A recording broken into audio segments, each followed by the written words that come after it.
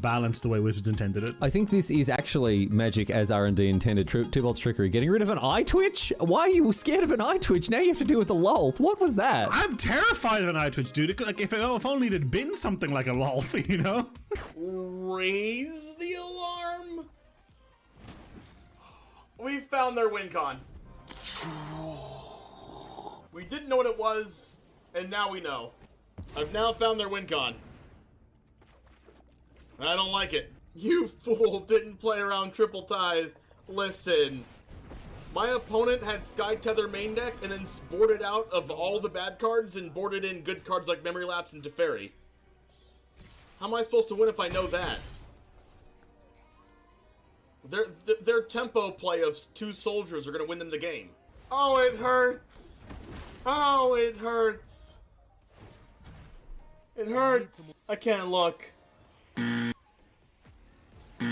I can't look.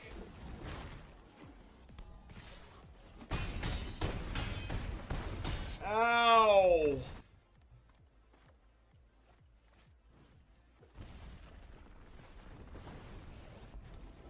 Man, Valkmir is a problem. Nope. Oh no! Wait, what just happened? Why was this 5 mana? Oh no! It came in tap. Oh no! It came in tap. Oh my god! Did we do it? Yes! I attack! Holy shit! I attack! I attack! I attack! Everyone's clenching right now. No! Oh, he lost! He lost! I attacked! No! No! What? Oh, he lost! Oh no! Oh man! What? Okay, I want them to kill this first. So I play this first. And I want these 2 to cast my other spells. No! Stop, opponent! Stop it! Please stop! Please stop! Please don't do it to me! Don't cast another land destruction spell! Please, oh my... Let's go! Not distortion! Yeah!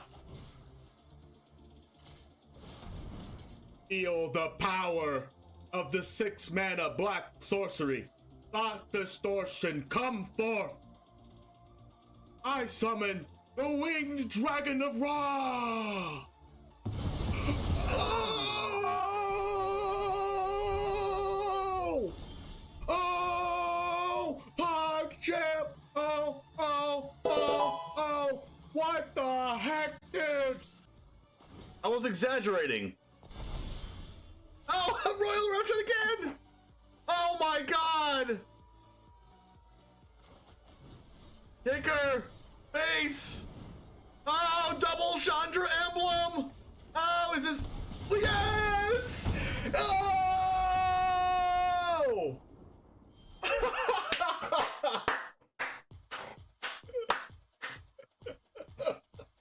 Oh! I guess I should just use this anyway. Wait, is this game? Oh, face damage! Oh! No freaking way!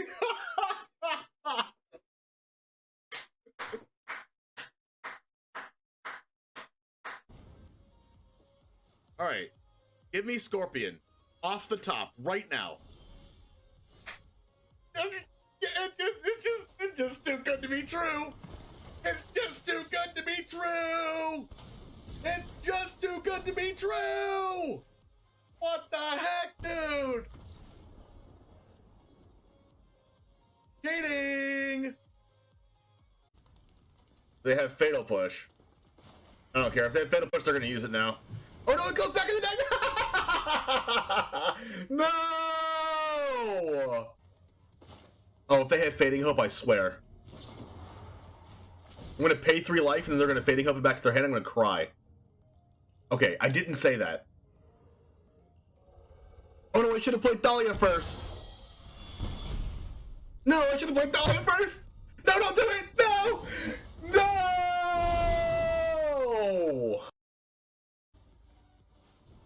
The second one got approach.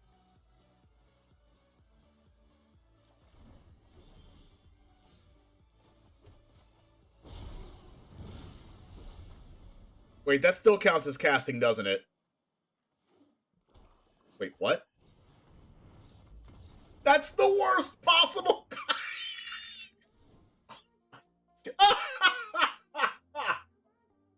That doesn't work the right way.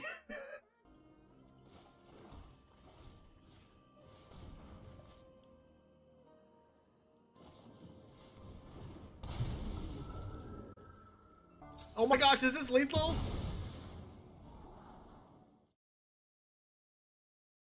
What's up, Jamers? How's it going today?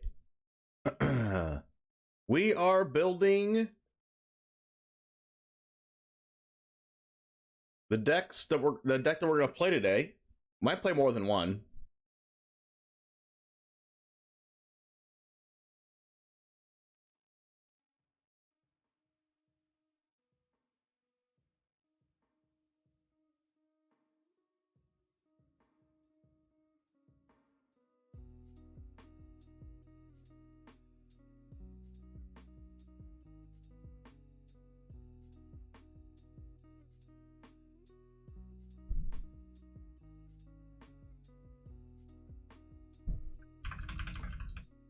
Better.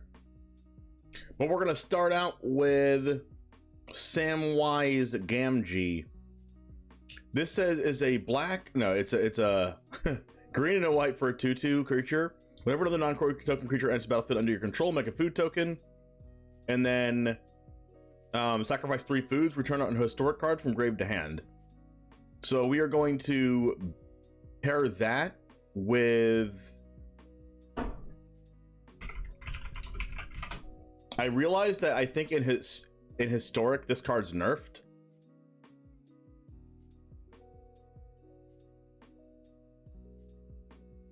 But we're doing it anyway.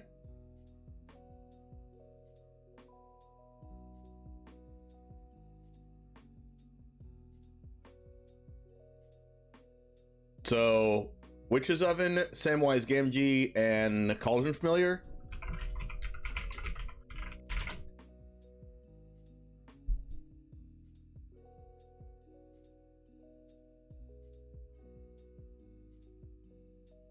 Do we need 3 Cauldron Familiars?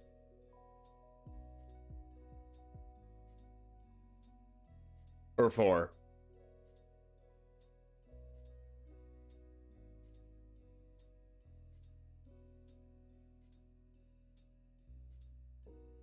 Like, once we get a cat, we probably don't need another cat.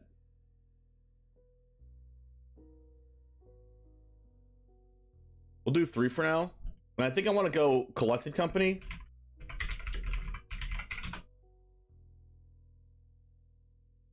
Because it gets our combo. So the combo here is we just need Samwise with Cauldron Familiar. We don't even need Witch's Oven in this deck. So honestly, this might just be a 3 of. Or 2 of or something. But we can do Woe Strider.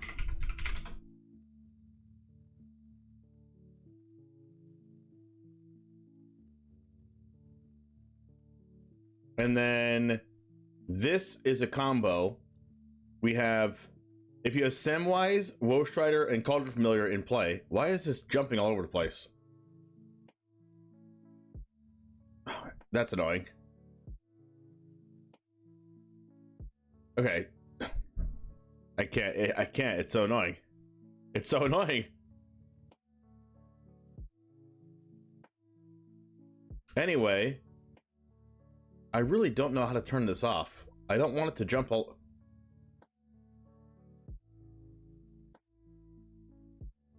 Can someone tell me what I'm doing wrong here?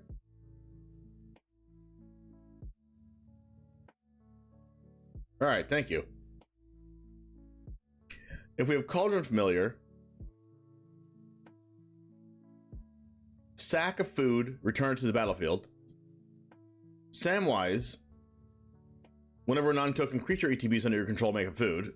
So when you sack a food, bring Cauldron Familiar back, Cauldron Familiar makes 2 foods with Samwise Gamgee when it ETBs, or it makes a food when it enters the battlefield. You stack it with Woe Strider. The Cauldron Familiar with Woe Strider, putting it in the Graveyard Scry one, and then bring Cauldron Familiar back with the food you just created by Cauldron Familiar entering the battlefield. Drain your opponent for 1. When it enters, you make a food, sack it, bring it back, enters, make a food, sack it, bring it back, and then you drain your opponent for infinite life and infinite damage. And it works with any sacrifice outlet, not just Woe Strider. But Collected Company helps us get to our combo pieces.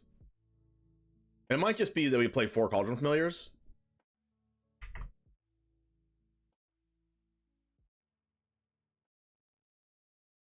Just to have all 4 of the combo pieces and 4 Cocos. And I don't even know if we need Witch's Oven. Like, probably not. Maybe like 2 of it. The thing about Witch's Oven that's really cool is that Samwise adds it back to our hand by sacrificing 3 foods.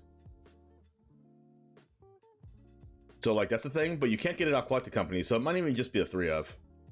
Like you don't need Witch's Oven to win the game, but Witch's Oven's really good. And it might work with other cards in our deck.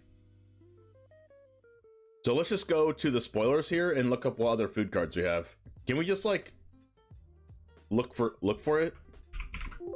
Nope, because they're pictures, they're not words.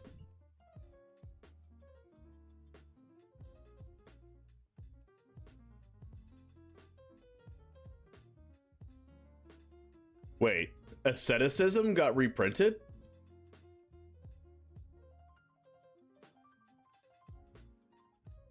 That is a good reprint.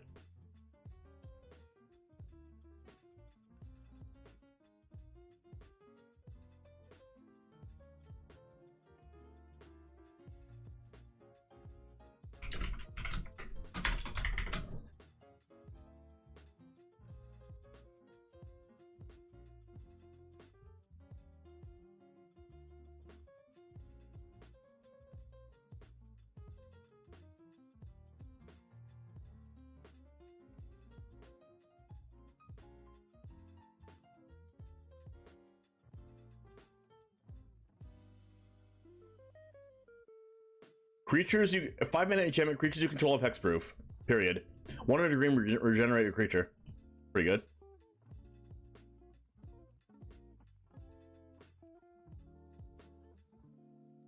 Alright, so what goes in this Abzan Collected Company deck? None of these cards, because they're not Cocoable.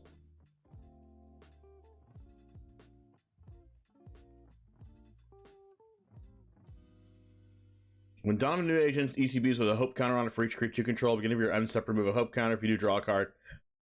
Oh. Oh, this is kind of like that one card. What's that Dawn of Hope card? Yeah, Dawn of Hope, right? Dawn of Hope.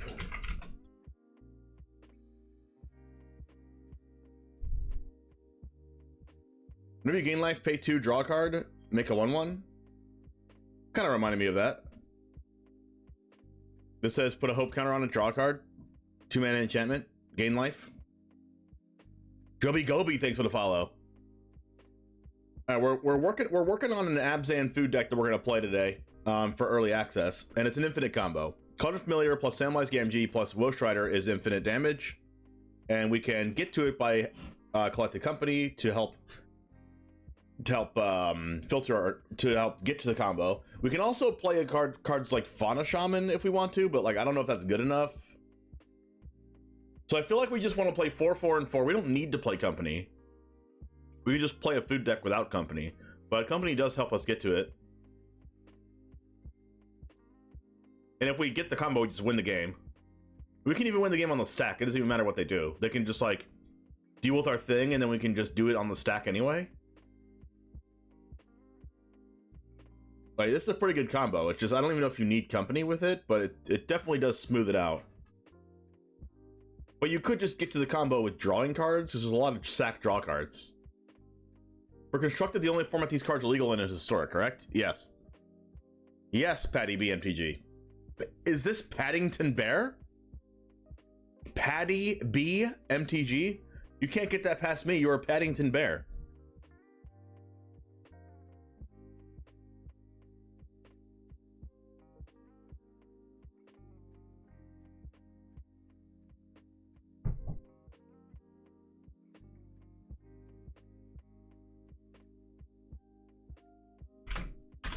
We are live right now building decks for early access, starting with an infinite combo. Twitch.tv/TheOneJame. Ah, the old promoting my stream.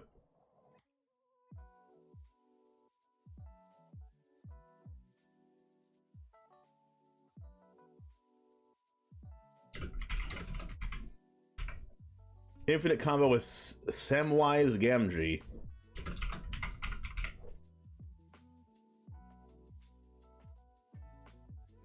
Some of you will have to forgive me because I have not seen Lord of the Rings. Oh my god, stop watching right now.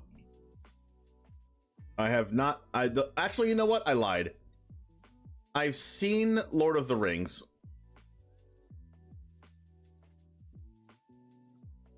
I have seen Lord of the Rings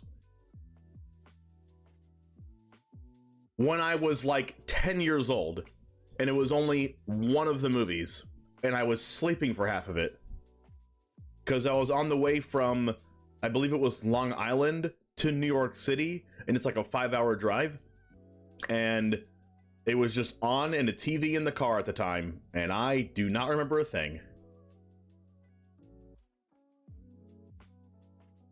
But it's okay. See, Samwise Gamgee has no actual relevance to me as Samwise Gamgee. The relevance this has to me is it's a green and a white tutu with an ability. You're gonna have to help me out here with the Lord of the Rings lore, please. Damn it, you've been discovered. Wait. You've been discovered as that's your name, but are you the Paddington Bear that I know personally? Have I met you in person, Patty B?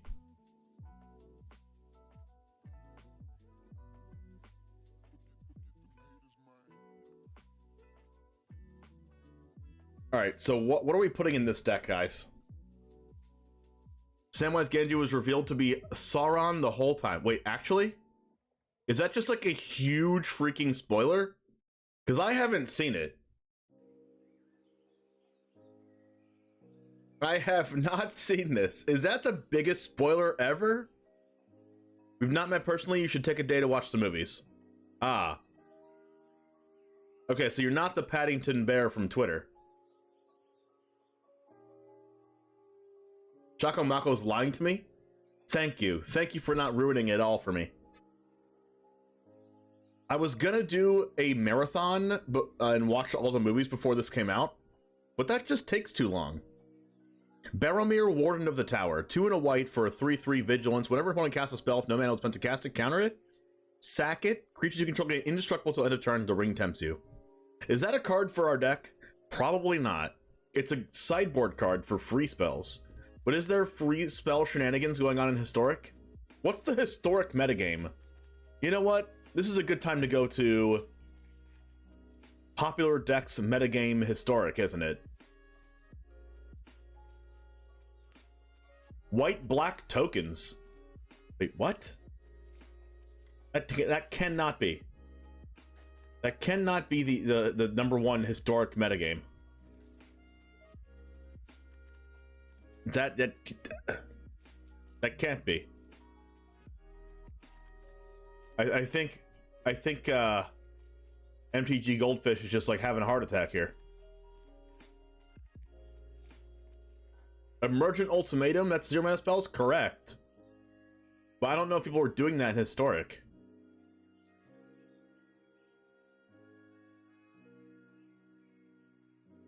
Alright, Historic metagame is Rakdos midrange with Crucius, Titan of the Waves.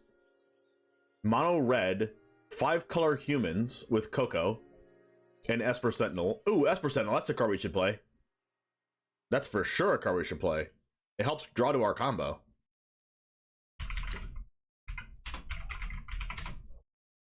That is for sure, we're definitely playing this. This card's busted. In our freaking creature combo deck? Easy. Easy ad. We probably shouldn't even play this freaking Witch's Oven. That probably does nothing.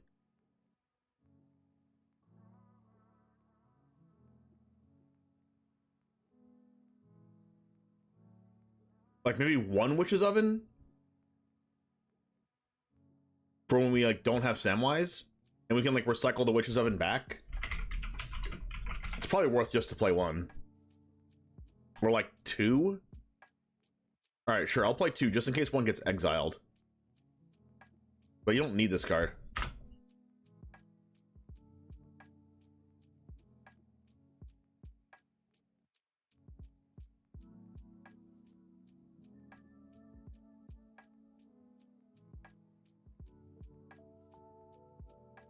Crucius is stupid? Oh, I've heard. I just don't know what that card does.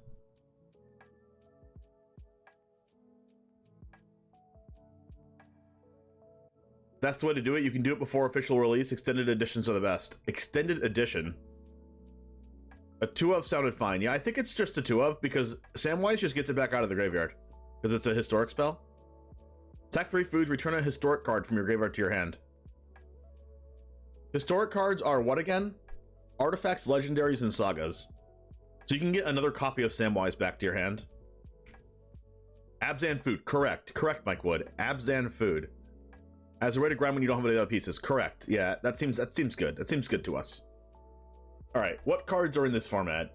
We have 5-color humans, Rakdos goblins. It doesn't seem like there's a lot of free spells going on. Azorius Yorion, Jund, midrange, Azorius Auras, Azorius Affinity with Luris. Wait, Luris is legal? That can't be. Luris is legal in Historic? Please don't tell me Luris is legal.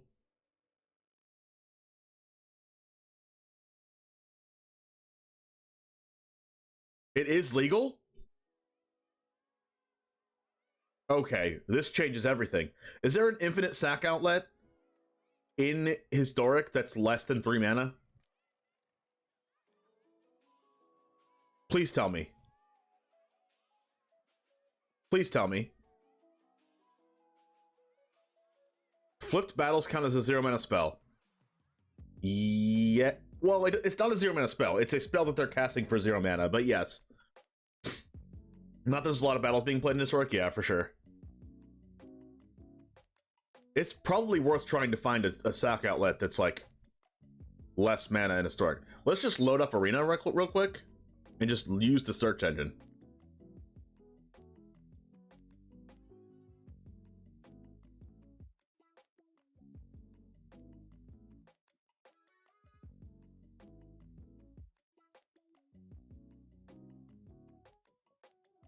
Real quick.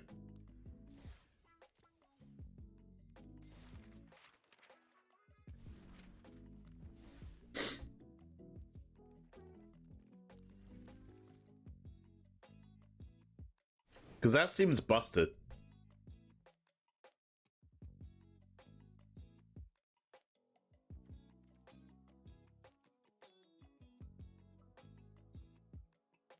We're going to look up sacrifice, exactly the terms sacrifice a creature.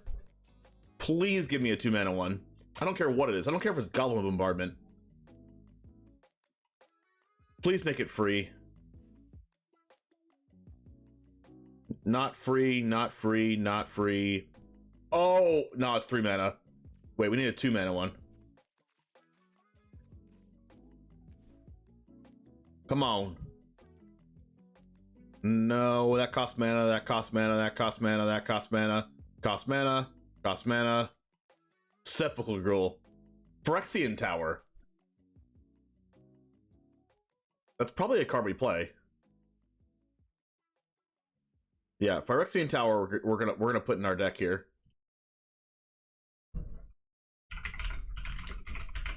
How many towers do we play? Just one?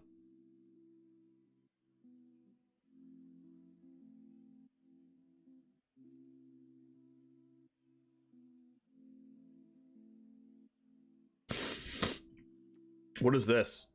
That's mana. That's mana. Mana.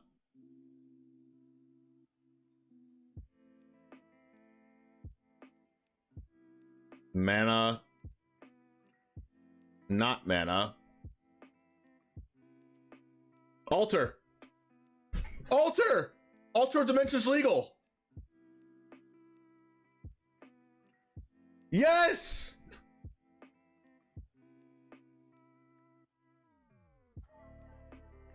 We also mill our opponents out. Okay, so we're just playing Luris now? That's so much better than playing Most Rider. God, it's a mythic? Ew. Okay, so we're playing Altar of Dementia. Screw this. We're not playing Most Rider anymore. We're playing Altar of Dementia. 4 of it. Do we need 4 of it? Probably.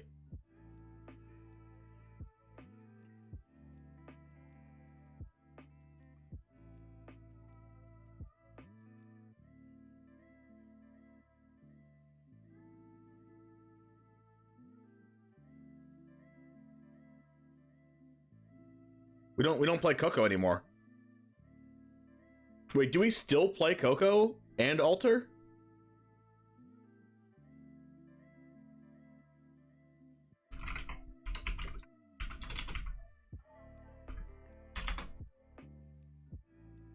We for sure play this card. This card's 2 mana.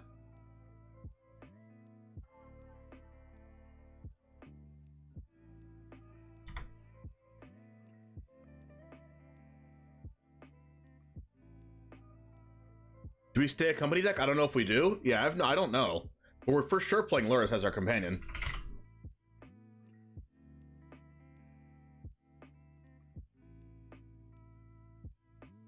How do I put this in the sideboard?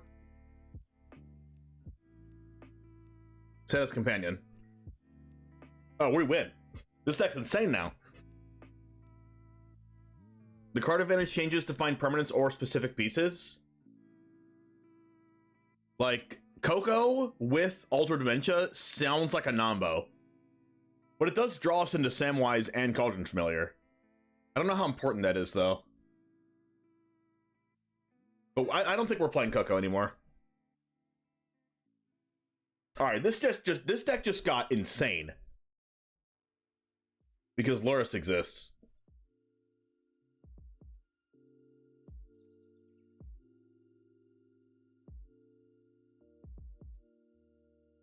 Arena's still displaying. Thank you.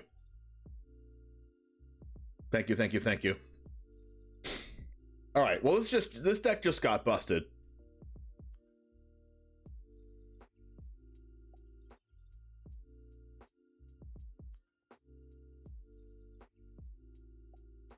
So we have Altar of Dementia, plus Cauldron Familiar, plus Samwise.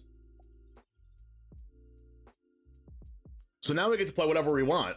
That's less than 2 mana or less. What's in the regular sacrifice decks right now?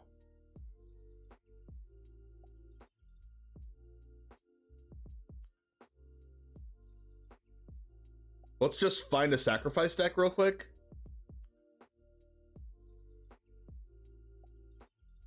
Bulgari Food. That's a sack deck.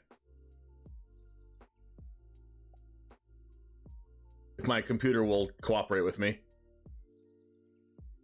See how slow this computer is? Jesus.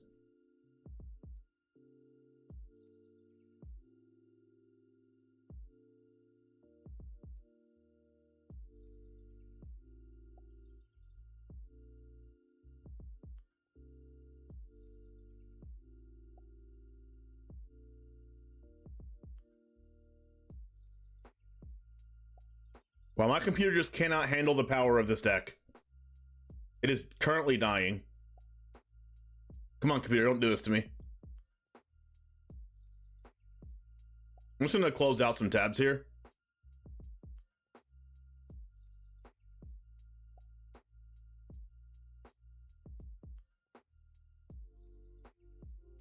Hopefully that works.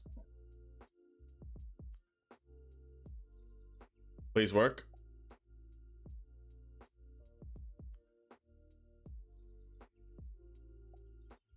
Gilded Goose or the Squirrel? Unlucky Witness, but that's red. Gilded Goose or the Squirrel, that makes sense. Let's see what's in the Golgari Food deck. Cursebound Witch. There's 4 Witch's Oven in this deck. We're gonna play Gilded Goose, right? Kind of have to.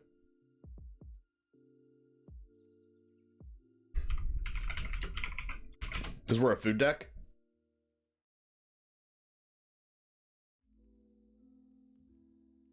Goose is great. Goose is great. I don't know if 2 Witch's Oven is correct, but I kind of don't want to flood out on Witch's Ovens, especially since we get to add them back with Samwise.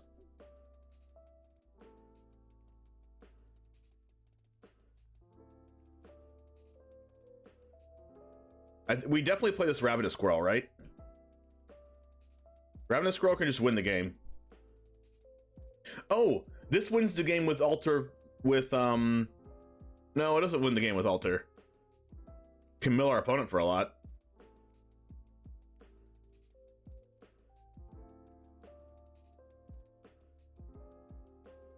Ravenous Squirrel.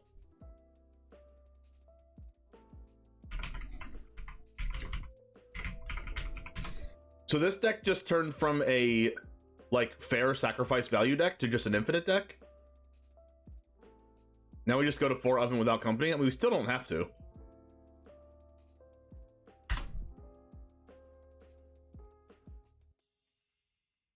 Like, how good is Witch's Oven? When you...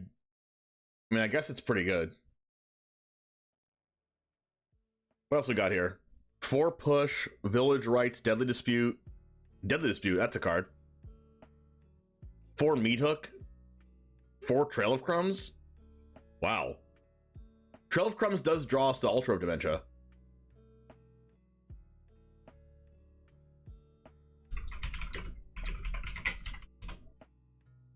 I don't know if we need 4 of this card. So 4 Trail of Crumbs. We want Deadly Dispute.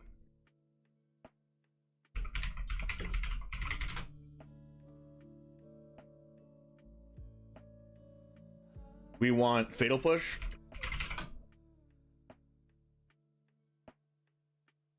Thoughtseize, since we're a combo deck.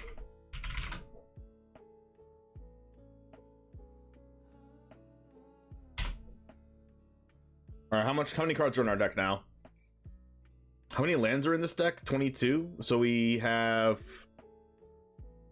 38 non-lands. How many non-lands do we have? How many cards in this deck right now? Does it say? 24 plus 8's 32. 32 plus 8's 40. We have way too many cards, right? 24, 32, 44. 44 cards currently. And we need 32 cards? Yikes. We could probably trim a Cauldron Familiar. We kind of need that card to combo.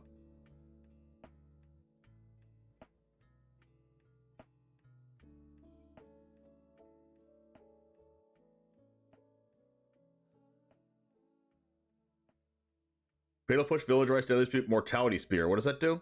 Cost 2 less if you gain life this turn, destroy a non-land permanent. Mortality Spear is pretty good. Soul God Lantern, Witch's Oven. You know what would be so good for this deck? Oh my god. Freaking Urza Saga. Jesus. Meat Hook Massacre. We probably need Meat Hook Massacre.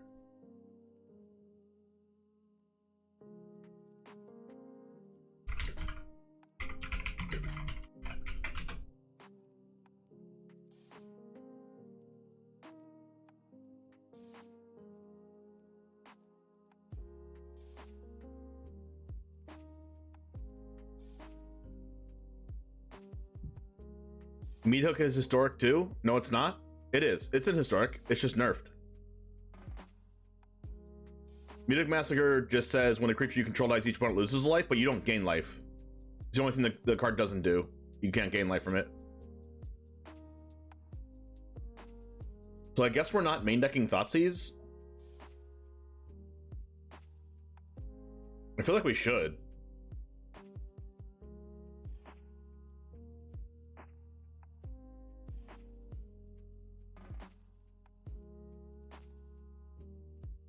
Oh, I guess we just shouldn't play Esper Sentinel then. That's the card that is, I mean, Esper Sentinel is just so good, though. It's not like we want to sacrifice it, though. If we're playing a sacrifice deck, Esper Sentinel doesn't even seem correct here.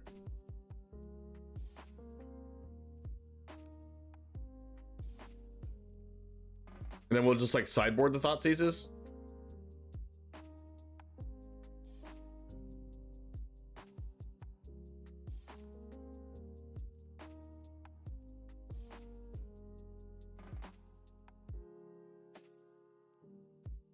I don't want to draw just like infinite number of altar dementias and then no way to have the payoff for altar. But it still sacrifices a creature regardless.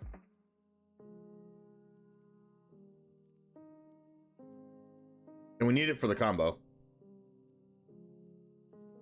How many cards is this? 16 plus 8 is 24, plus 8 is 32, plus 6 is 38. That is exactly enough for a deck. Oh, you're saying it's a historic card type. Yes, it's a legendary, so we can add it back to our hand from the grave, which is pretty cool. Also, we can just lure us it back on the board if we really want to, but that's like never gonna happen. So this could be just the deck right now.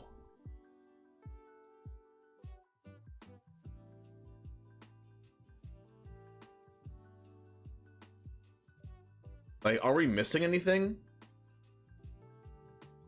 Like, we're not playing Cursebound Witch, but that seems like filler anyway.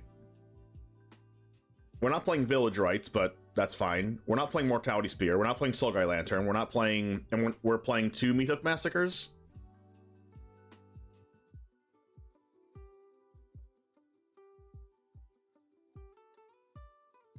I think we're just fine. Giraffe Reaver. What? Just to destroy a Planeswalker?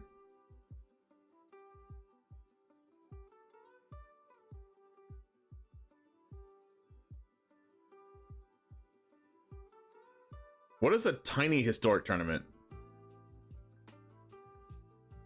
Please tell me Luris is legal.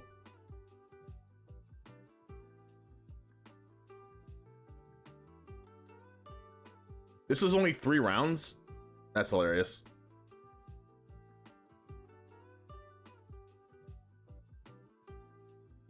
Well, this one got 4th in the pizza box, so let's just check this list out, just to make sure we're not missing anything. Okay, this went 4-1. Familiar, Goose, Squirrel, Bone Shards, Push, Thoughtseize main deck, Dispute, Soulguy. Wait, why are there main deck Soulguy Lanterns? Oh, because Luris exists. We should probably main deck a Soul Guide.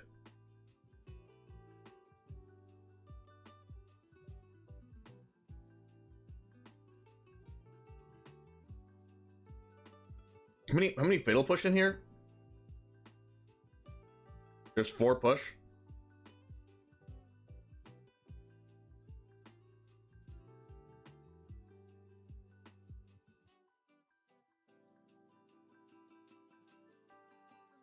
God, there's Corvold in this deck? Jesus.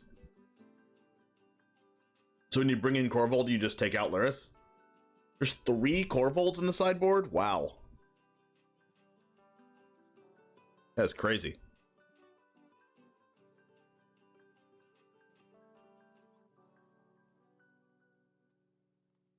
I guess because Corvold just wins you every matchup when your opponent just brings in all their grave hate against you. You just land a Corvold and just win the game. Because opponent takes out all their like hard removal because it doesn't do anything. Reanimator is big in this format? Oh, is it? Main deck Lantern. Yeah, probably a good call.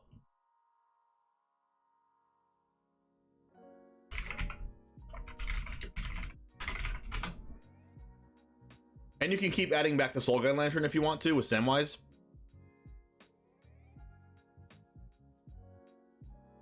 We'll just add another to the sideboard, I guess.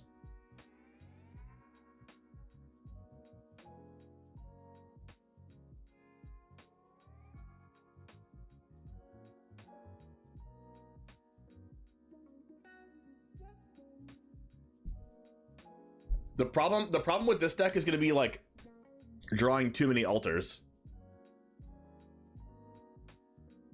I really want to play Thoughtseize. Is this deck playing Trail of Crumbs?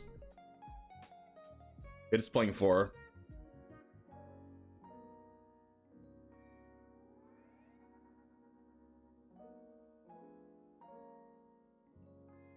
I want to try to fit in some number of Thoughtseize, but maybe it's not possible.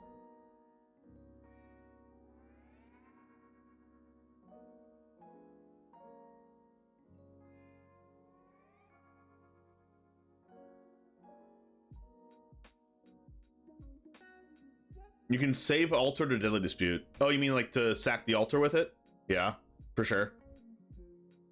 And then we can get the altar back with Samwise.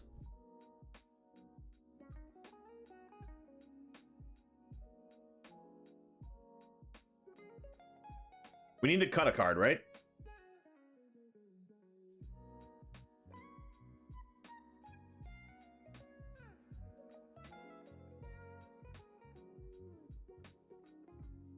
Do we ever play 3 squirrels? Or is a squirrel just that good?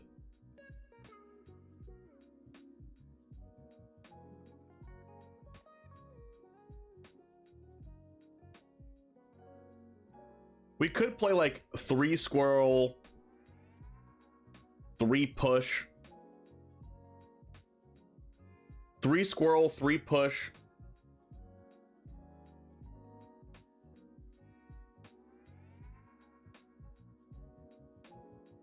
I really, really want to make room for Thoughtseize.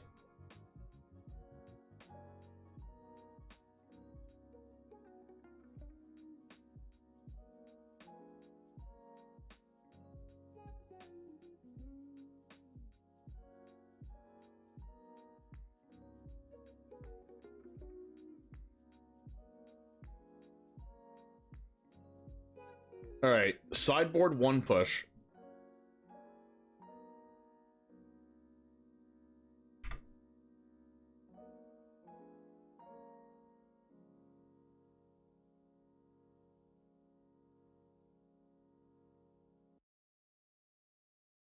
Play 3 squirrels.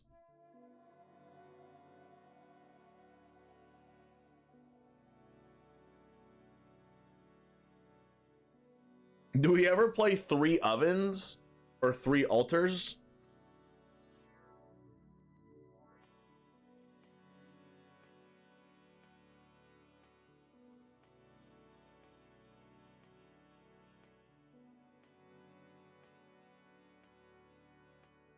I feel like 3 altar is wrong, but we do have 4 Trail of Crumbs to find more altars.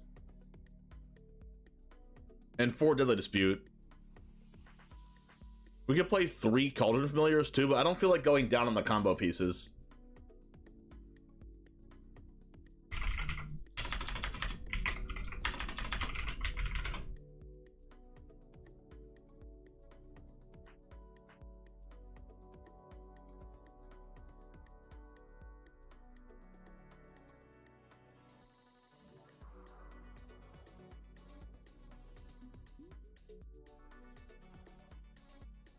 Three altars seems fine.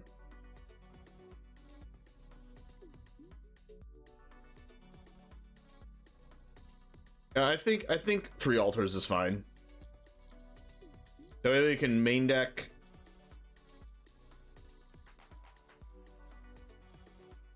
We can main deck 3 Thoughtseize.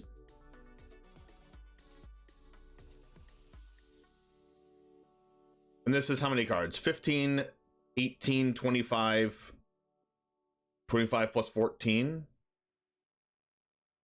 That's too many cards, right?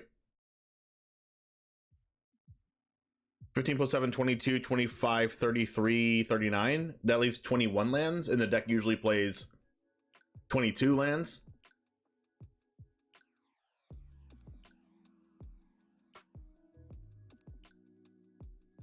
Is 21 lands still fine?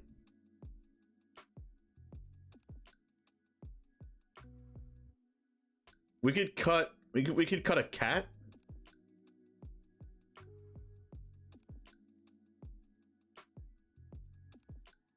Is 21 lands fine? I don't know, probably. Both lists I saw has 22 lands. Robin Flight, thanks for the follow. We just can't sideboard Corvold because that's just a 5-drop. We're never going to be able to cast that thing.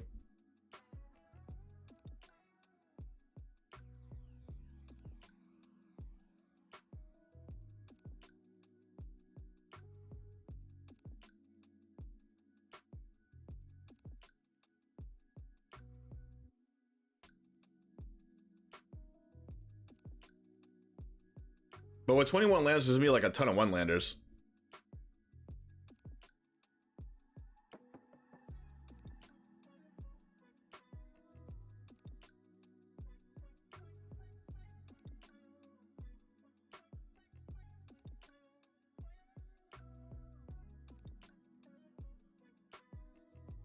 All right, so we want what lands do we want? Blooming Marsh.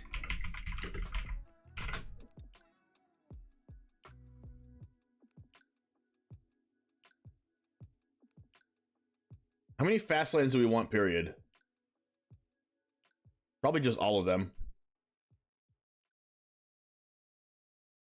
4 Blooming Marsh, 4 Concealed Courtyard.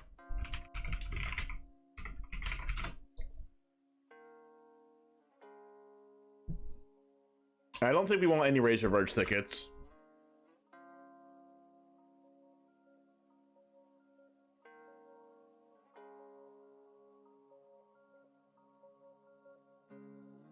Let's add a couple Godless Shrines.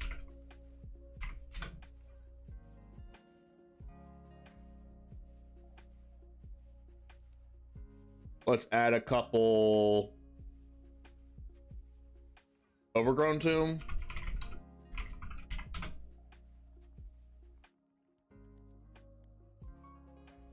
I don't think we want any Razor Verge Thicket, right? Or any Temple Gardens. What other lands are there? Boseiju? Who Boseijus is this deck playing? None? Let's play one Boseiju then.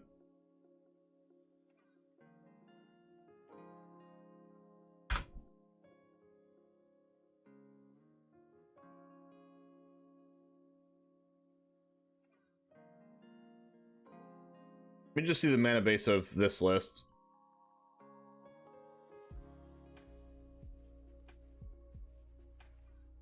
Castle Lockdwayne, that's a card.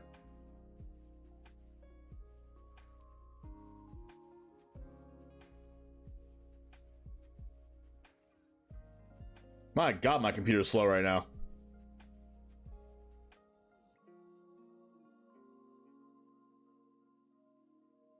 It's not loading at all. It's freaking dying.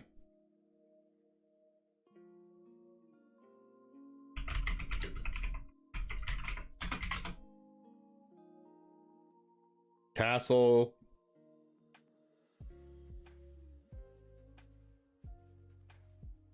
Pathway.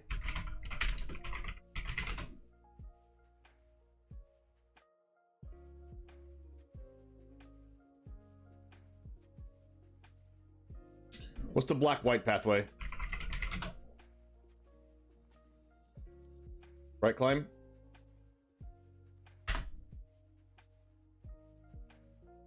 Colony Garden. Do we ever play Colony Garden? Takanuma.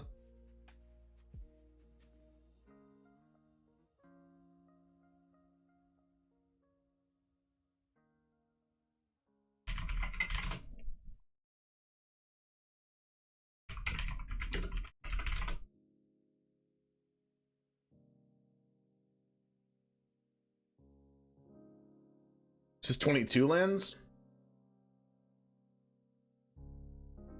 We might not be able to play Colony Garden because we're playing white mana. So we have 1, 2, 3, 4, 5, 6, 7, 8. Yeah, that's not enough. We need to take out this Colony Garden. We have 4, 5, 6, 7, 8, 9, 9 green sources. That's just not enough.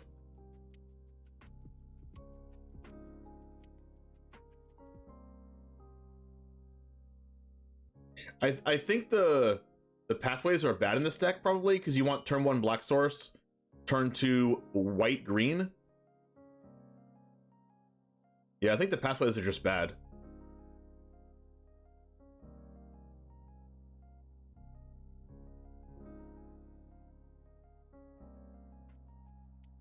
We probably do just need Razor Verge Thicket then. Because it casts the Squirrel, it casts Samwise, it casts Gilded Goose. It doesn't cast any black cards.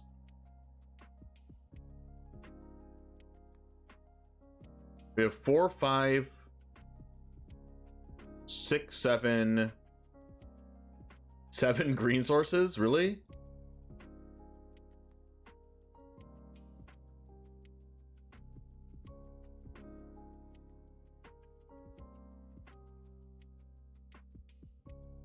We just play Reservoir Thicket?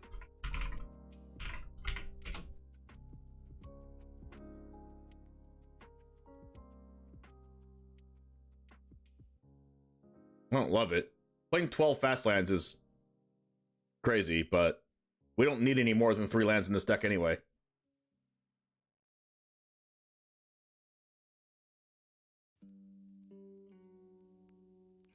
Now we have 4, 5, 6, 7, 8, 9, 10, 11 green.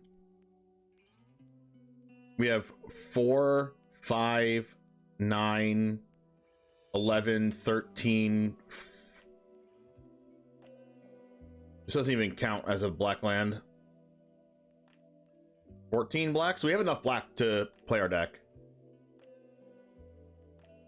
Beseiju is a store card. Oh, wow! Yeah. So we can add Beseiju back with Samwise? Oh, yes. Oh, that feels so powerful. Wow, we can just keep doing that? Just Beseiju them over and over again? Oh, Jesse. That's funny. You scared me from the thumbnail. I thought you were streaming early access already. No, we're building. We're building. Oh my gosh. For those of you in the chat who don't know, Jesse Hill is Wizards of the Coast coming into the Lonely One James stream and checking up.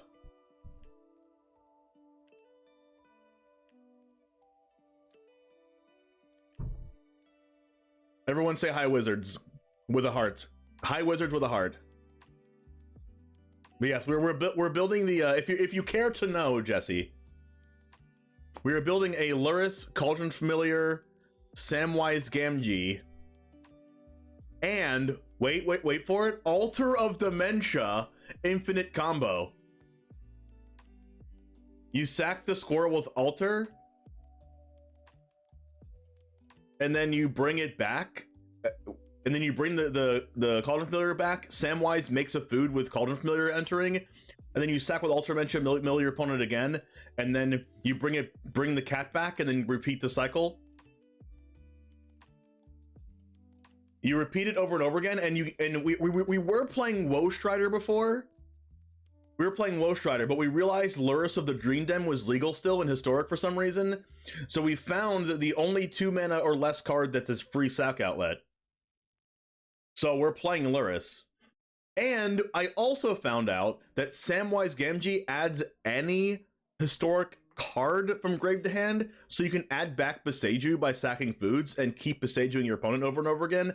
Kind of like it's a kind of like a Ren and 6 thing, which is kind of nuts.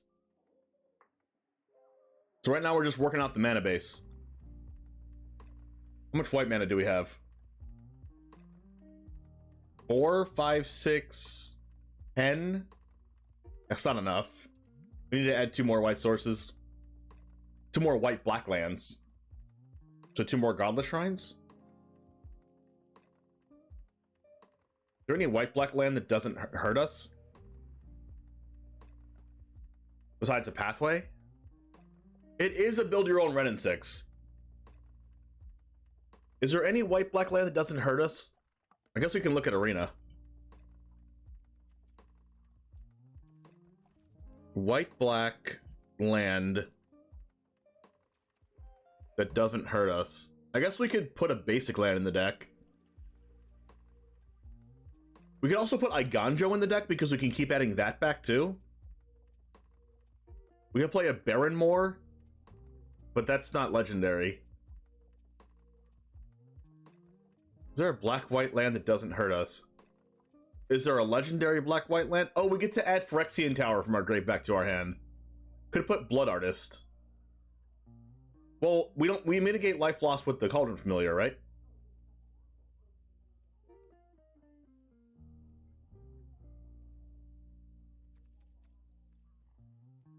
Right, the white-black lands are Godless Shrine, Concealed Courtyard. Oh, we can just play Caves of Koilos.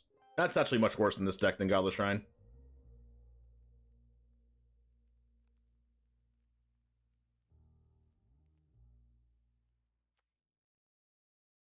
If only Meathook gain life? Ah, we don't need Meathook to gain life. It's either Caves of Koilos or more Godless Shrines. I guess more Godless Shrines is just fine, right?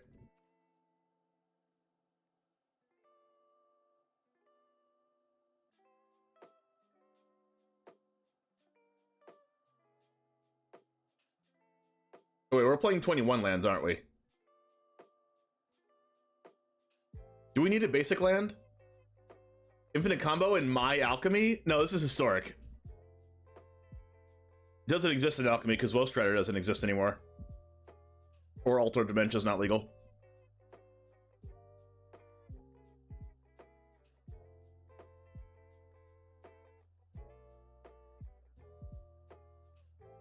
Do we play a second Passeju in the board? Because it's so good with Samwise? Will Historic be available in early access? Yes. I mean, I sure hope so.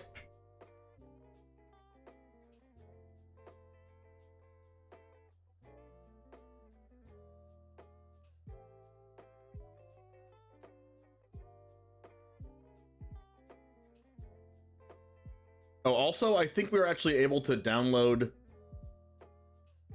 Hold on, chat.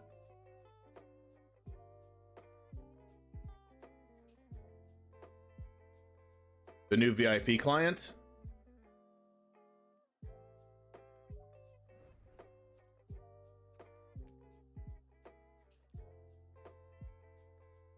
Hold on.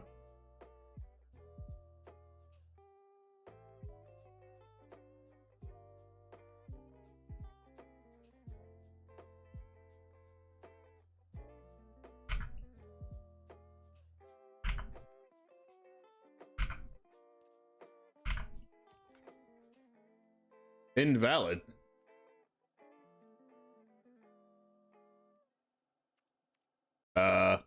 What?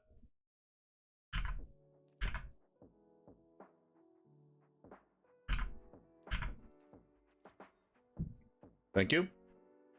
It is downloading. We are downloading.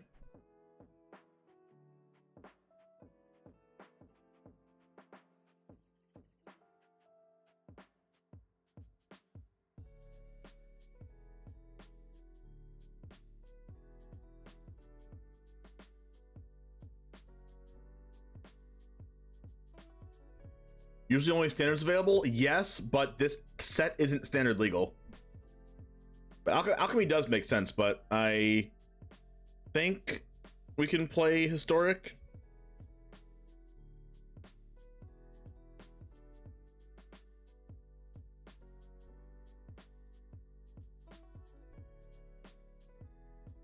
Let me just double check.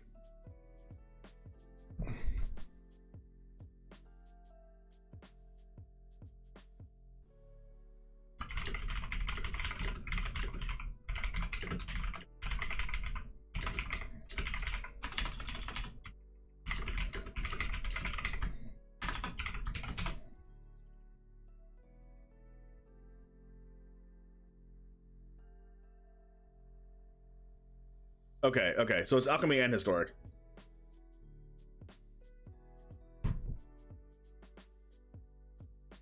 So our deck is we can play our deck for sure.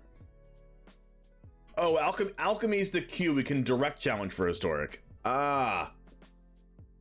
Okay. So we're gonna play this, but we have to direct challenge for it.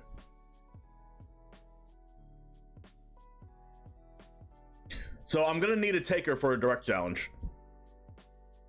The sack 3 foods activated ability is instant speed, and since Samwise is a legendary creature, it's reduced the cost of a Seiju channel to 1 mana. You get sneaky with it on opponent's turn. They think they're safe to go for Parhelion. You just go, nope. Yep. Let's go. Sack 3 foods, return Boseiju, channel it for 1 mana, blow up their thing. Yep. That's really cool.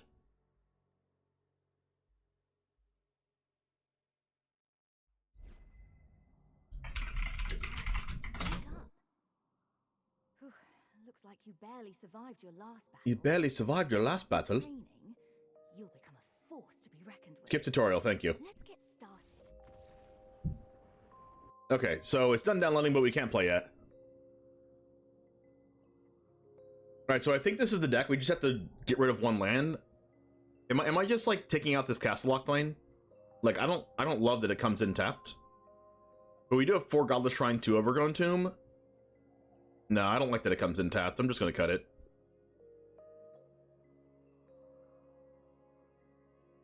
So we have 4, 8, 12, 14, 15 black. Not counting Phyrexian Tower. Phyrexian Tower is basically a colorless land in this deck. Because you can't really count on it for a... to be a black source. We have 4, 5, 6, 7, 8, 9, 10, 11 green, which is probably not enough. Right? 4, 5, 6, 7, 11. That's not enough green.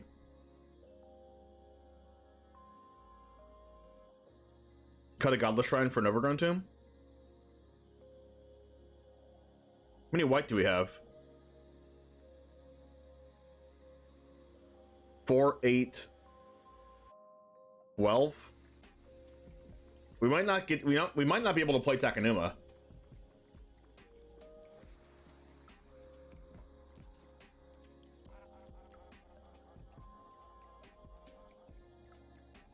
You can post what I was doing in theory crafting, Samwise. Yeah, you can post it. Like Takenuma is good. But like, I think I'd rather be able to cast Samwise on curve.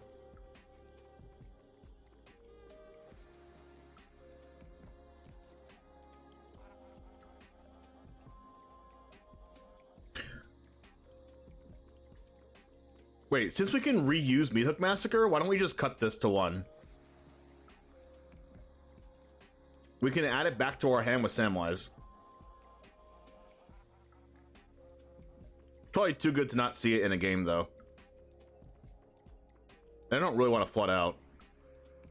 Alright, let's just cut this Takenuma. And then we get to play another Overgrown Tomb.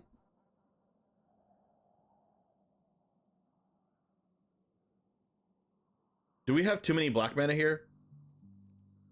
3, 4, 8, 12, 16.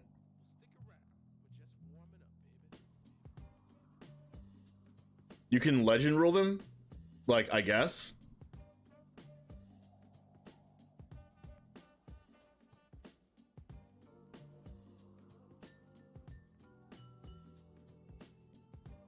I guess we can cut a Godless Shrine. No, we can cut an Overgrown Tomb for a Temple Garden or Razorverse Thicket. Temple Garden.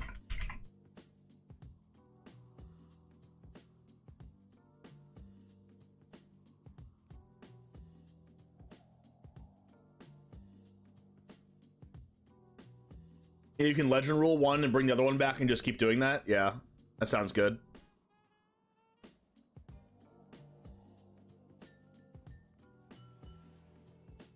Let's remove a Godless Shrine and add 1 more Temple Garden.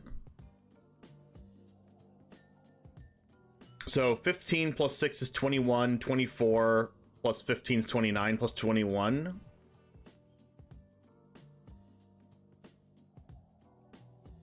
Four, 8 black sources, 11, 13, 14. Wait.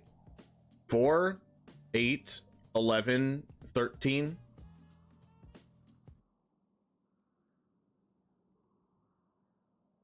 God, this mana base is really hard.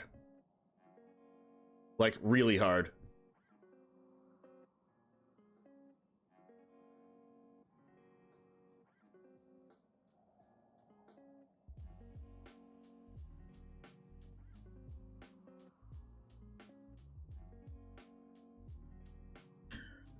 Four, 5, 6, 7, 8, 12. Hey, what's up, Rachel? It's more likely than you think. What's more likely? Oh, Mana Confluence. Oh, I should probably play that.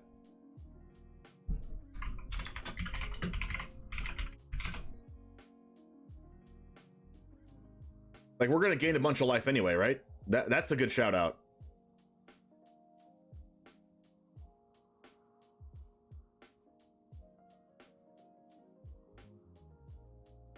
It's a very good shout out for the Mana Confluence. Thank God that card exists. Alright. 4, 8 black sources, 11, 14, 17 black, 4 counting green, 4, 5, 8, 11.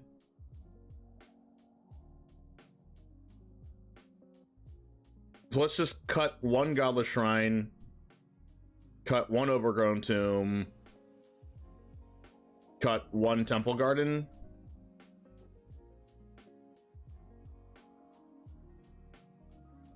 Oh, we have Trail of Crumbs. An early access stream is more likely than you think.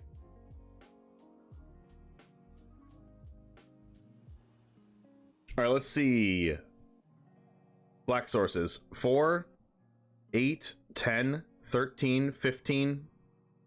Green sources. 4, 5, 8, 10, 14. Perfect. White sources, please be 12. At least 12. 4, 6, 9, 13. Oh, we did it! Mana Confluence saves the day. Alright, sideboard. Oh, sideboard. Let me look at John's deck. I'm just gonna copy the sideboard here. You have Invasion of Ikoria in your list. I guess I can bring that back with Luris. And Invasion of New Capenna.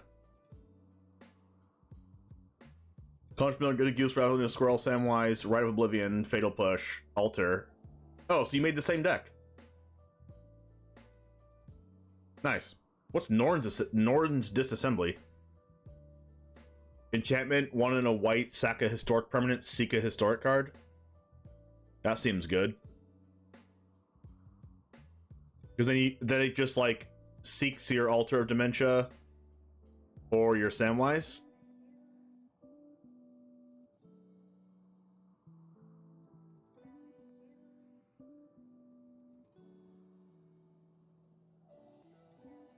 But that only works if you sacrifice. If you have like 2 altars, you can sack an altar and try to get another card from it.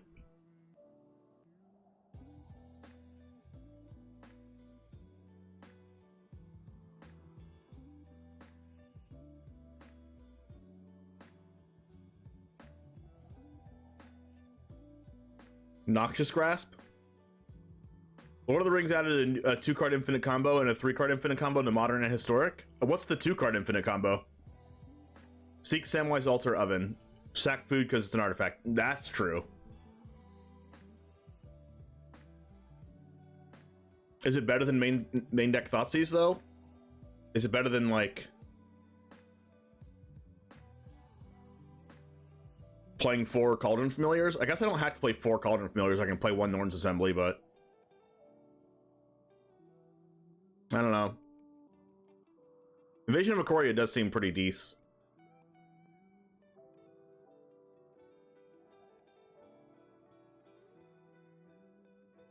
Invasion of Ikoria just puts it on the battlefield. But that is 4 mana to get your Samwise. Is Samwise a human? Nope.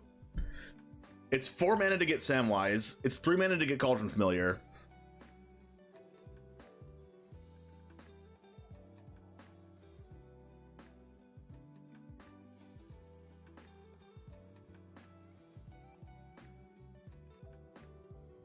God, if Hexmage was in this format, jeez.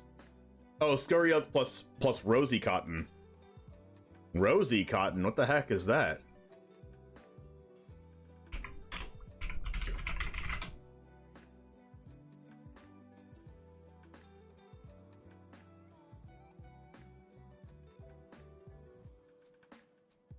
When Rosy Cotton of South Lane ETBs, make a food. Whenever you create a token, put a 1/1 counter on a creature you control. Oh, yeah, that's infinite. Wow. Wow, wow, wow.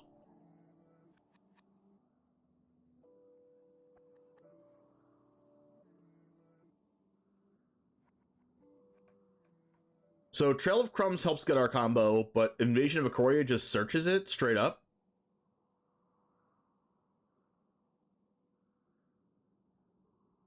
God, Invasion of Ikoria seems so good in this deck.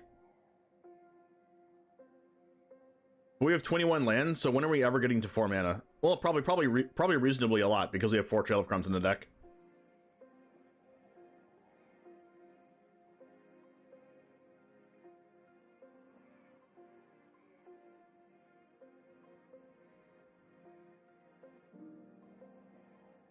Invasion of Ikoria is so tempting. I'm just gonna copy your sideboard real quick. What does Reesbug do? Or Rezug the Bone Clobber? Bone Cobbler.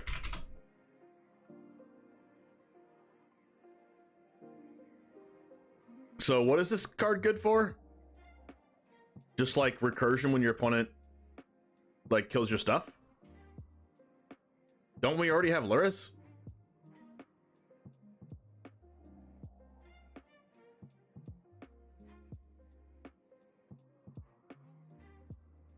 I'm confused. Redundancy for Luris? So we have redundancy for our redundancy?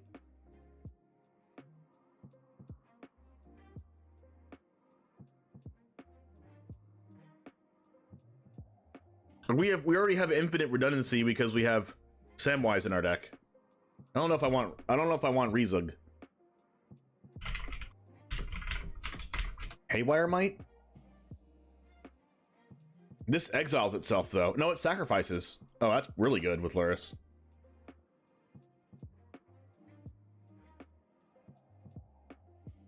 Is Duress better than Inquisition of Kozilek in this deck?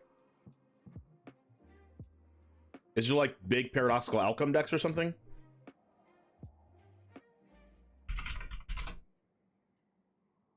Tell me if Duress is better than Inquisition.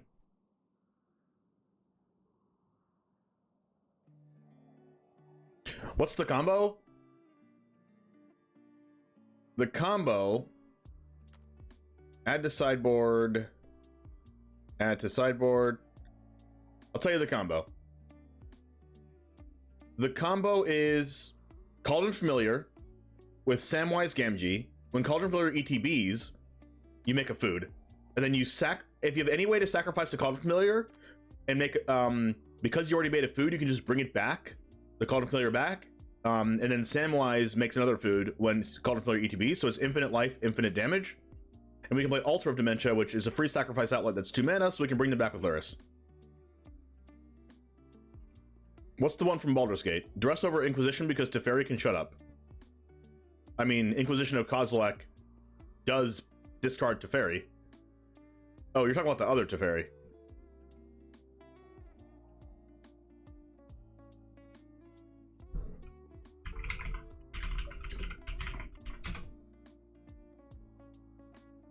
Add to sideboard. Add to sideboard. And then we want... What other cards are there? Oh, we want what's that card that kills a non-land permanent if something dies? Oh, what is that card?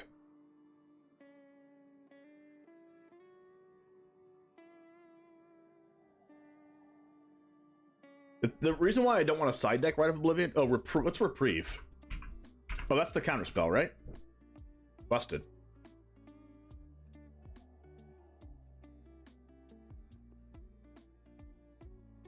I might want like even more of those. But how many cards are on our sideboard right now? Is that 14? There might just be enough for the whole sideboard. Yep, that's it. That's it. Actually, we have one more card to add. What is that card? Terra Sunder? I want the card that kills any non-land permanent if a creature you control or if you gain life this turn. Mind Spike. Turn opponent reveals each non-creature, non-land in their hand. Choose a card revealed this way. The player discards that card. You lose 2 life. If they didn't reveal a card this way, you draw a card. Oh, that's just better than Duress.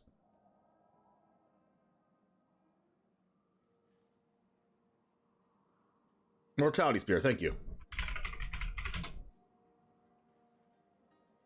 That's a really good sideboard card.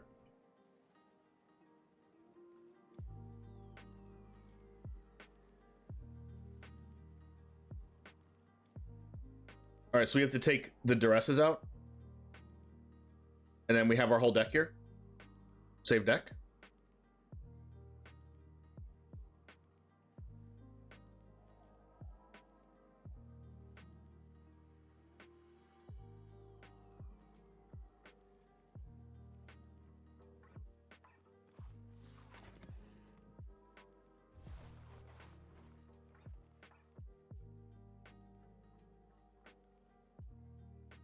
We're still waiting on 3 more gigs to download. You were using Ghost Rider, but Luris is probably better. Oh, it's definitely better. It's probably better. No, this card is ban-worthy.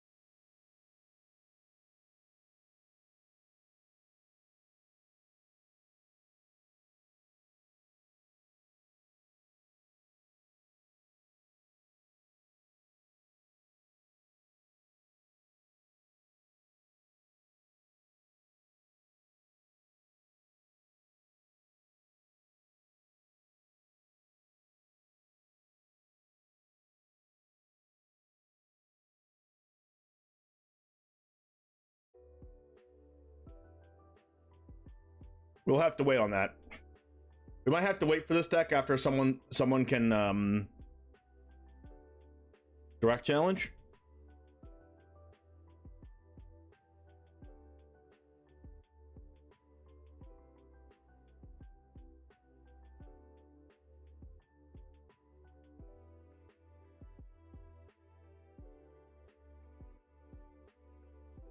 Hello everyone and good afternoon. What's up, Captain? Same answer. What's up, Telstar? What's up, Patty B? I don't know why I said what's up. You've been in the chat the whole time. Ginger Avenger. What's up? What's up?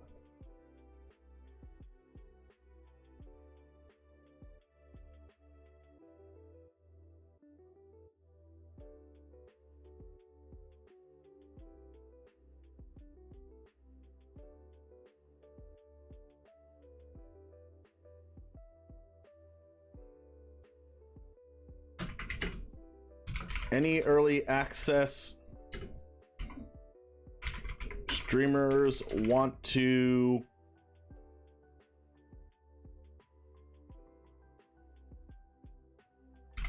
direct challenge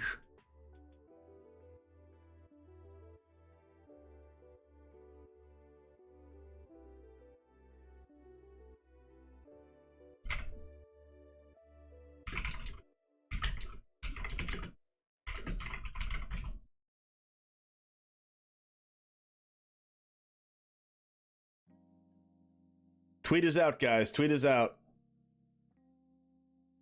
Start with some best of one against randos. We can't do that because that's only alchemy and not historic. The only way we get to play historic is if we direct challenge.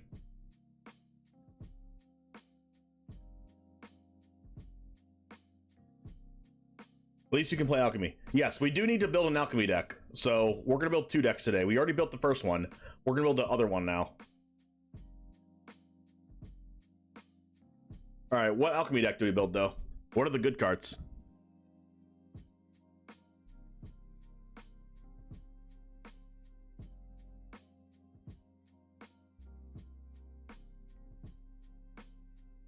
All right, so we go to this. Oh, there's also the Delighted Halfling we can play in the historic deck too. 1 green mana for Halfling Citizen, 1/2, add colorless mana. And you can add a mana of any color, spend it only to cast a legendary spell, and that spell can't be countered.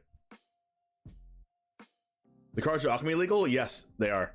Delighted Dork into turn 2 Crucius. Exactly. That's probably what we're going to be doing. Aragorn Humans Cascade. What does the Aragorn do again? What do we all think is the sweetest new card, and why is it Tom Bombadil? I don't even know what that card does. I have to read it.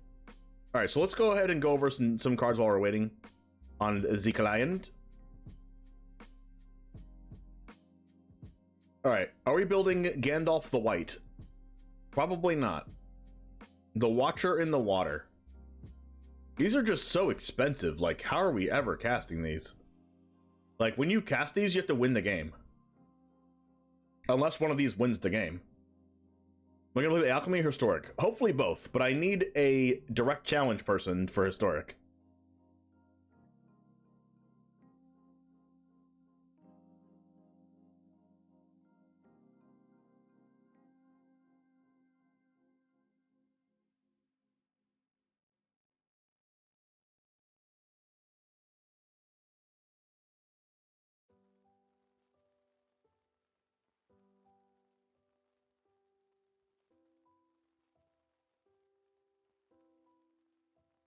Turtle Box is playing Historic best of 3, starting at 3.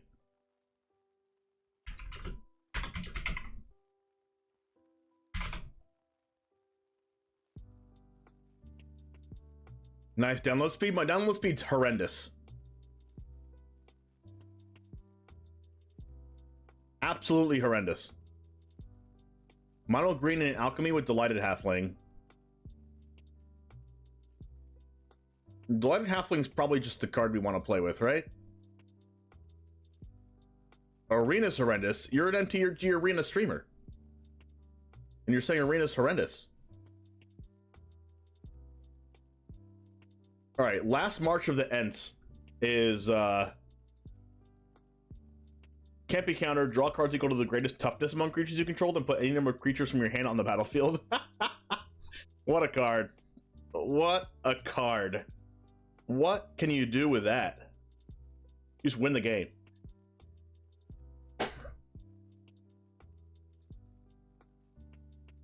Nothing? You win. Scoop.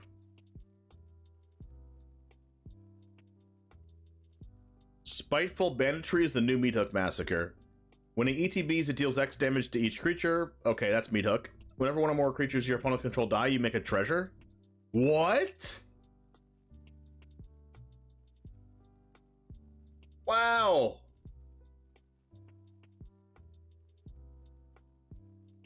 You can put Atraxa into play. That is true.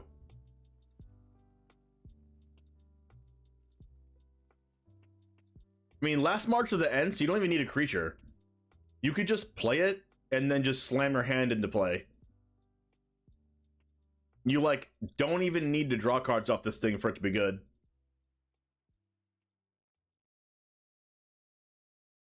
Because, like, you can just not have a creature, draw 0, and then slam your hand on the board.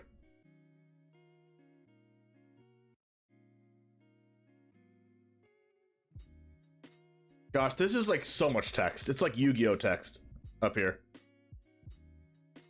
ETB tap with 9 stun counters. Maybe you draw a card, make a 1/1. Dawn of a New Age is probably a sideboard card in mono white.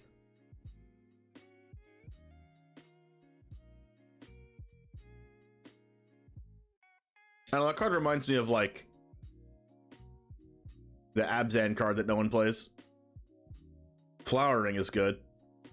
What does that one do? What does Witch King of Angmar do? 5 mana, 5/3 flyer.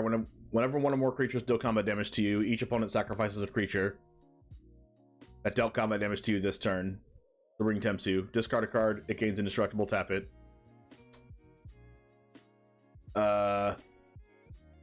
Hugh the Entwood. 5 mana sorcery. Oh! Sack any number of lands. Reveal the top X cards of your library where X is the number of lands sacrificed this way. Choose any number of artifact and or lands revealed this way. Put all non-land cards chosen this way on the battlefield. Then put all land cards chosen this way on the battlefield tapped. Then put the rest on the bottom in any order. Or a random order. What?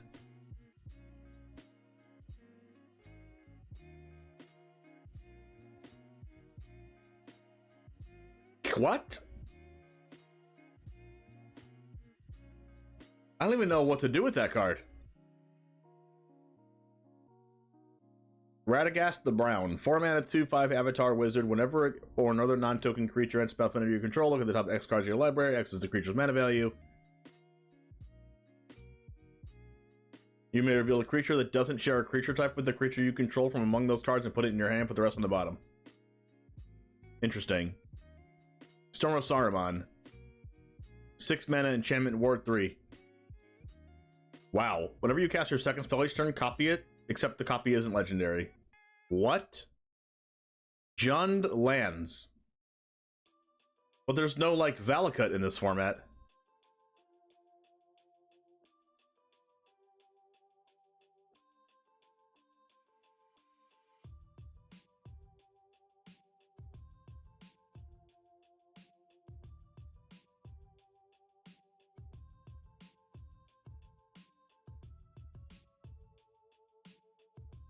Like, what are the lands gonna do for you in Alchemy? Oh, we are in. We're in.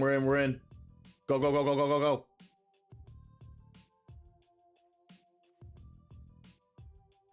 Open the chest. Open this.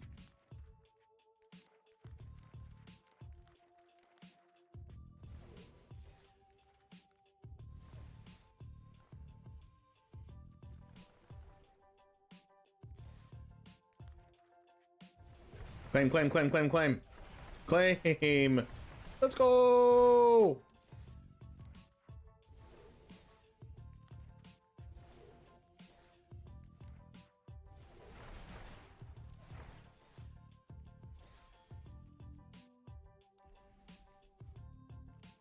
Open. Call of the Ring is probably more playable than Phyrexian Arena. I don't know what that card does. I'm going to read it in a sec.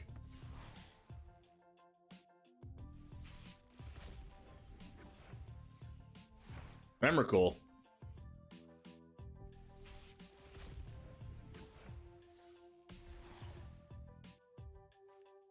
I'm happy we have common and uncommon wild cards this time, unlike last time. What do these cards do?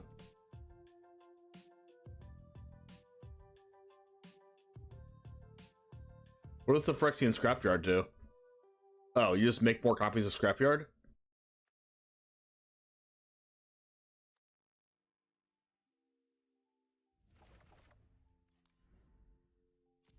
Quick start.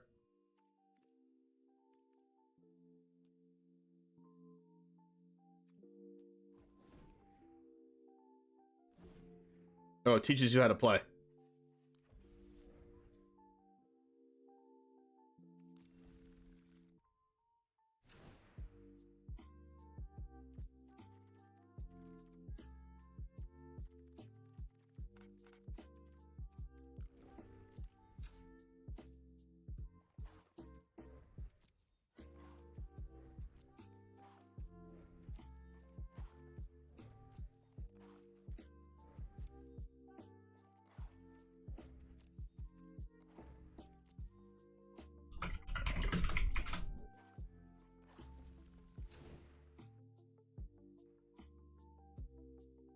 All right, abs and food. Let's go.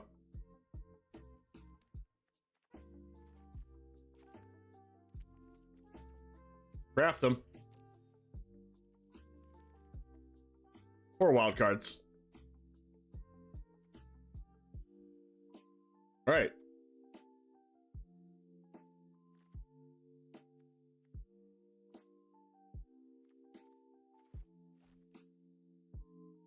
There's the deck. Now I just see someone to direct challenge me. All right, what deck are we building real quick? Does it what deck are we building? What deck are we building? All right, traditional alchemy. Oh, it's best of one. So it's just regular alchemy. All right, what are the best cards? Oh no! It doesn't have the new... Oh, here we go. Middle Earth. Mythics and Rares. Alright, guys, here we are. What are we playing? Tom Bombadil. As long as there are 4 more lower counters among sagas you control, it has hexproof and indestructible. Whenever the final chapter ability of a saga you control resolves, reveal cards on the top of your library to reveal the saga. Put on the battlefield, rest on the bottom. Aragorn the Uniter. Whenever you cast a white spell, make a 1/1. Whenever you cast a blue spell, scry 2. Whenever you cast a red spell, this deals 3 damage to an opponent. Whenever you cast a green spell, target creature gets +4/+4. That is just... You have to play this and then play more spells afterwards. Yikes.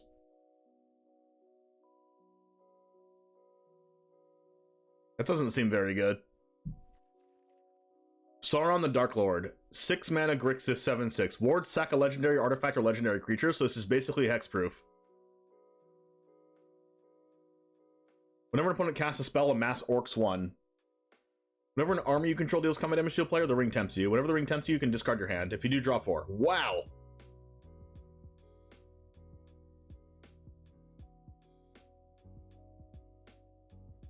That card, like, wins the game.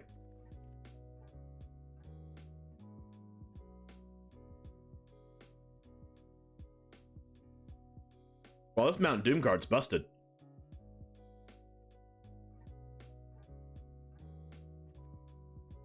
Saruman of many colors.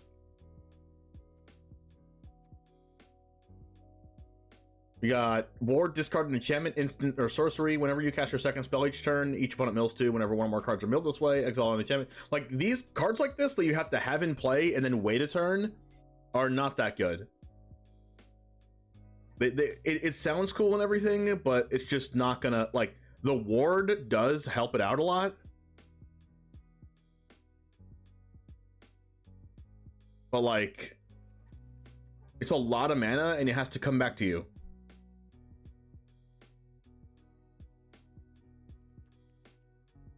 Elrond? You want to make a bad alchemy deck with Elmer and Ashnod. Don't know what those cards do. Whenever you... This is 4 mana 4/4. Whenever you scry, put a 1/1 counter on each of the X target creatures. X is the number of cards looked at while scrying. Whenever a creature you control with a 1/1 counter on it becomes the target of a spell or ability, you may draw a card. Like, this card's the same exact thing as these other two cards. There's no ETB trigger, it doesn't have haste. So it's like way worse. Hammer gives you other attack step with a legendary creature dies in combat. Ashnod lets you sack a creature. Ah, I see. Galadriel of Lothlorien. 3 mana 3/3 when the ring tempts you. If you choose a creature other than Galadriel of Lothlorien as your ring bearer, scry 3. Whenever you scry, you reveal the top card of your library. For lands revealed, put on the battlefield. This is the exact same thing as the other cards. Like, it looks cool and everything, but it's just gonna die. And then when it dies, it does nothing.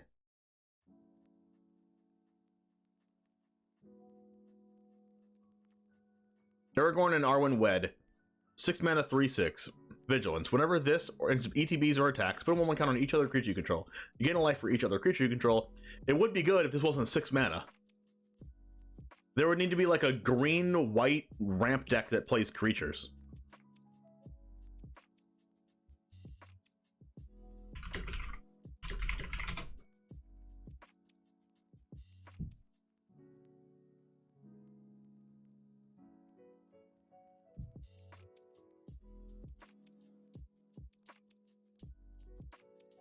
Anor Wizards?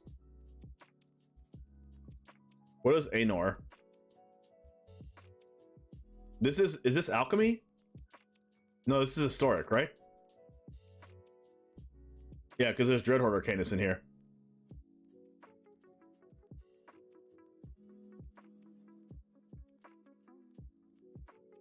Where's the Anor in here?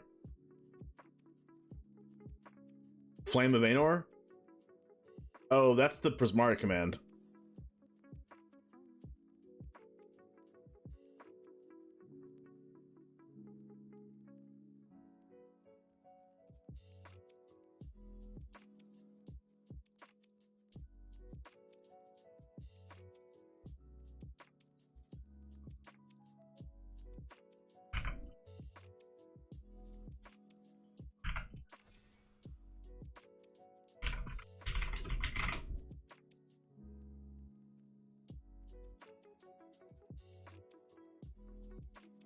This is Arwen, Mortal Queen, ETB with an indestructible counter on it. Oh, that's better.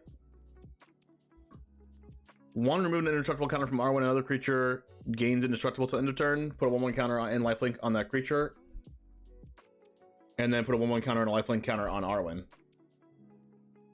That's pretty cool. The thing is that... Okay, view challenge. All right, we actually have a person that's going to.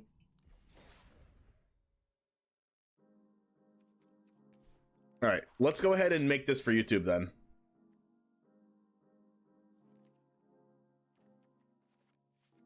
Push, Thoughtseize, Soul Guide, Witch's Oven, Trail, Dispute. Okay.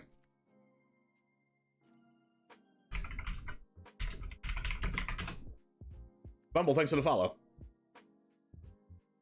What's up, Jamers? It's the One Jame, and today we are playing in the early access event, and we're playing a historic deck because all of the cards from Lord of the Rings are in historic and alchemy. We're playing historic today with an infinite combo. This one combo with Samwise Gamgee. It's a 2 mana 2/2 for Selesnya colors.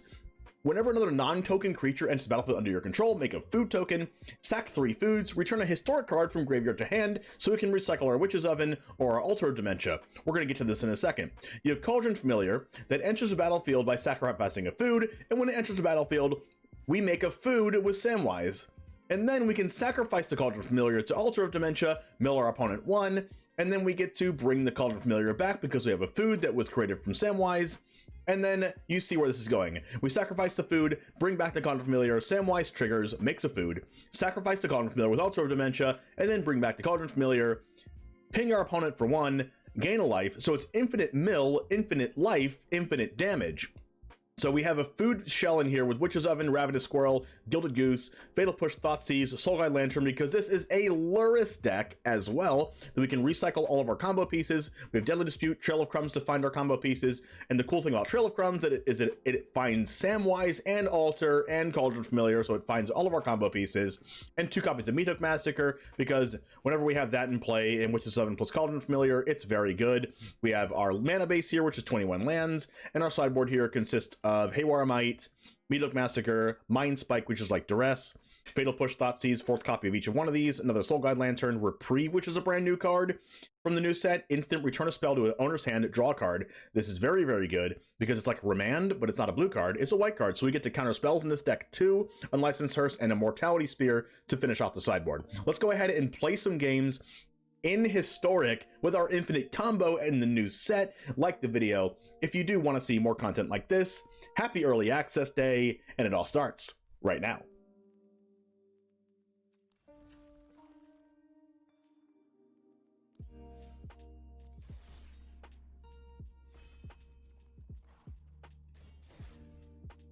Shaco Mako stroked the beard. What a deck. What a deck. So we're going to figure out what we're going to play in Alchemy after we're done with this, though.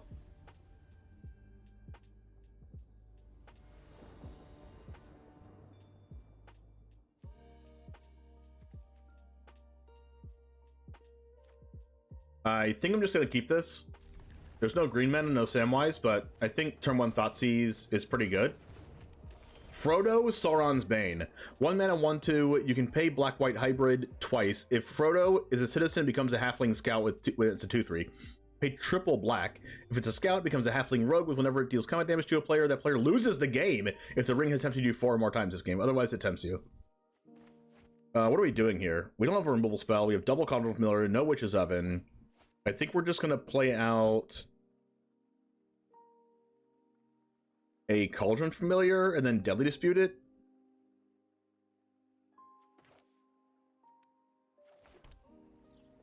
Either that or just Thoughtseize our opponent, but... God, why is Luris still legal here? This is a different world.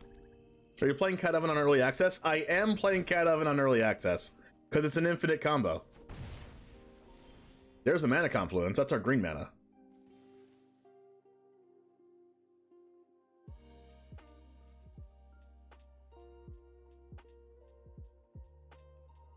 So we go Confluence, block, Deadly Dispute.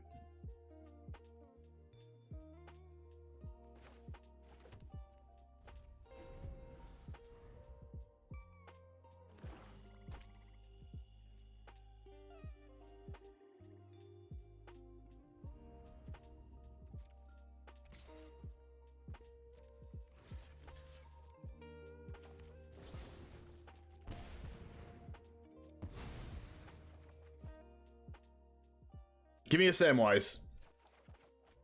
Alright, I'll take Oven plus Mana Confluence. There's a Goose.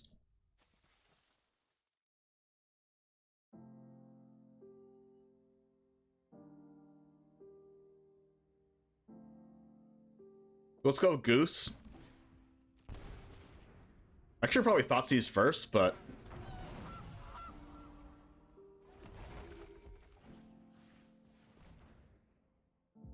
They might have, like, Fatal Push. Orcish Bowmasters. ETB, whenever an opponent draws a card except the first one they draw, it deals a damage, and then amass Orcs. Okay.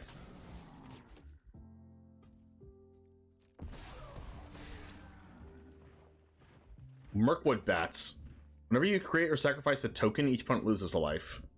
Now for Wrath, now for Ruin. Put a 1/1 counter on each creature you control that gain Vigilance till end of turn, ring tempts you. At the end of your end step, if a creature died under your control this turn, draw a card. Whenever ring tempts you, if you choose a creature other than this, create a 1/1. I think the best creature in their hand is Faramir.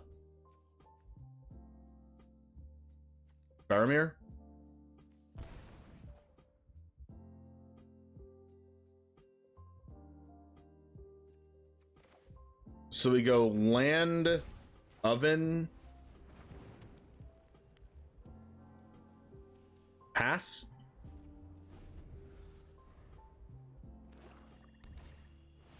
They top deck the land.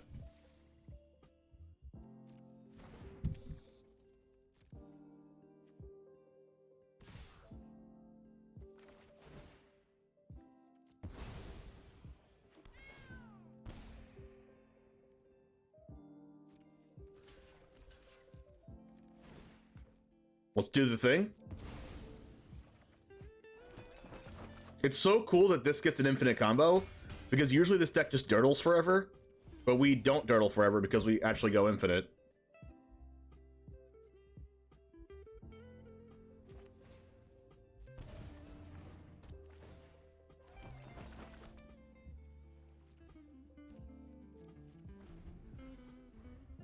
We'll play another Mirkwood Bats. As long as we don't kill this 1/1, they can never ping us with this. And we can gain a lot of life with Cauldron Familiar.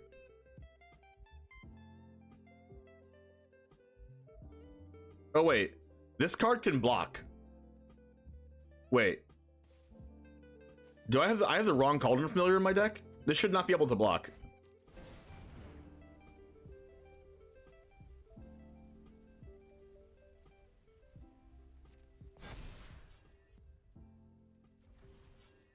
So the ring is tempting Frodo. Can't be blocked by creatures with greater power, sure. I'm confused on why I can play this. Non-alchemy version. Do I want a squirrel or a cauldron? I'll take a squirrel.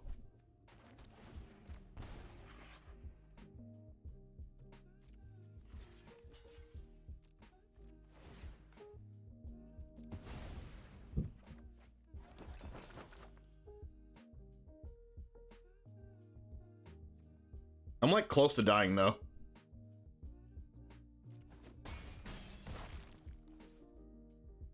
I think I'm going to sack of food. Do this again.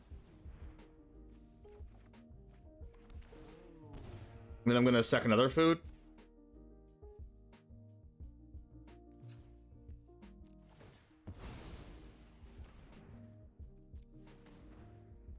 There's the altar.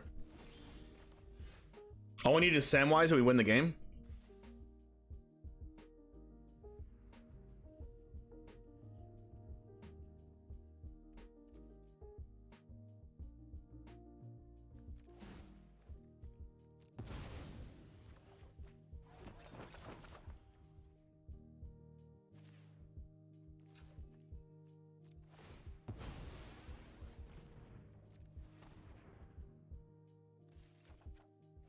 Okay, I guess we get to Meat Hook Massacre.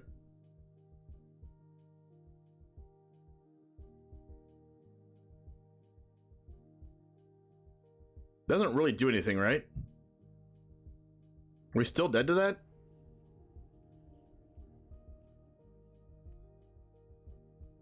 We're not dead if we Meat Hook. Right? We go to 7, we go to 7 from killing these. We go to 7 from killing these.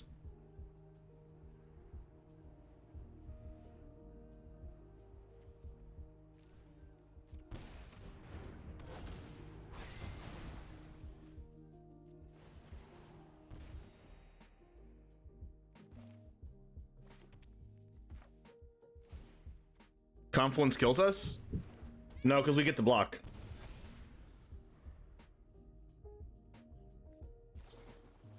Oh, they drew another Bowmasters. Okay, now we're dead.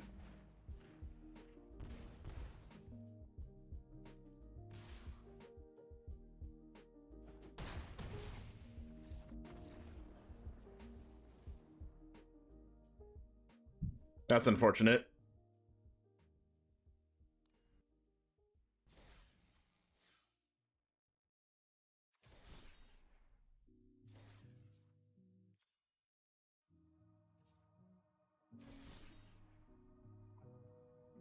I need to change my deck, right?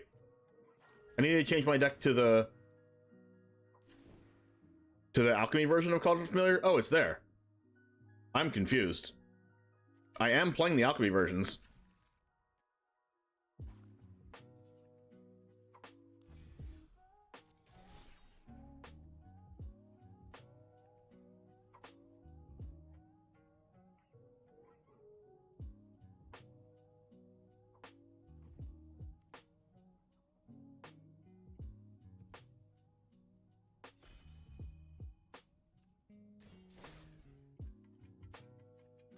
Busted Master confirmed, yep. Still beat unnerfed cards. Start tournament challenge? Oh, true.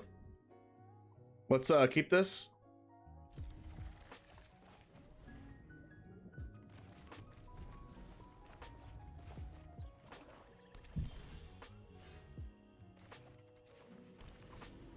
Like Goose, hold up Fatal Push.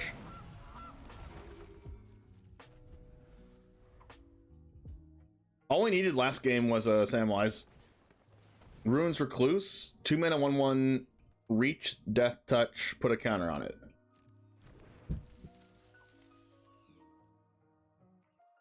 I'm just gonna use my mana.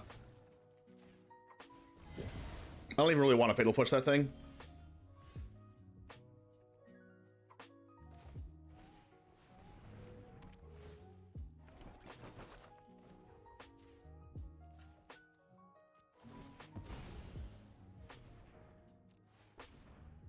There's the altar.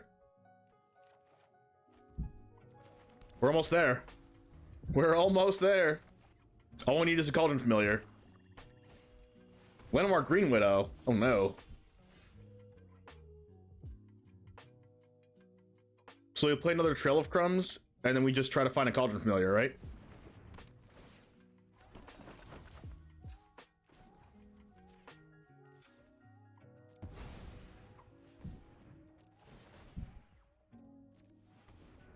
There it is.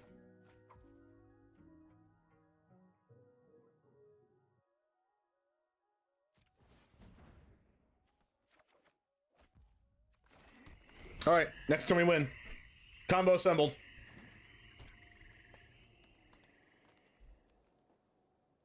So we go Altar, then Cat, then Samwise. Fight rigging. What is happening?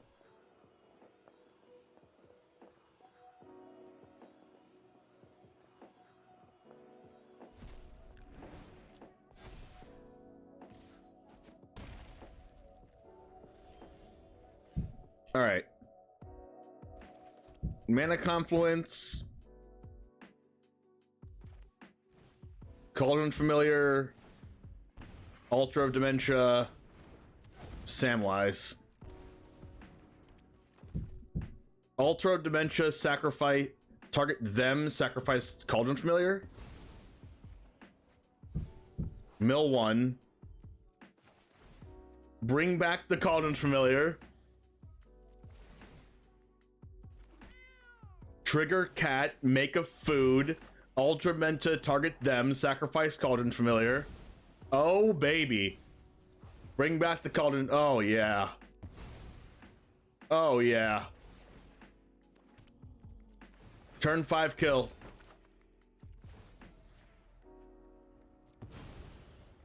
They said nice. We say thanks. Oh, we did it. We did it, chat. We are winning the game. Assemble infinite combo. Somebody clip it. Please clip it. I need to send this to Wizards. We've assembled the infinite combo. Our opponent will let us win the game. Do this. Sacrifice the cat. Mill them 1. Bring back the cat. Sacrifice the food.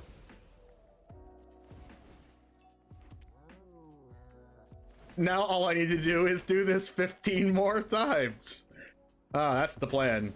What if the game just like says, hey, you've done too many actions. We've assembled the timeout combo. We have broken arena. Aha, hiya. We're milling our opponent out. Boom, bada bing, bada boom. Let's go, go, go, go, go, go. If we had a Meat Hook Massacre in play, we'd do this twice as fast.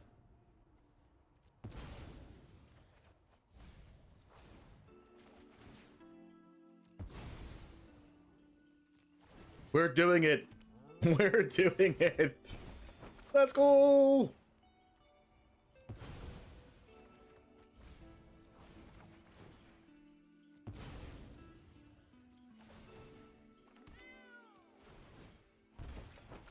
Our opponent is not conceding until we've done the thing.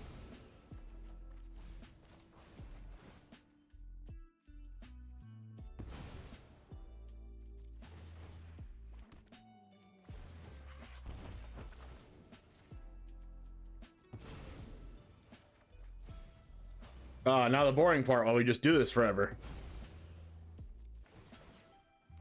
Good sport and Uncle Russ letting us combo. Yes, that's actually one of the things that that we are like required to do when we play early access is let our opponents do the thing. If your opponent's doing a thing, let them freaking do the thing.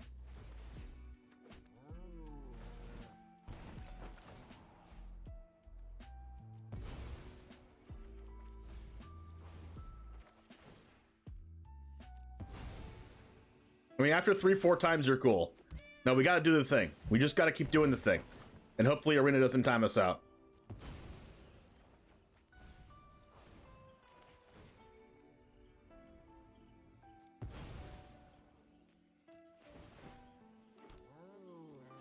It's BS if opponent scoots before one loop ends. Yeah, that's true.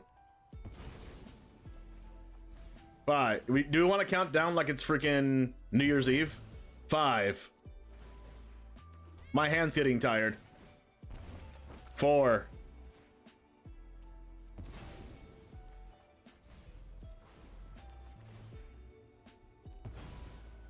My hand is falling asleep. 3. This takes so long.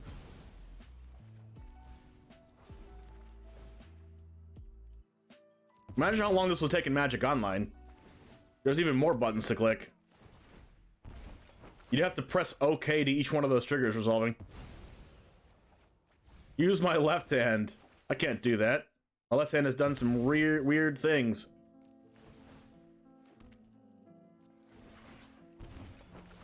One life. Let's go. Heal the last point of damage, please. Golden Familiar. Go. Let's go.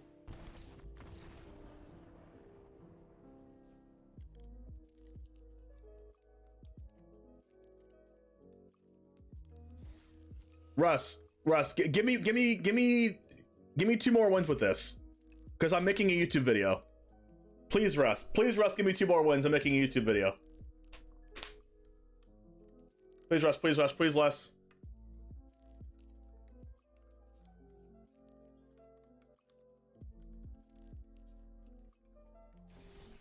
Do it, Russ, do it. Russ leaves the chat. No.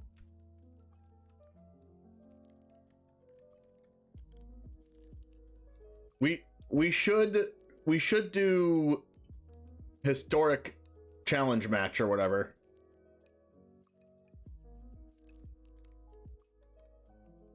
Because the cards are like not nerfed. I don't know how to do that. Rush, should we just do historic tournament match?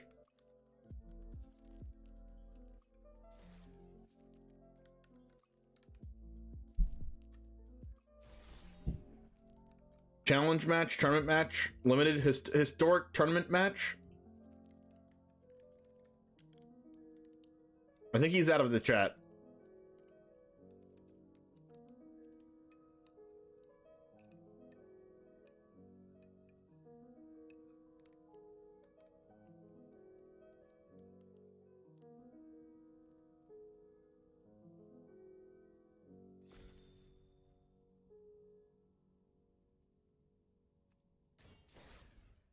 Man, we assembled the combo like quick. It was what, turn 5? And we got all the pieces?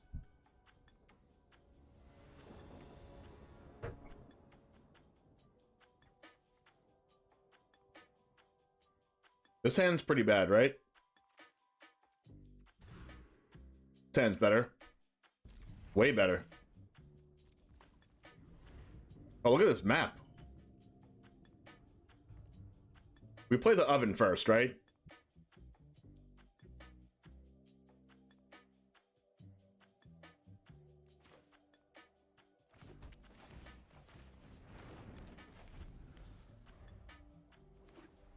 Back to see the combo? Yes, I'm happy you're here, Jesse. Frodo, Sauron's Bane. Okay, so we just go... We almost have the whole combo. All we need is the Phyrexian, whatever it's called. So we go Goose, Confluence. I guess we could have played Samwise there, but I think I just like doing this. Phyrexian Altar, yeah. And just Lurrus in this deck just means it's bonkers.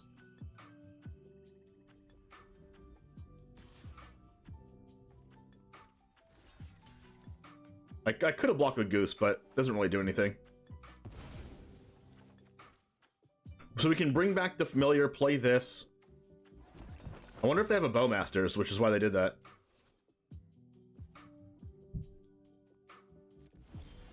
Razorverge Thicket.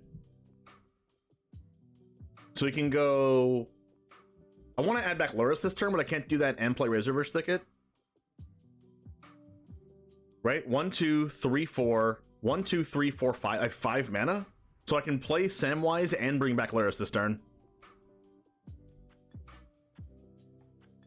But only if I play the tower.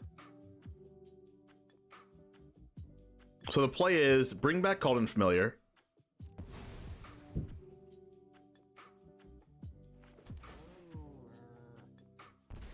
Play the tower. Sack this. Add 2 mana. Add back Lurrus. Play Samwise.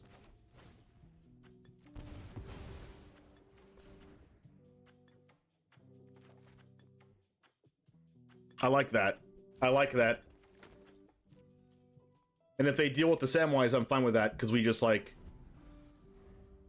oven the Samwise and then bring it back with Lurrus.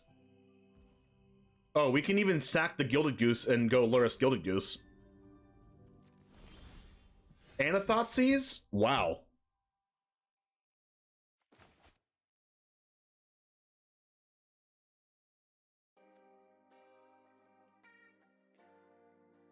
Okay.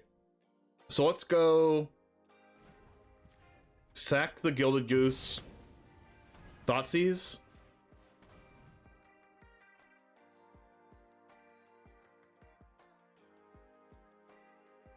Take the Bowmasters.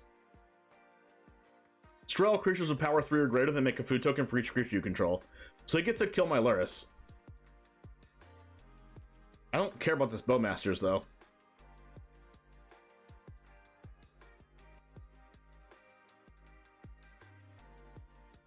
I guess it's their only play, though.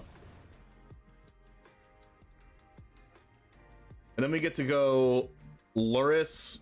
We don't get to bring back the Goose this turn.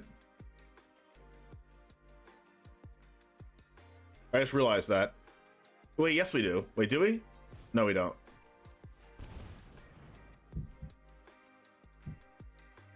We get to do this, and then they get to play their Battle of whatever.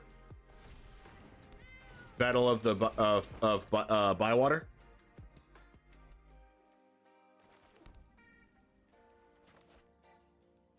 Unfortunately, they're going to use their spell and kill our Lurrus.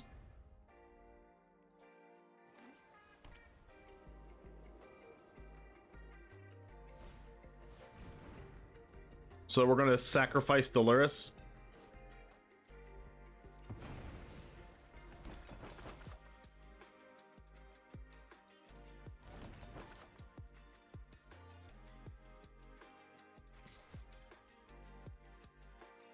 And then we're going to bring the Cauldron Familiar back. And then that makes a food with the Samwise. And then we just get to block the Frodo.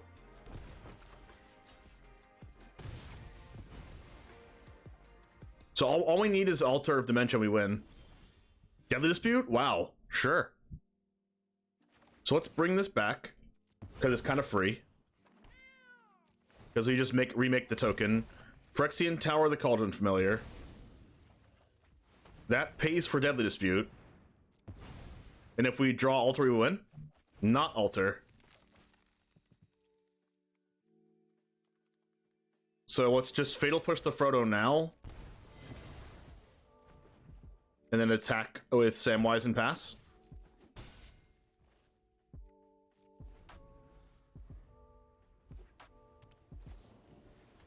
Bowmaster? Sure.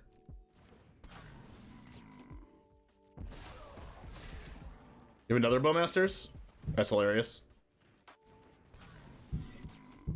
Alright, so we're going to bring back a Cauldron Familiar so that we get to make a token here.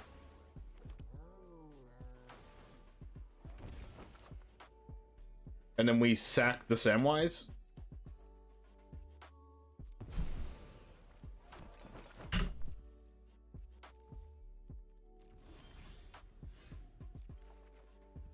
Thoughtseize.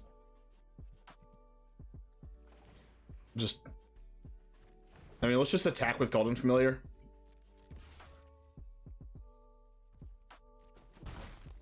Play Samwise. Sack the Cauldron Familiar. Thoughtseize them.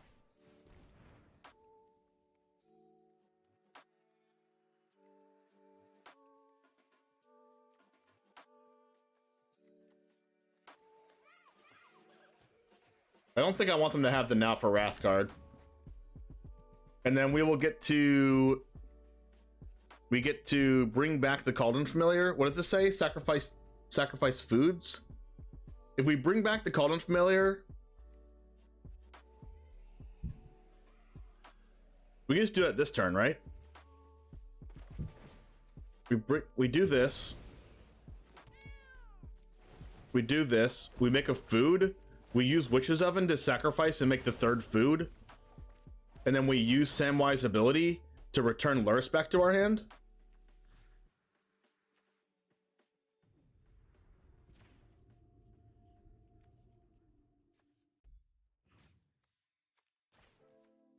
Wait, what is happening?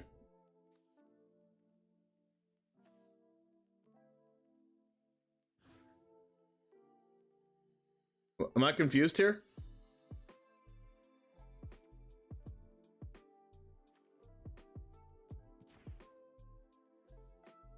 Is this bugged?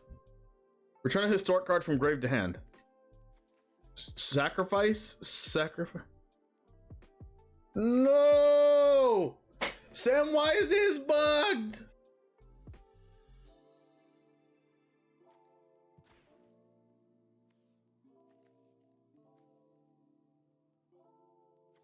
No! Ah, Samwise is bugged. I need to message the chat.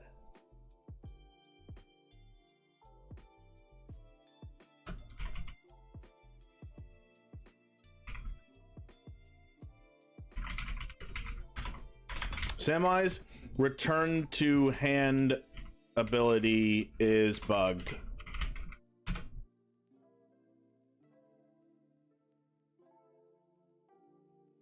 Yeah, I just messaged the Discord right now.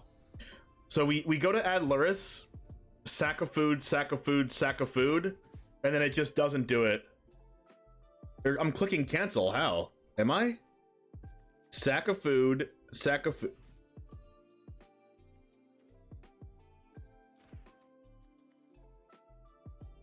I don't think I'm clicking cancel.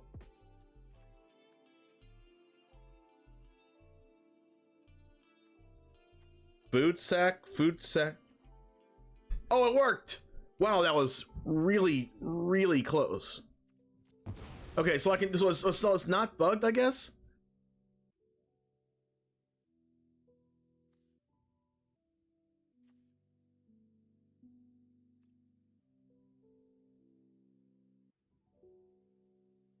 If I cast Lurrus, they just use the Battle of Bywater again, though.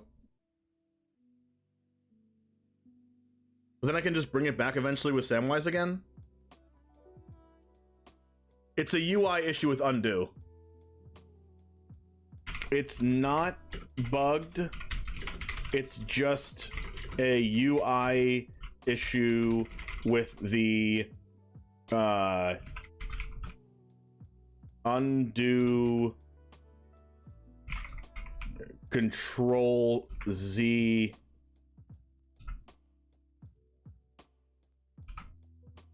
pop up.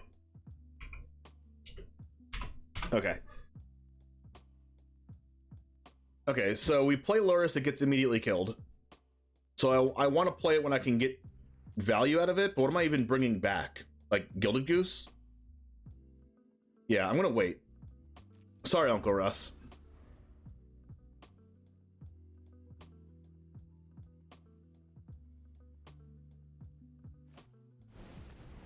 Ooh, they drew Now for Wrath, Now for Ruin. I did not want them to draw that card. I guess I'll block with Samwise.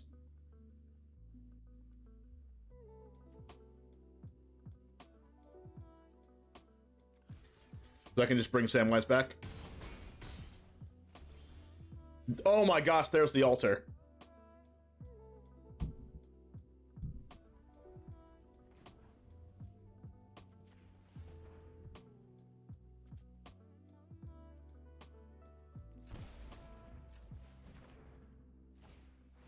So all I have to do is bring Samwise back this turn?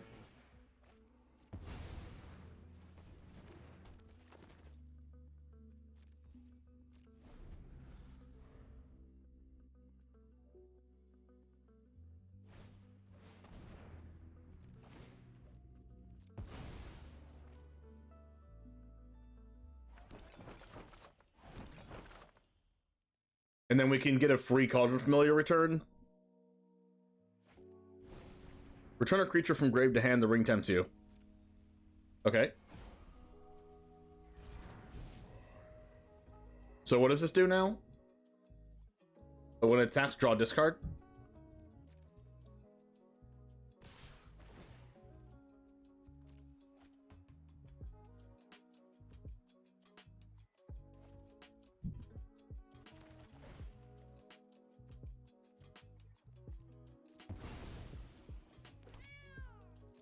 The cancel button's hitbox is larger than the graphic. Yeah, that's what I thought.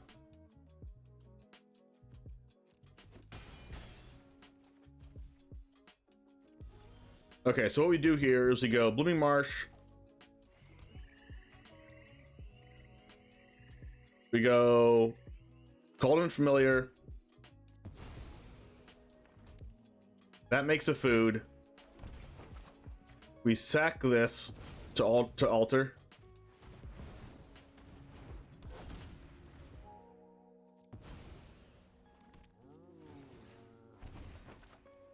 And then we have game.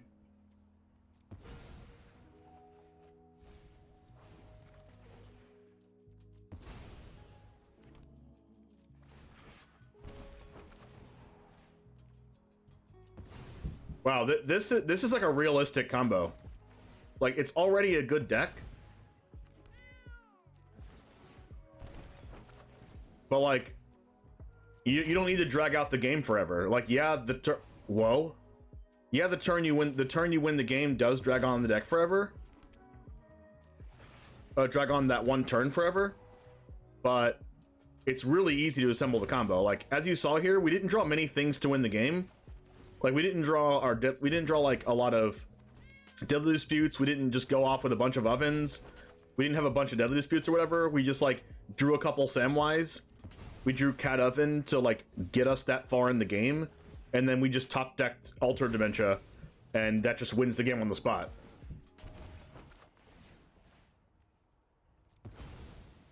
And our opponent has to like worry about the Luris and everything, and then Samwise can just get the Luris back.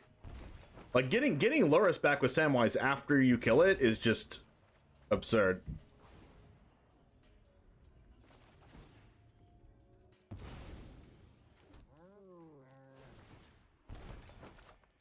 Yeah, Cat is not supposed to be able to block. That is true.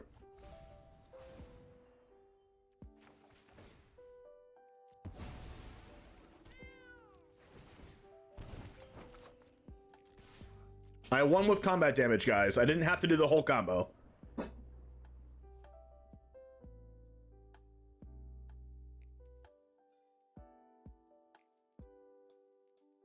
Hushbreaker equals Thanos with all 6 Infinity Stones. Wait, so how many wins was that? Was that 2 wins or 3? That was 2 wins. So 1 more win. 1 more win, and that's the video. So all I need is 1 more win. Ah, crap, he's at work. All right, sounds good. I didn't know you were at work, Russ. All right. Can I get 1 more person to play?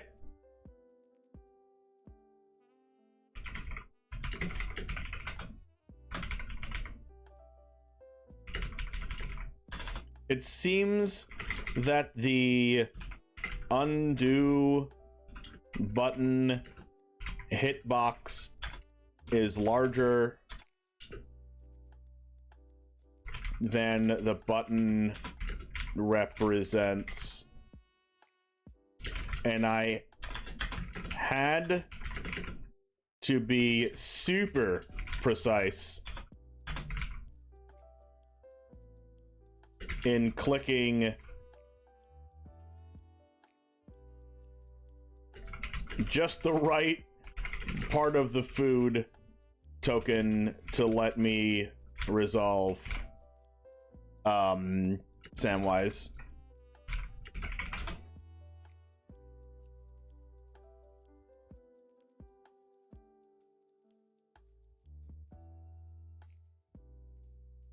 Yeah, I could self-mill too.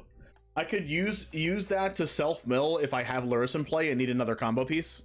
Oh yeah, it's so good.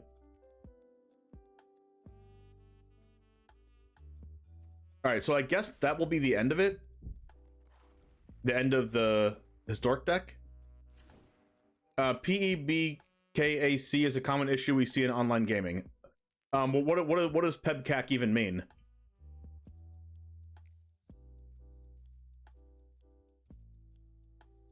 I don't know if you saw in the Discord, but the hitbox problem exists between keyboard and chair.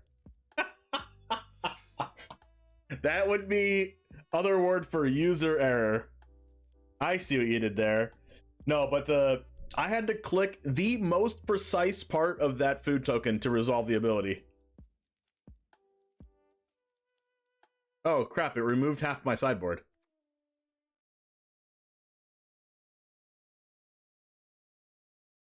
Okay, thank you, Jesse.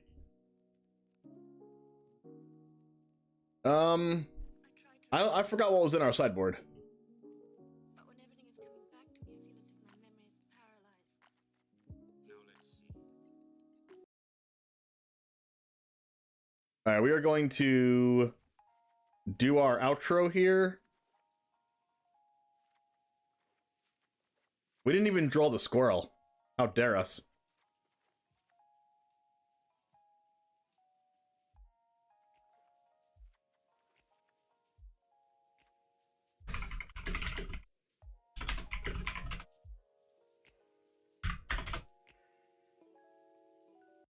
You have a clip? Is that the clip of the is that a clip for Jesse? Rachel? I will just put the clip over here just so we have it. Oh yeah, that's the clip of the problem. Okay.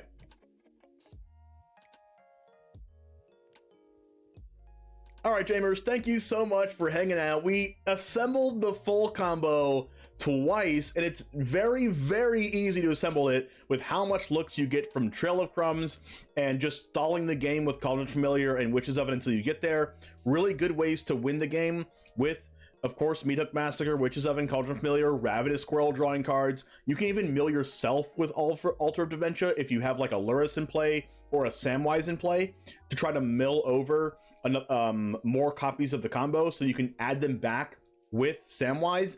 And you can even use Samwise, as you saw in the video, to add Luris back to your hand after Luris dies. So incredible showing for this deck, and I think it'd be really, really good in historic and even modern playable. Yes, modern doesn't get Altar of Dementia, I don't think, and modern doesn't get Luris of the Dream Den, but you can really do it easily with other cards. Like there's a lot more infinite sacrifice outlets in modern as well that you could just use with this, and it would be pretty good in modern, I think. So anyway, have a wonderful rest of your day. Leave a like, leave a subscribe, and thank you for going infinite with me, and I'll see you in the next one. And as always, peace. All right, can I send you the deck list? Yes, I can. It is right. The sideboard cut off because I was playing best of one. So let me add the cards back.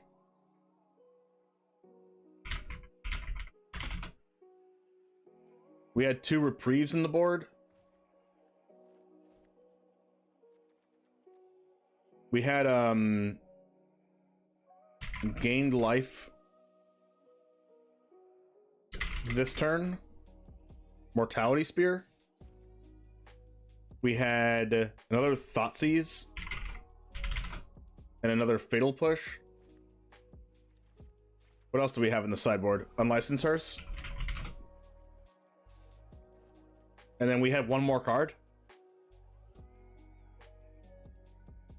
That is also a thing that I would like to see fixed somehow, is that when you play a deck with a 15-card sideboard, and then you go to play it in best of one, it just erases the sideboard completely.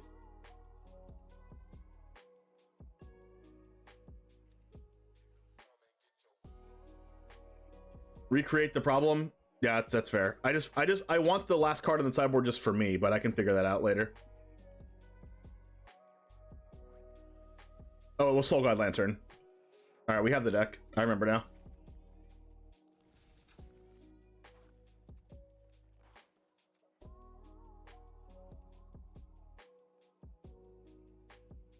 Sideboards are those who don't have faith in their deck.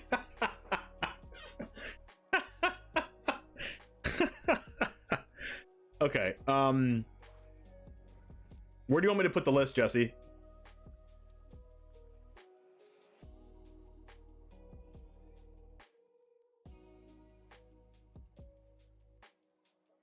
I'm gonna make a MTG Goldfish link to make it better. Create deck. Abzan. Food. Format. Historic.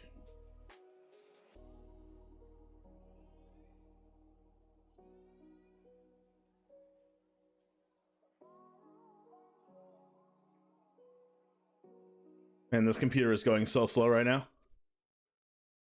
Email or Discord DM or whatever works best for you. Okay, I'll Discord DM it then. That's way easier.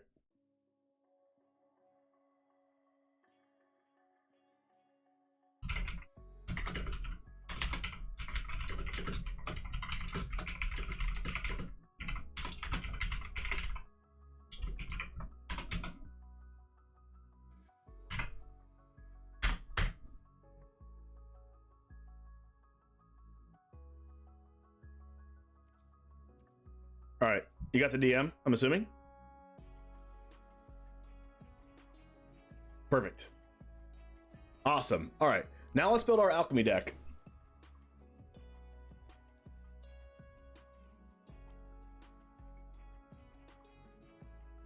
I think that deck is just insane, by the way.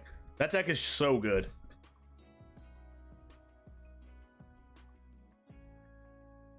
Like you saw, I wasn't even doing anything. I just like happened to oops into the combo. And it's better than doing the Mayhem Devil combos too, because Mayhem Devil can just like sometimes not be able to kill you with the pings, and the Mayhem Devil dies, and then you have to like go get it back again. You can't play Luris. So good.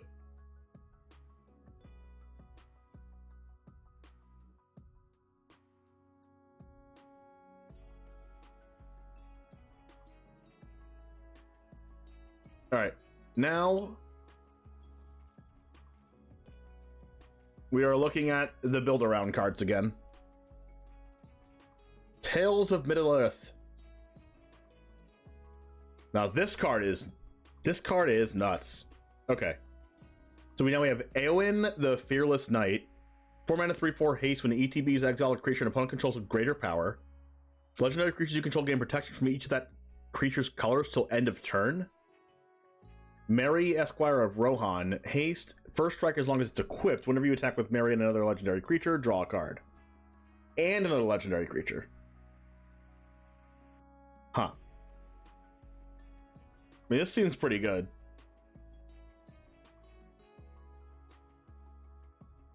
Four-color Aragorn. Wait, which Aragorn?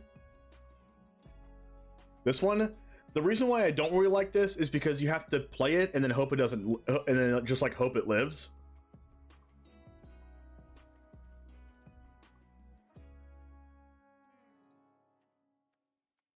There's also Doors of Durin, 5 mana artifact. Wow, when's the last time I've seen a legendary artifact that was multicolored? Is this the first one ever? I think it's playable in the 5-color human deck with Joda. Has there ever been a multicolored legendary artifact ever?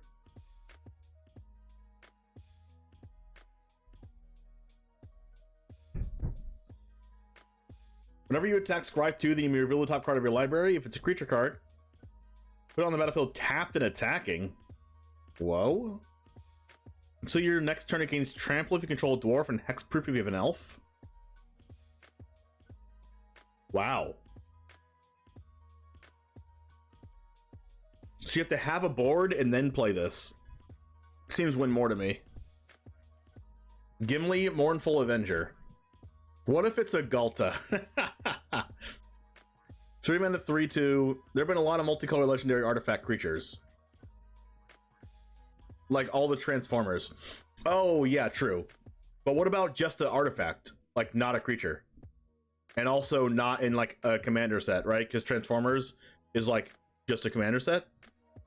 Unless I'm mistaken.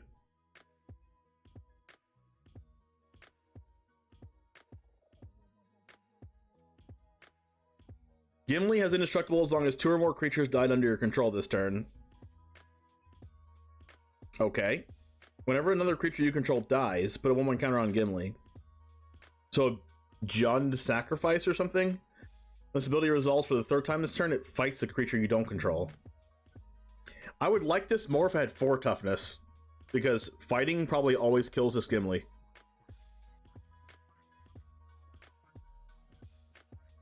Shelob, the spider, the child of Ungoliant. Death Touch, Ward 2. Other spiders have Death Touch and Ward 2. Whenever another creature dealt damage this turn by a spider you control dies, make a token. It's a copy of the creature, except it's a food. And loses all our other card types. How are we abusing the spider? Are we spider tribaling?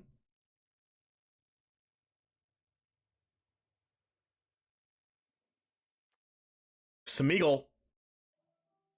Helpful guide. 3 mana, 4/2. Beginning of your end step, if a creature died in your control this turn, the ring tempts you. Whenever the ring tempts you, target opponent reveals cards from the top of their library. Until they reveal land, put it onto the battlefield tapped under your control, and the rest into their graveyard. So basically, this does the Red and Realmbreaker thing. Not Red and Realmbreaker. The Realmbreaker thing.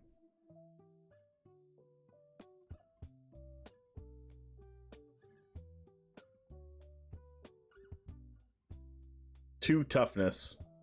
No evasion. This Mount Doom card is awesome. The Balrog, Durin's Bane. 7 mana, 7/5. Cost 1 less for each permanent sacrifice this turn. Ooh. Haste. Can't be blocked except by legendaries. Whenever it dies, destroy an artifact or creature an opponent controls. How can you sacrifice that many things in Alchemy?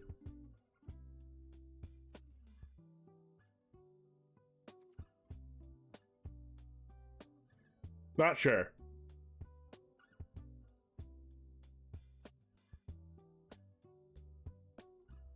What does this one do? The Balrog. Oh, there's 2 the Balrogs. Flame of Udun. 5 mana, 7/7 trample. When a legendary creature opponent controls dies, put this on the bottom of the owner's library. Wow. Wow, wow, wow.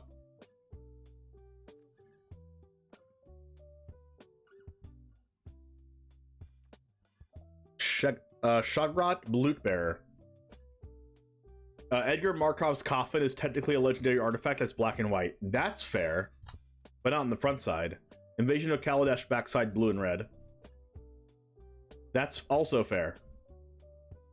But you're talking about backsides. I'm talking about front sides. But yes, you're right. 4 mana 4/4 Orc Soldier. Whenever this attacks, attach up to 1 target equipment to it. Then amass Orcs X, where X is the number of equipment attached to Shagrat. So you amass 1 basically. Whenever this attacks, you just attach an equipment to it, then amass 1 basically.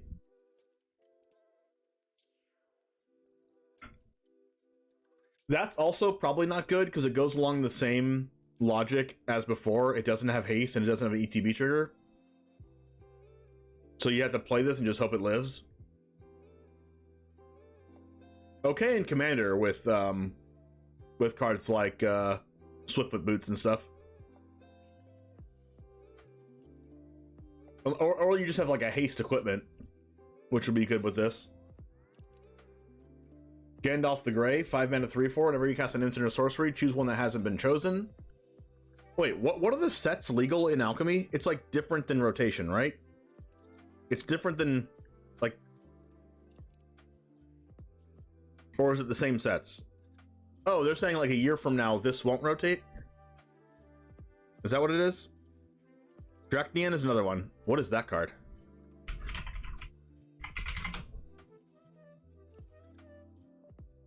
Oh, it's a Warhammer 40k card. Ah, you're right. See, that's also not constructed legal. I guess you can count. I mean, I guess you can count Commander as a constructed deck, but that's not what I'm saying. It's not like you know standard, Pioneer, Modern. Well, it's Modern legal, but not Standard and Pioneer, I guess. But the Warhammer cards are not Modern legal. They're Legacy legal.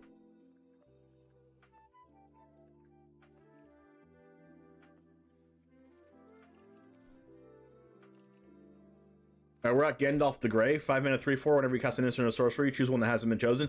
You see, these cards that have to be on the board and then cast something else. Gandalf the Grey is much like Aragorn, where like it's probably not going to see play unless you already have like 8 mana. Flame of Anor, that's an interesting card. Rotation for Alchemy will be when Eldraine releases. Ah, yes. Here's the question: Are there enough wizards? Are there enough wizards in Alchemy to make this card good?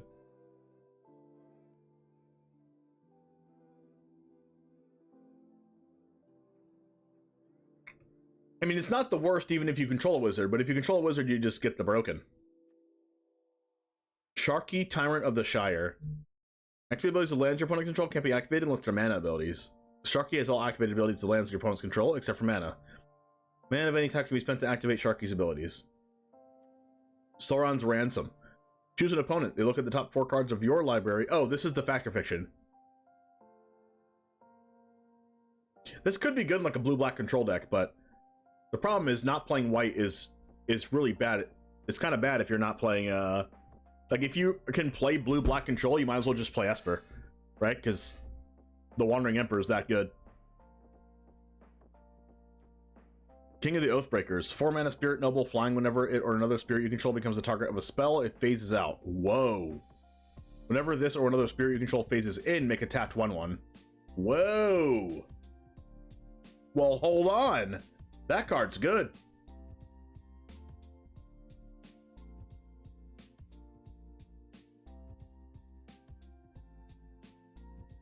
Is there a way we can just build like black-white enchantments? Because the enchantments deck makes a lot of spirits.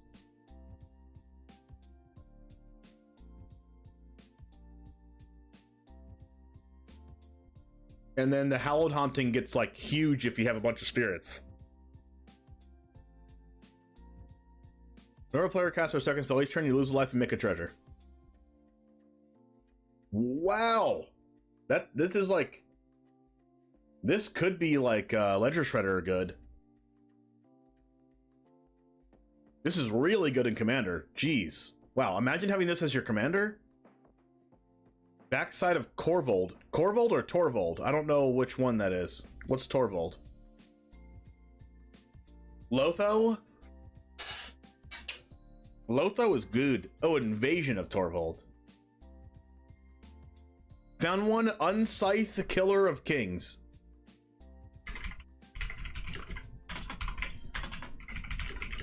You are digging real deep into the lore, my friend. 4-mana Grixis equipment from a long time ago. Equipped creature gets +3/+3 and has first strike. Whenever a creature dealt damage by equipped creature this turn is put into a graveyard, you may remove that card from the game. If you do, you see, it doesn't say exile, it says remove from the game. That's how you know how old it is. If you do, put a 2/2 black zombie creature into play equipped to. The card I want to Stoneforge Mystic the most. Unscythe, Killer of Kings. And the Grand Calcatron from Unstable. That's an unset. The Grand Calcatron. I just want to read this card. When it ETBs, each player's hand becomes a program. An ordered row of revealed cards.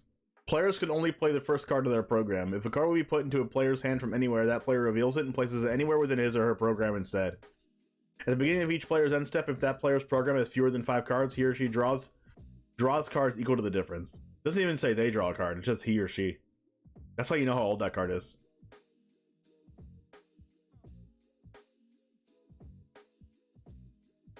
Alright, this card is pretty bonkers. Wait, what if we play like Abzan enchantments? Beginning of your end step, choose an opponent at the beginning of that player's next end step.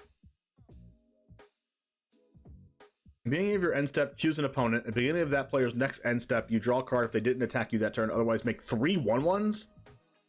Wow. Legacy Weapon and Timeless Lotus are colorless artifacts with 5 color identities. That's true. This card makes 3 1/1s? Wow. So you just play this card in a creature deck to gum up the board so they don't attack you.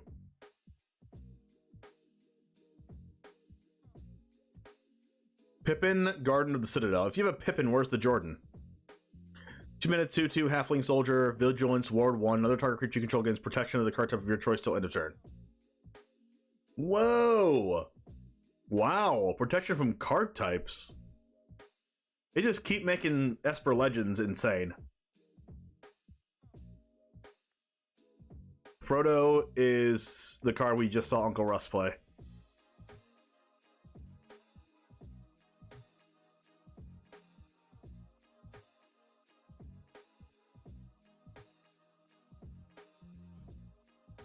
Pippin retired 15 years ago. Wait, that's it? Scottie Pippen retired in 2008? When did Scottie Pippen retire? Wow, it was 2008. No, 2004. In 2004, he retired from the NBA. Pippen won 2 Olympic gold medals playing for the U.S. men's basketball team, including a stint as a member of the famed Dream Team in the '92 Olympic Games in Barcelona. His second gold came in '96. He retired from the Bulls in the during the 2003-2004 season.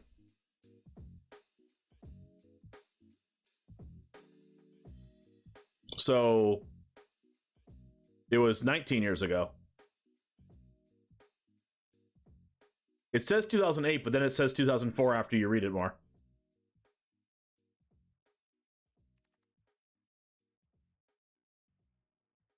Wow, what if we just... But then he went to the Rockets and the Blazers. Oh, he went to more... Oh, he retired from the Bulls in 2004. He went to the Rockets and Blazers, ended up retiring in 2008. Okay.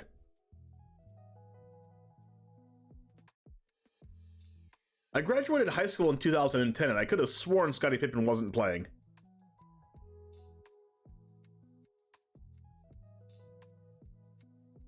Interesting. He must have had like 0 playing time.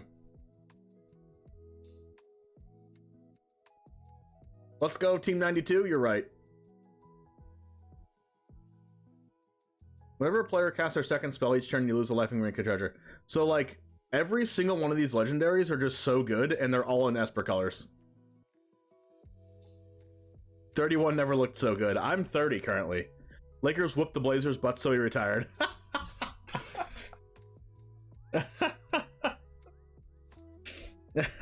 He's like, I can't handle this anymore. Man, Esper Legend just seems so like really, really good with these cards. Notice how they made all the Esper cards like really good and made every other color not as good.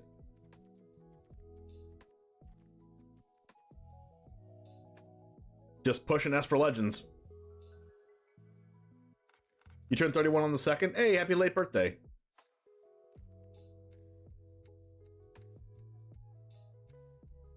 Alright, so I kind of want to play this enchantments deck. With King of the Oathbreakers. You just keep making tapped 1/1s. But then you keep phasing out stuff. Children! Children, I tell you. Hey, I can't be a child. I'm 30. You turned 42 on the 1st. 42? That's a child. On the 1st. Nice. Happy late birthday to you. 2 weeks ago on the dot. I want to play this card, but it doesn't work super well with Hallowed Haunting. Like, it does work with Hallowed Haunting. It just doesn't work, like, amazingly well. Tell my knees that's young. Oh, tell my neck that's young. I woke up yesterday with a super sore neck, and then today it's still sore. It, like, hurt so bad it woke me up. And it's for, like, no reason. I think I just slept on it wrong. The thing is about this card is that you have to play enchantments to make Hallowed Haunting good, but you also have to play cards that target.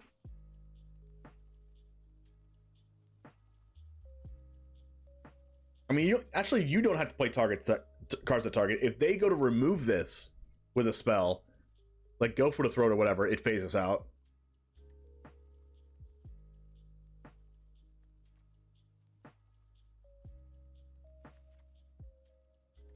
I want to play this. I really do. Have to make a social round. Thanks for letting me hang out. Yes, thank you so much for hanging out. I appreciate it, Jesse. Everyone say bye, Wizards. Bye, Wizards of the Coast. I want to play with this, but I also want to play with this. Strength train your tibialis anterior. It will make a huge difference. It's like the opposite of a calf raise. So it's calf lowers.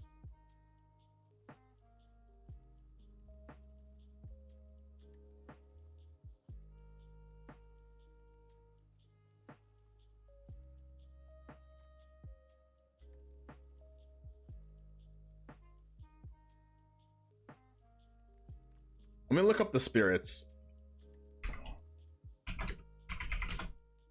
It's the only spirit in the set?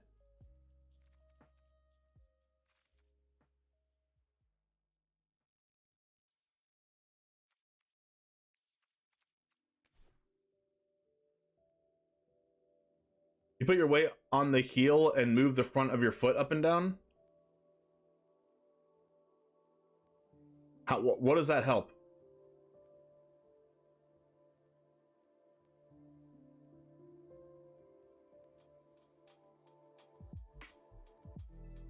Helps knee pain? Nice. Kaya Transmutation. 2 mana 2/2. Enters or leaves, choose one. Each permanent in your hand is an artifact. Each Oh, each permanent in your hand perpetually becomes an enchantment?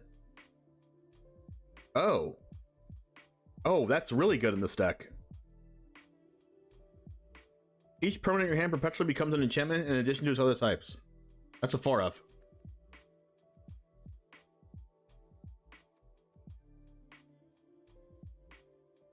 Beginning of combat on your turn, choose up to 1, tap a creature. Target creature doesn't untap.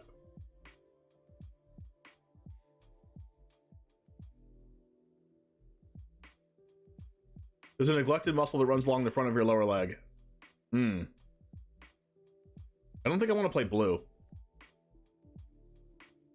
Other spirits get +1/+1. Spells you cast from your graveyard cost blue less to cast. Obsessive Collector. Whenever this deals combat damage to a player, stick a card mana value equal to the number of cards in your hand. Geist of Regret. ETB, put a random instant from your library into the graveyard. Breezebug's a spirit.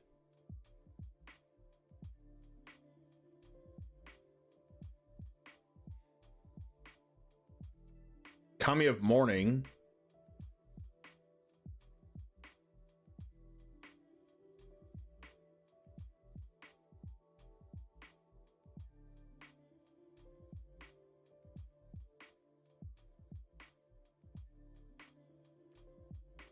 Dorothea.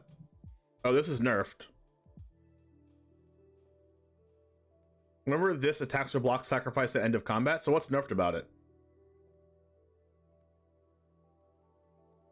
Because it maybe the disturb. Oh, the disturb cost is lowered. Enchanted creature has whenever this creature attacks, make a 4/4 spirit with flying, tap, and attacking. Sacrifice end of combat. Okay, so it just becomes a Geist of Saint Draft.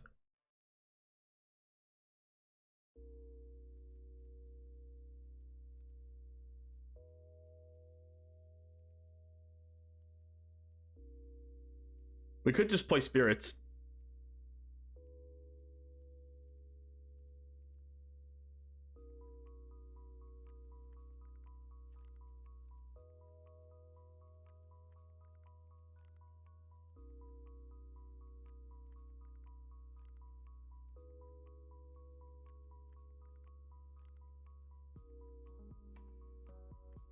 Breezebug's legendary though.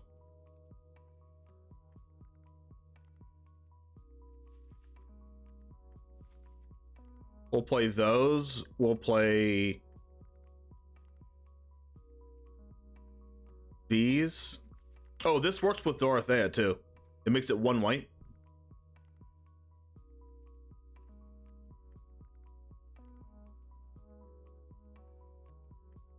Oh, and it works with Breezebug too. Oh, nice. Patrician Geist works with both of these cards.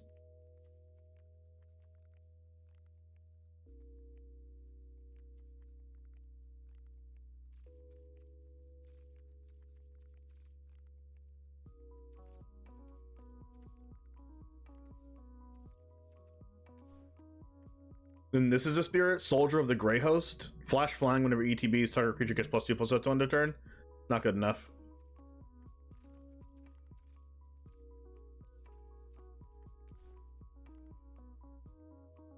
What do we got here? Brinecomer. Whenever ETBs or becomes a target of an aura spell, make a 1/1. Disturb for 2.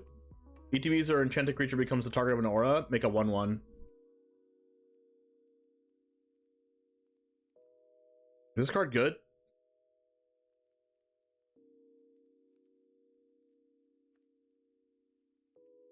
Miss Mills 4. Whenever you cast a spell from grave, tap a creature you don't control. Disturb for 3. Becomes a spirit. Put in the graveyard from anywhere. Exile it instead. No. Tell me of Bamboo Groves.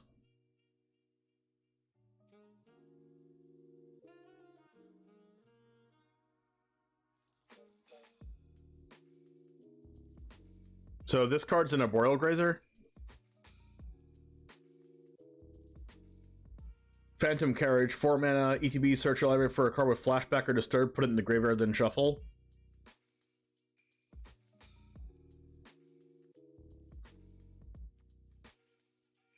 Gutter Skulker can be blocked as long as it's attacking alone.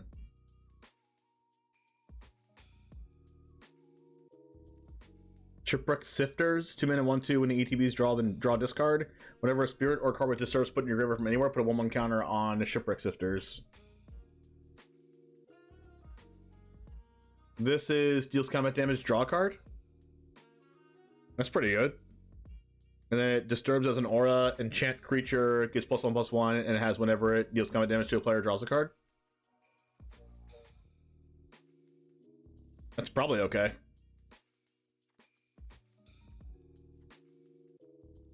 Whenever Binding Geist attacks, target creature opponent controls gets -2/-0 till end of turn. Disturb for 1 mana.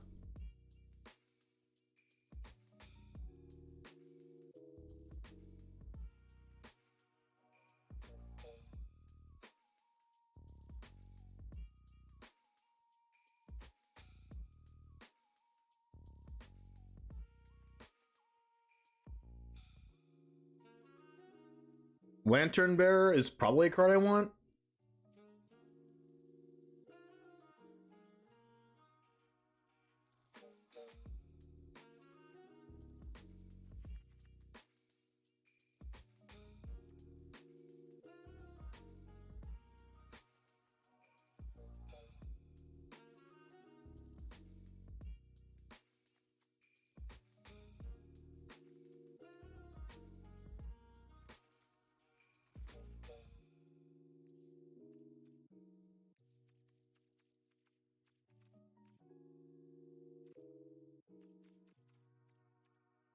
All right, now let's look up the spirits here. Oh yeah, is Denick a spirit? No. Yeah, up the opposite side is.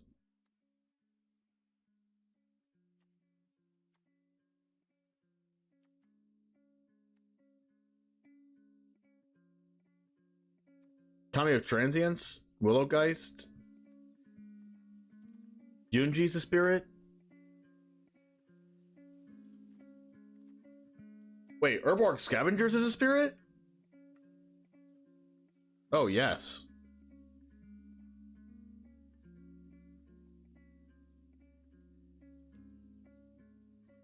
Catilda? Oh, Catilda's amazing.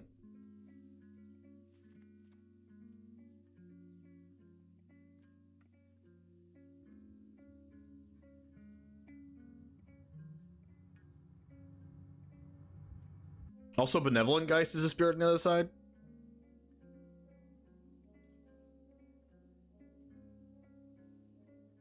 But I think I just want like the Hallowed Hauntings and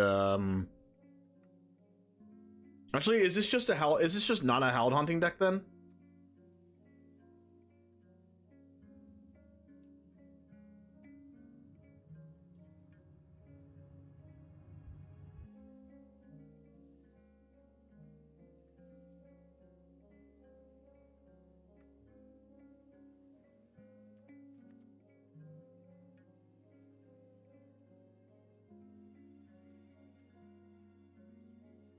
I wanted to make a bunch of spirits with Hallowed Haunting, but I don't know if that's going to work. Because I would have to have a lot of enchantments for that.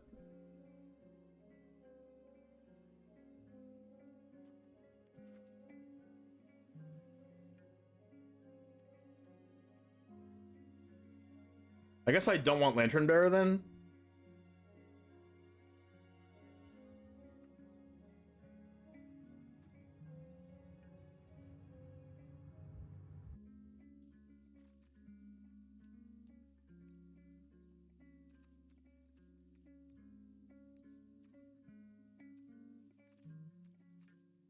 All right, I do want to play Hallowed Haunting.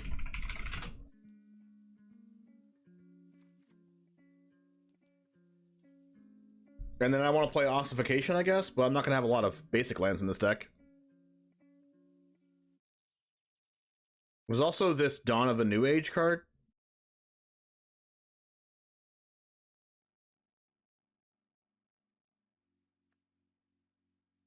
We can play Ossification if we can play if we get like Restoration of that Ganjo in here.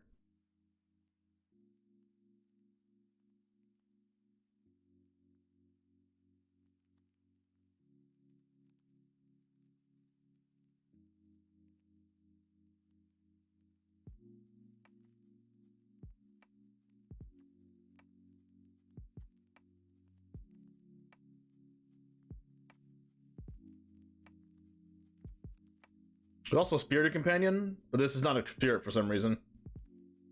There's Twin Blade Geist as a spirit with Double Strike.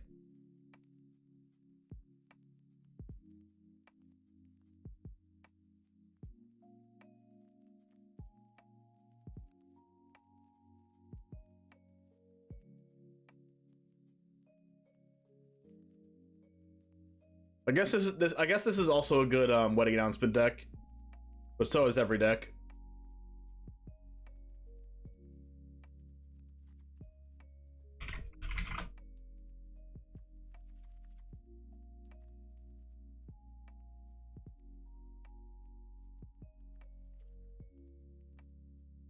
I guess we're going Restoration of Aganjo.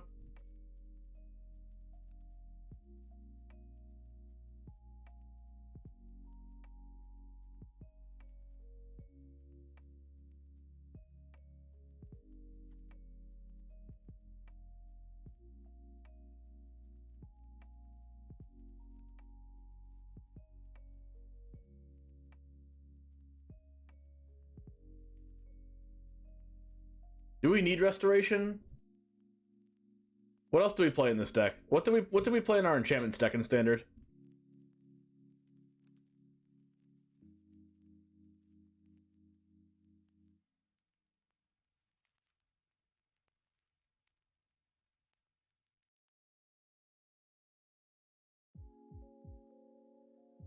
Oh wow.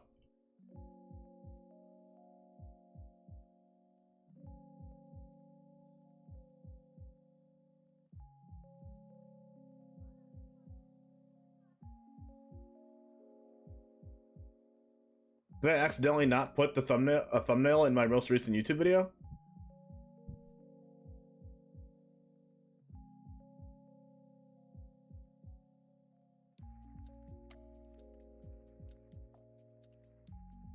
It should have went live. Did a YouTube video go live this morning?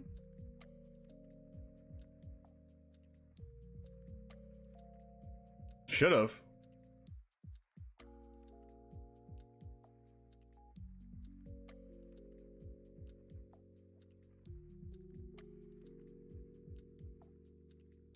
Or my computer's just crapping out on me. Okay, it did. Whew.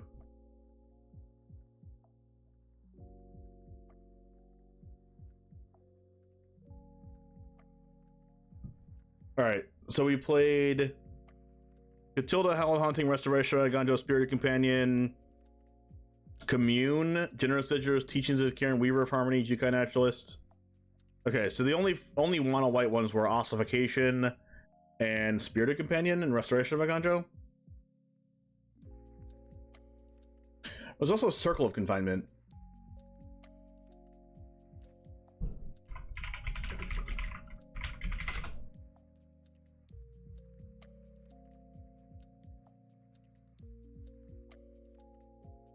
Is this better than Spirited Companion?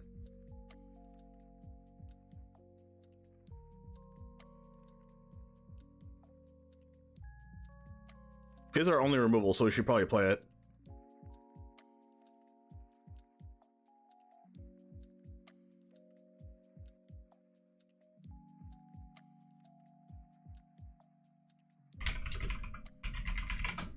And is that better than Lantern Bearer?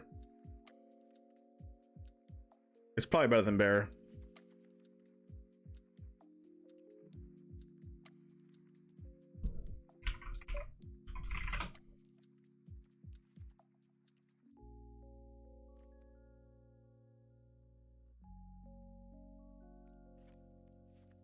We might have a 2-drop problem.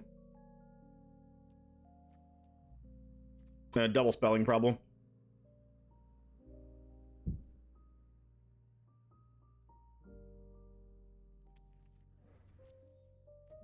All right, let's go to lands. Let's go Esper.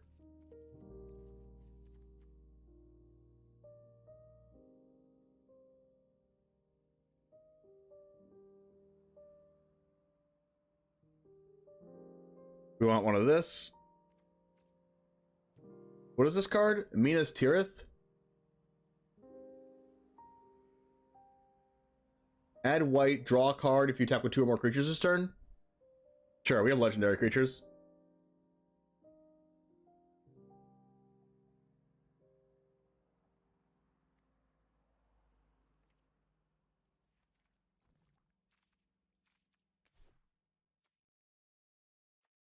Gate to Sea Tower. That's not good. We want Otawara. What is Rivendell?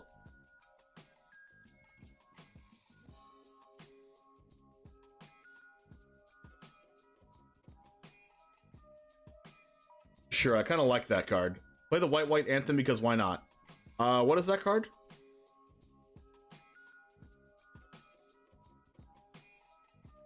What is Barad-dûr? I play only if a creature died this turn. Sure, we'll play it. Forgot the name, something tree.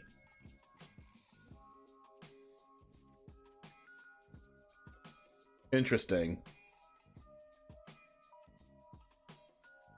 We want Deserted Beach, Seachrome Coast. We want Caves of Koilos, Shattered Sanctum, Legendary Enchantment. Okay, I'm gonna look it up. Dark Slick Shores, Shipwreck Marsh, Underground River.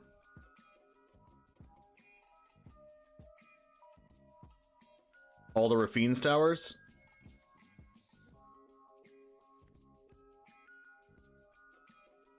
One, 2, 3, 4, 5, 6, 7, 8, 19, 11, 12, 16. We can cut 2 blue.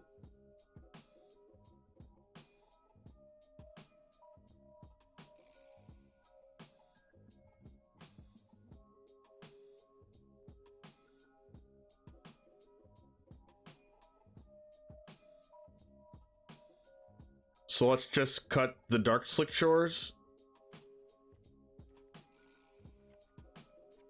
We have 1, 2, 3, 4, 5, 6, 7, 8, 9, 10, 11, 12, 13, 14, 15. We need 3 more white sources. 1, 2, 3, 4, 5, 6, 7, 8, 9, 10, 11 plus 4 is 15 black. We can cut 2 black for 2 white.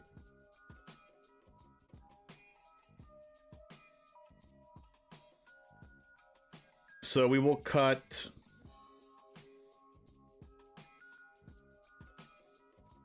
Dark Slick Shores for Seachrome Coast.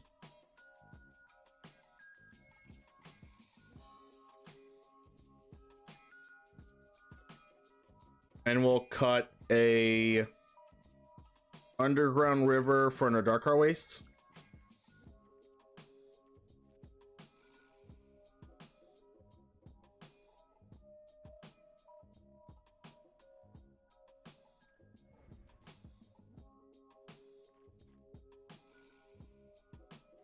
Alright, so what's that legendary enchantment again?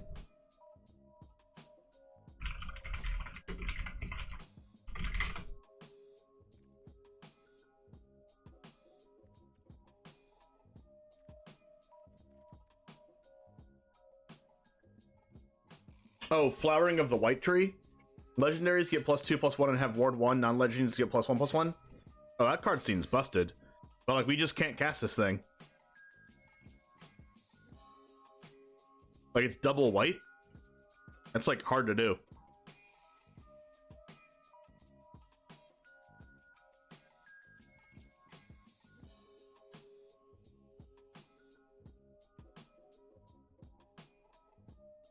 And it's only... Well, I mean, we do have quite a bit of legendary creatures. We could just play 1 Flowering. 9 ad timeout. Jesus, that's a lot. So we could play this instead of playing like a Circle of Confinement. But that's like the only removal in our deck. So we could play it instead of playing like one of the Patrician Geists, but I like this card.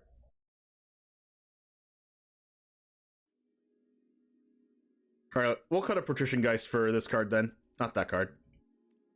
For a Flowering of the White Tree.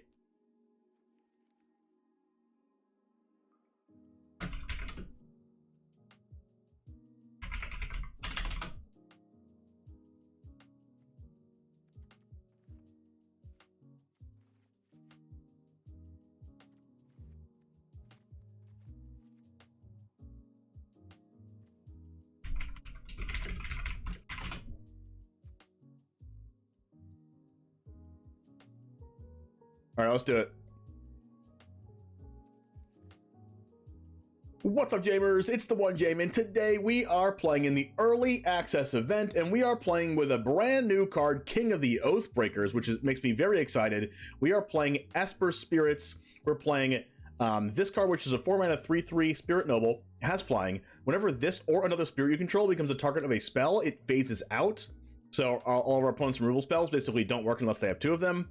Whenever this or another spirit you control phases in, create a tapped 1/1 white spirit creature token with flying. So it makes a bunch of tapped spirits, and we don't have anything in our deck to target our own things, but we are going to make a bunch of spirits off our opponent's removal spells, and they're going to need a lot of them because we do have a lot of spirits in this deck, a lot of ways to pump them, and even hallowed hunting to keep making more token spirits when we can. And we're probably not going to have 7 or more enchantments in this deck unless we have Kami of Transmutation, which is a spirit that also makes all the cards in our hand enchantments perpetually. So we don't need a Spirited Companion for an enchantment or Circle of Confinement a lot of the time. We can just make our Reesbug or Dorothea or Patrician Geist or even King of the Oathbreakers. We can just make them into enchantments, and they work very well with Hallowed Haunting because they're all enchantments. We have 1 new card, Flowering of the White Tree, as well. It's double white for legendary enchantment. Legendary creatures you control get +2/+1 and have ward 1, and non-legendary creatures you control get +1/+1. So this deck can get out of hand very fast. We have some new lands in this deck as well. Mina's Tirith, which is ETB's tapped unless you control a legendary creature, and we have Reesbug and Dorothea, and we also have Catilda and King of the Oathbreakers as legendary creatures. And then you can pay 1 and a white to draw a card, and activate only if you attack with 2 or more creatures this turn, and we'll be attacking with a lot of creatures. We have Rivendell here, which, same thing, enters the battlefield tapped unless you control a legendary creature. It adds 1 blue mana, and then you can pay 1 and blue to scry 2, and it activates only if you control a legendary creature, which is very easy to do in this deck. Then we have a Barad-dûr, which is adding black mana, or you can pay XX in black and tap into a Mass Orcs X, activate only if a creature died this turn. So you can just like hold this up until your opponent has a removal spell or a sweeper, and then you can just make a big amass token. So anyway, let's go ahead and get into the matches. I just realized that we have a swamp and an island in this deck instead of double plains for Restoration of Aganjo, so I'm going to change that right now. Plains, give us a plains, thank you. Anyway, let's go ahead and get into the matches, and it all starts right now. All right, does this actually make our other mana worse here?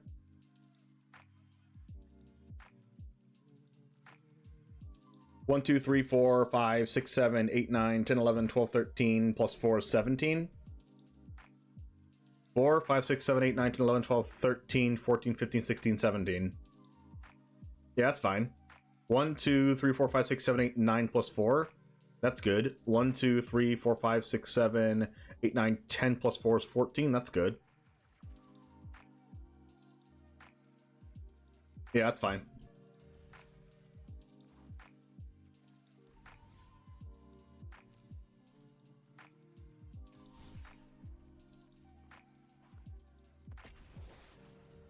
Okay, I just entered a bot match.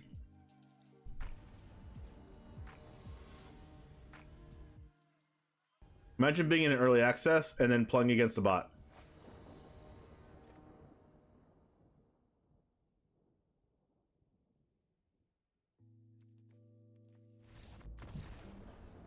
This hand was great, though.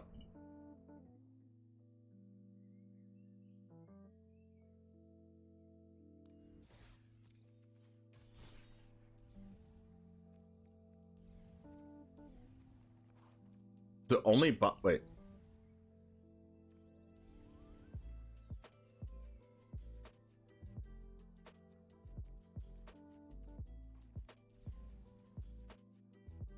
How do we do?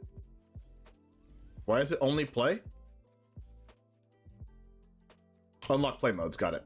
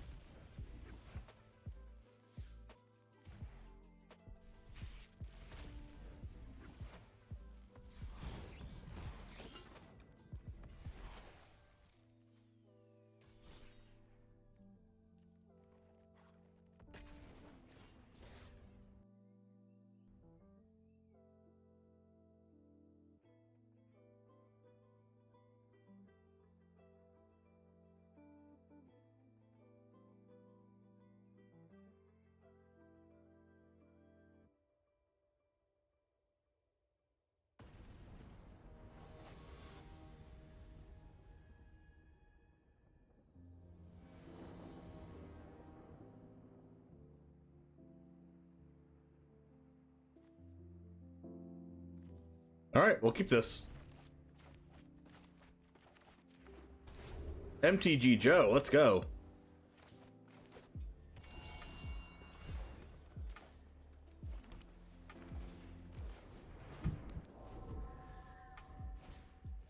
Uh-oh, it's that card. There's the Oathbreakers card.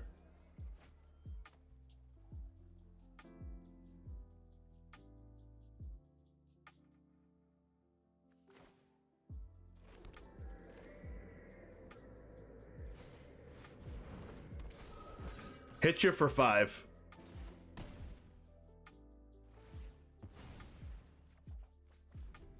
Then next turn we get to go this plus this. Another halfling. Denick.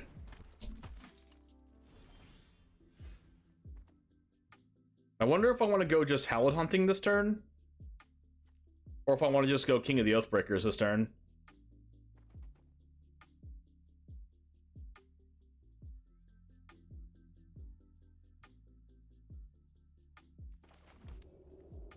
I think I'll just go Oathbreakers this turn.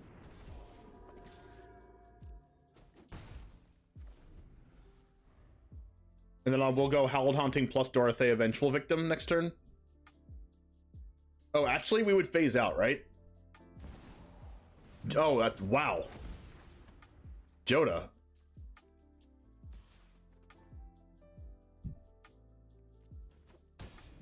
We might be dead next turn if we don't draw removal.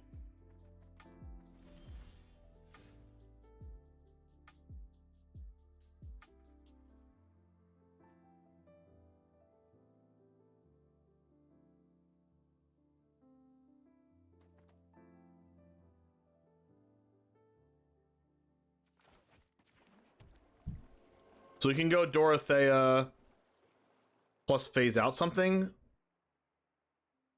Actually, Dorothea doesn't work very well with King of the Oathbreakers because it phases out. It actually doesn't work well at all. Does it? It just... the aura just comes off of it because it's being a target of a spell.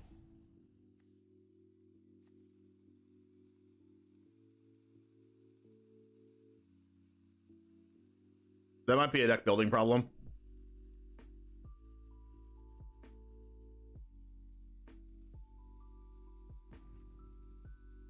I thought I'd be able to do it. So I'm pretty sure it phases out. When I targeted with this because it's an aura.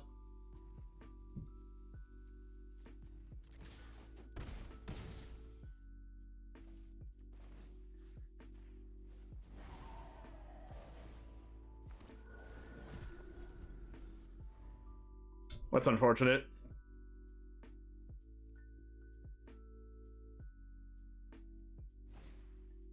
What is this card? Oh yeah, we're just so dead. Wow. Oh, yeah, we're dead. Right? Well, we're not just dead, but they have a huge lifelinker.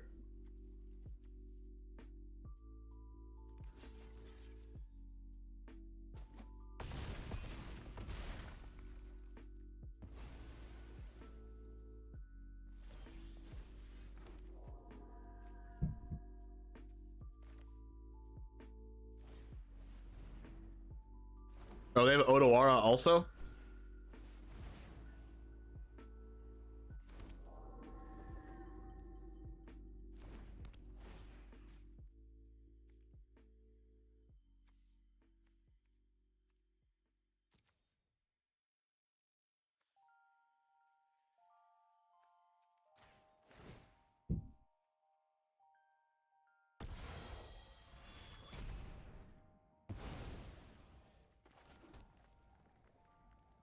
And I need all of my creatures here, right? So I can't hit them yet? Yeah, they're gonna Odawara. I mean, I'm gonna lose. Yep.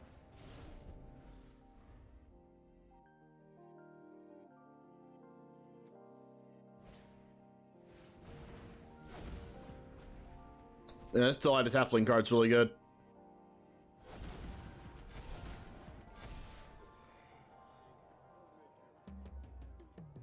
Oh, that card's really good.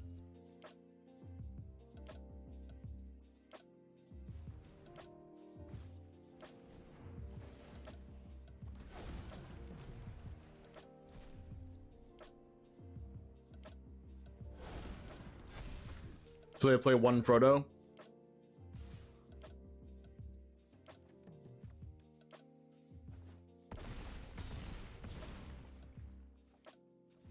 Wow, he just got bodied. Okay, so Dorothea doesn't work at all with the 4-drop. So maybe we just have to not play that card.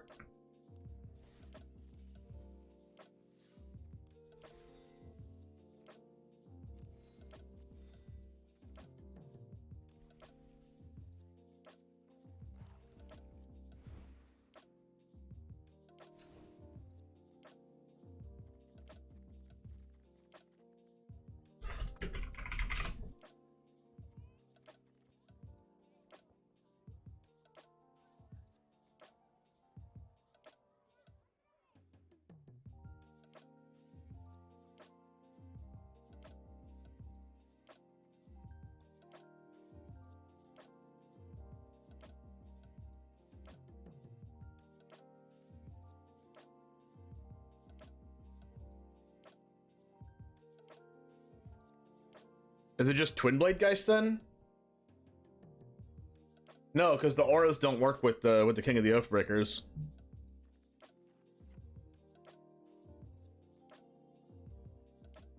Yeah, auras are just terrible.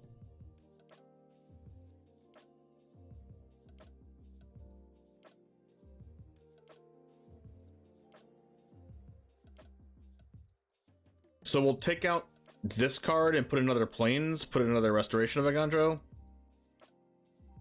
We have way less legendary creatures, so it makes it a little bit less good to play the Rivendell.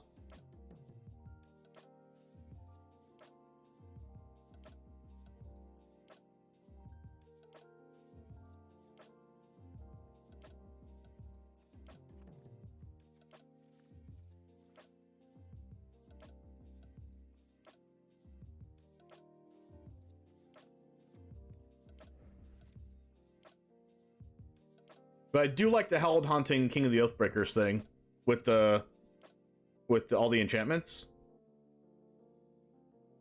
But I wonder what else we could play. Is it just Twin Blade Geist?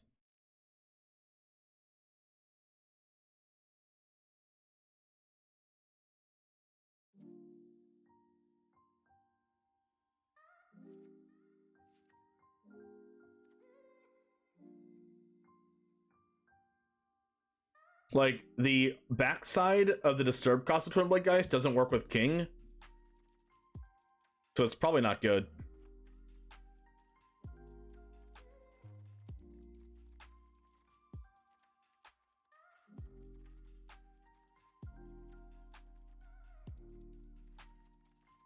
So maybe we just play...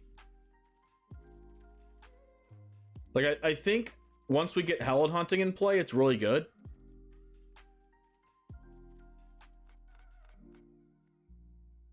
Because it just keeps pumping out spirits.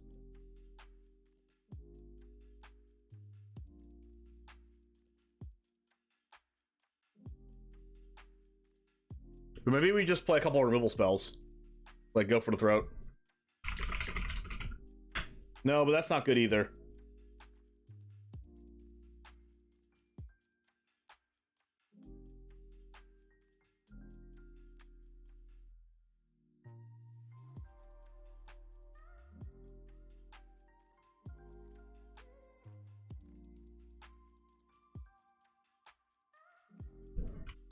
The Seek mechanic's good. I wonder if there's a Seek card.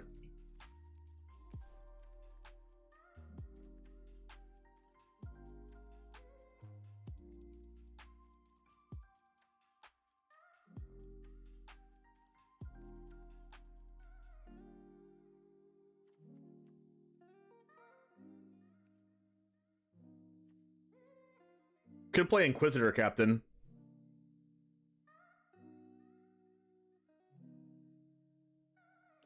But we don't have a lot of creatures for that.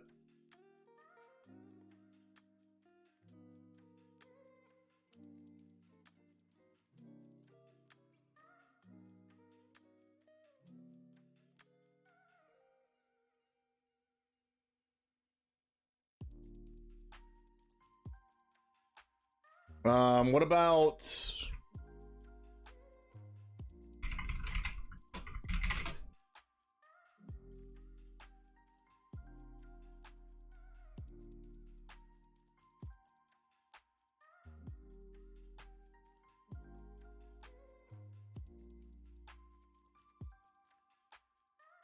Dawn of a New Age? Just draws cards? But our enchantments are only good after we have Hallowed Haunting. Before that, they're just way worse than just having a spirit.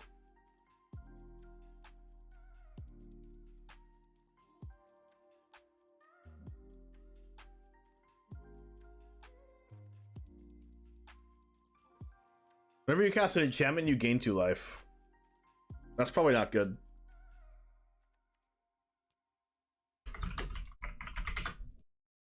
The Dawn card's a trap. We can play Lunarch Veteran, that becomes a creature. A spirit, but I want something that's a spirit right now. Fleeting Spirit?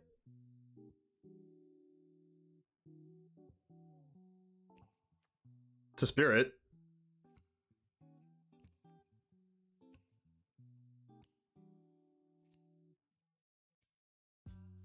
Oh, there's the Urborg Scavengers, right? The card's okay.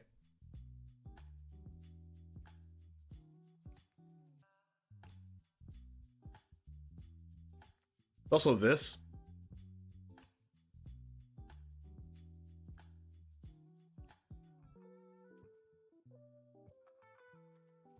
I think I'll just play a couple Scavengers.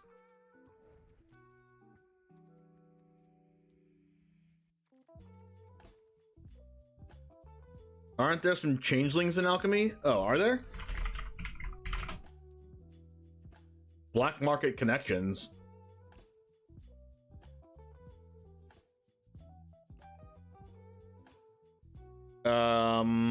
This makes a shapeshifter with changeling.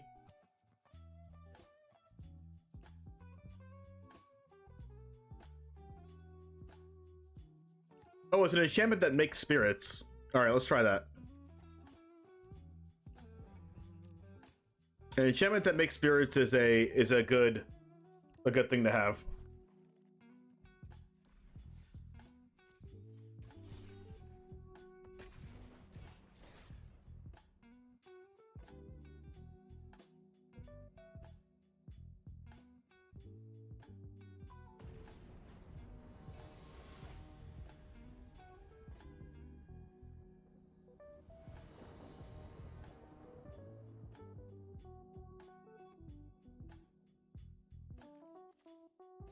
Let's keep this.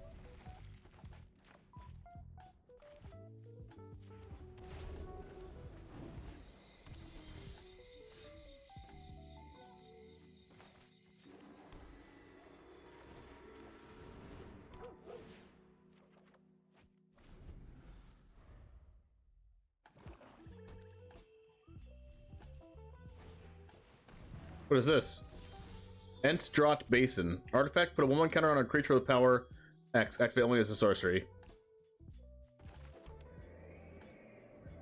Alright, so let's go with... Restoration.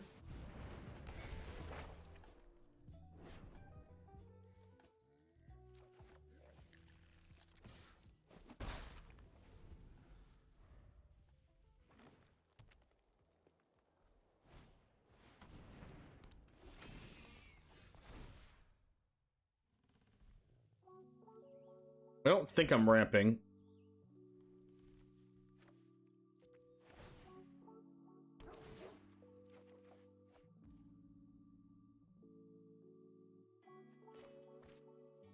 I don't have a 4-mana play. I could just Otawara the Smeagol. I don't think I want to do that. What was Restoration again?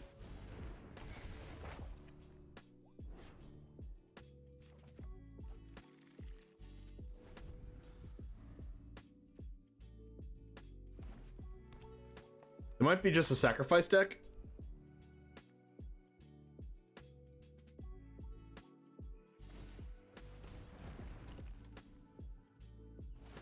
Non-basic landwalk. Oh, that's funny.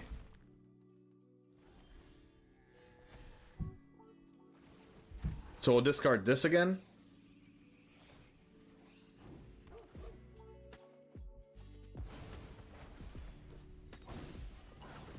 We'll play this, and this. Attack with 2 things.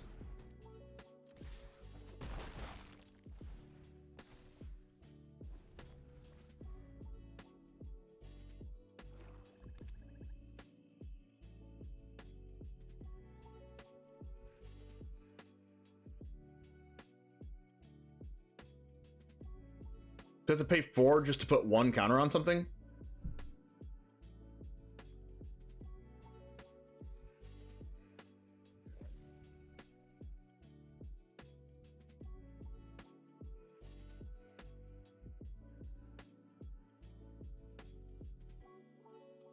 See if they have go for the throat or something.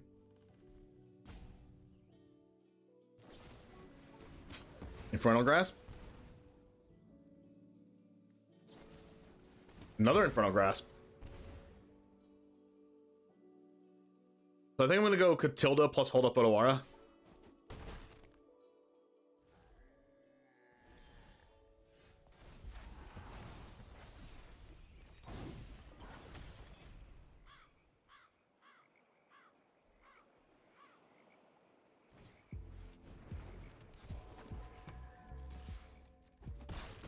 And because of all of our spirits, our Catilda is like super beefy.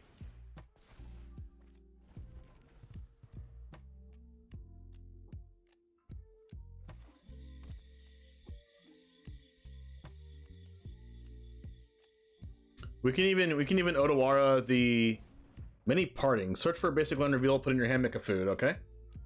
We can wait for this to attack, and then Otawara the Lorien Brooch, and then block it with Catilda. Actually seems busted.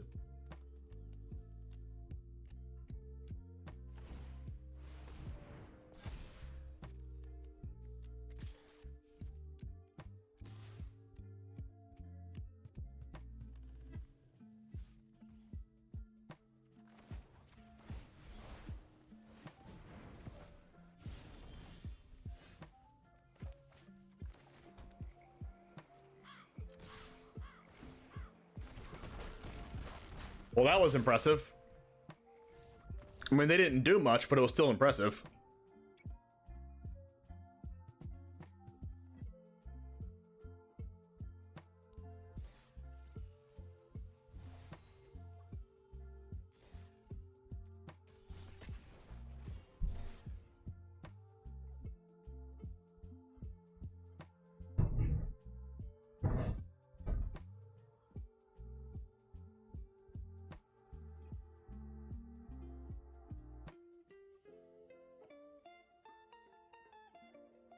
Well, let's change the stream title to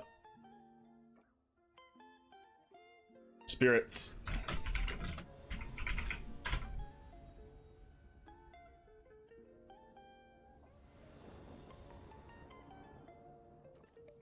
I'll keep this.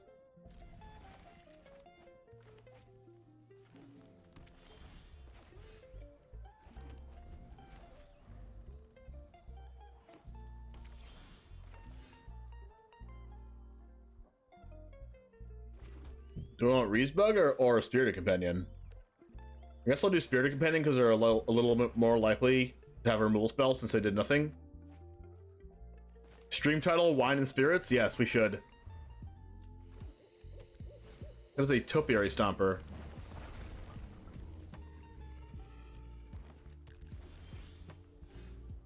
Do I want Catilda now then? To just do the beats? Probably.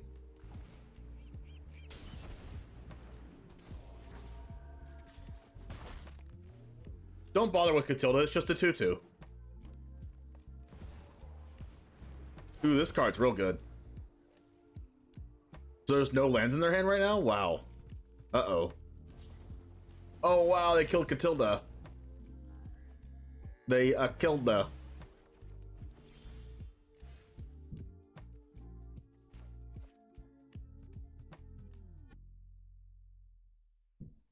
Should we go companion plus...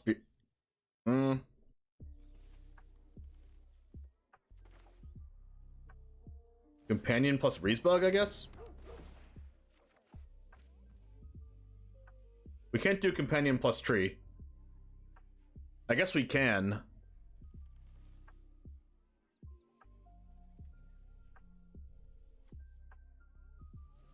But Reesbug casts Catilda back from our grave.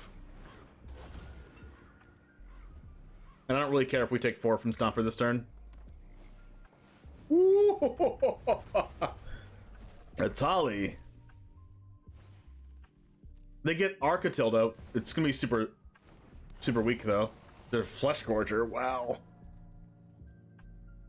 I guess I'm jumping.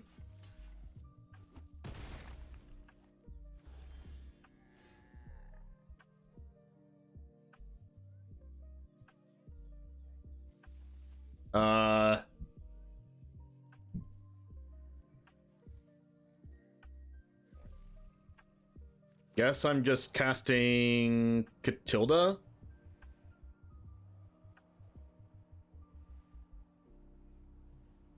If I cast Catilda, I can't cast Flowering. Let's just cast this this turn.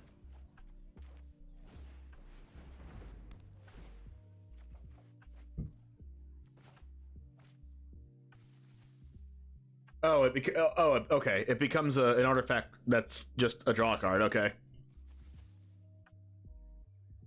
I guess we have to play Patrician Geist for a wedding announcement. That has trample. We're just so dead, right?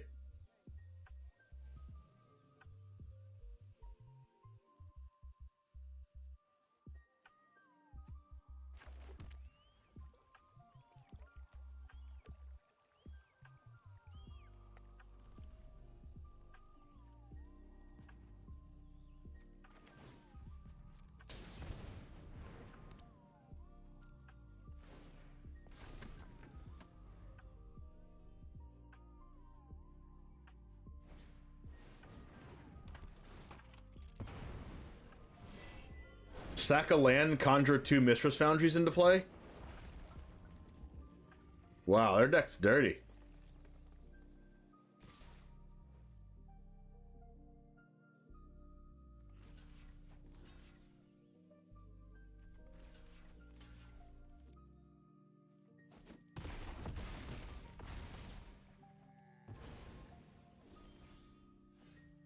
There's a Howled Haunting too late, though.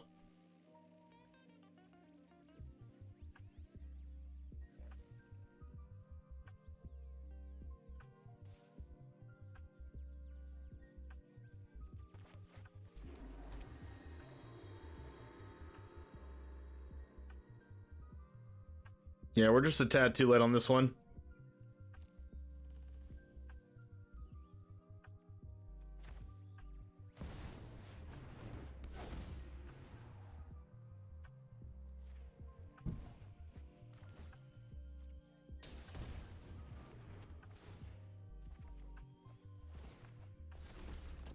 When you recast them out of the graveyard, they're not even enchantments anymore. They're just artifacts.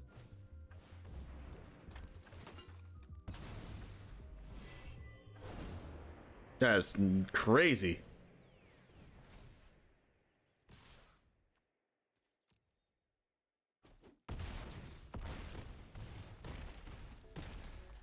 This flowering card's not very good.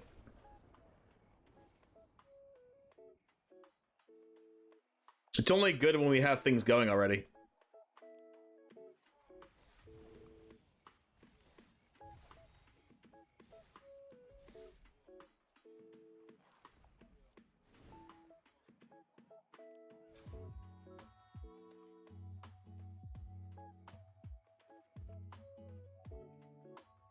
Take that out and put another... Doesn't go wide enough? I mean, it definitely can. I'll put another black market in.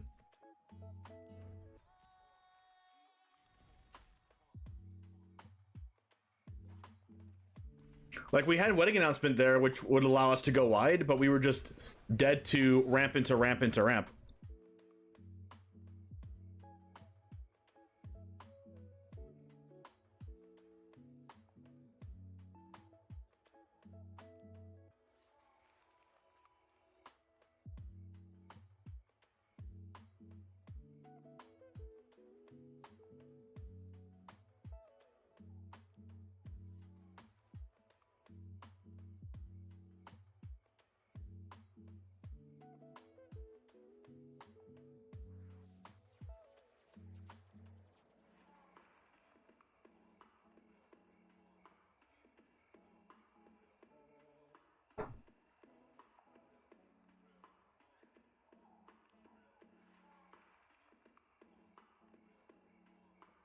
It's our first run. I think we'll have better runs. Oh, for sure.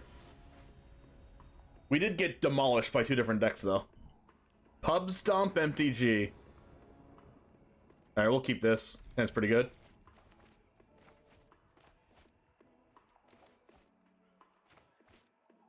Hopefully we draw land.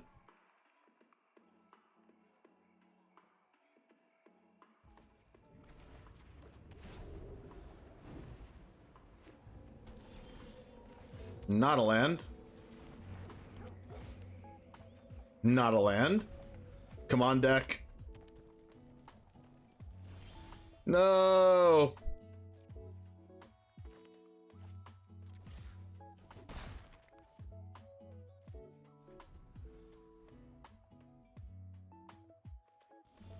No.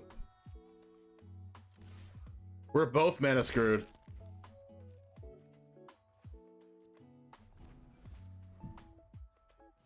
Oh, they drew to land.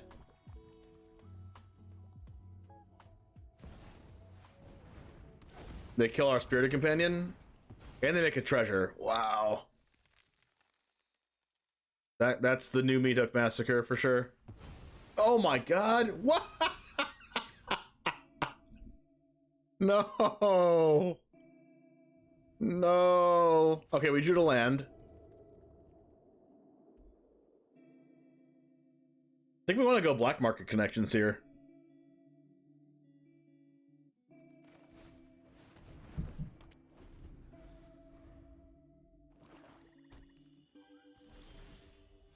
All right, we'll just make all 3 here.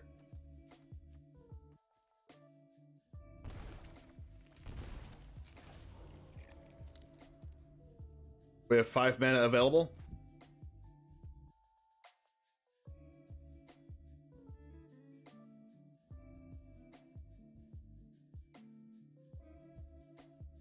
One, two, three, 4, 5, 6, 7, 8.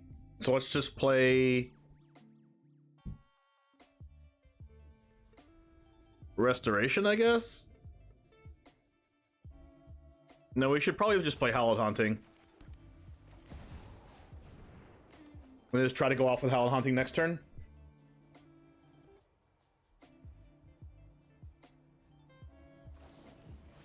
Big score, discard, Deadly Dispute. Alright, here we go. Old-fashioned artifacts. Please don't cast a big spell. No Chandra, please.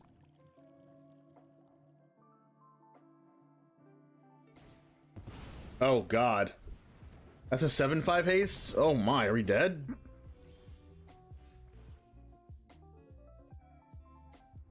Can't be blocked except by legendaries. When it dies, destroy an artifact or creature an opponent controls.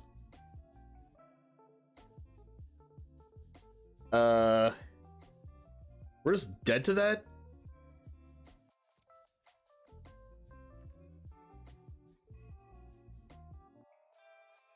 Because we don't have any legendaries besides... Wow.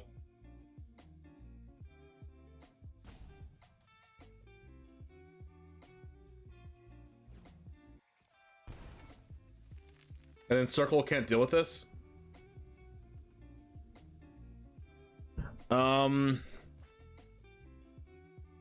We can Catilda and like try to lifelink out of it.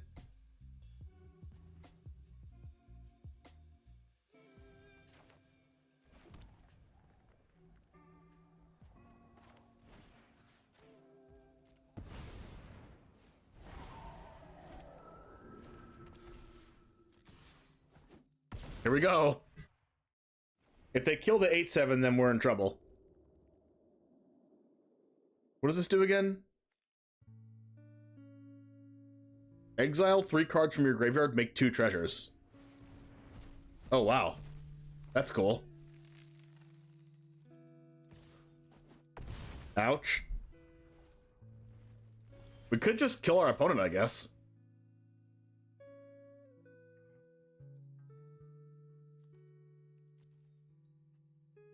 Hopefully it works.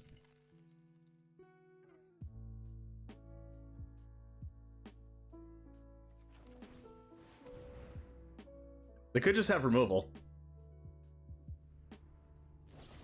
No!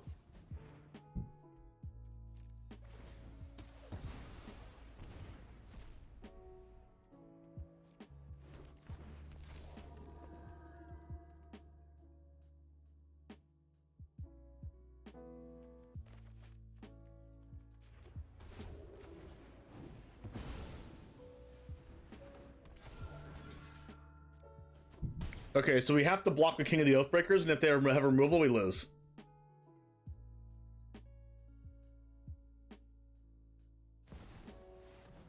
That is removal.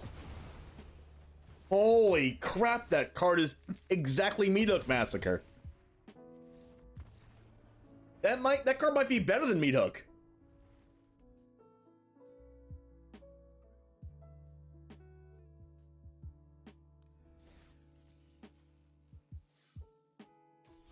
That card's getting banned.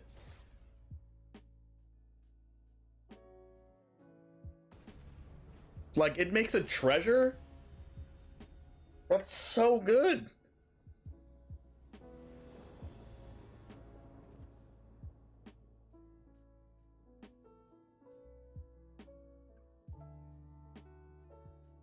Also, this card would be much better as just ossification in that case, but...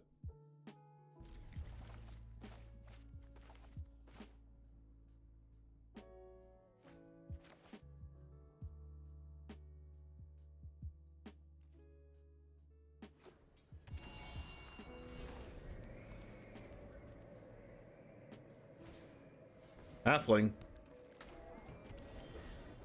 Just confinement that, I guess.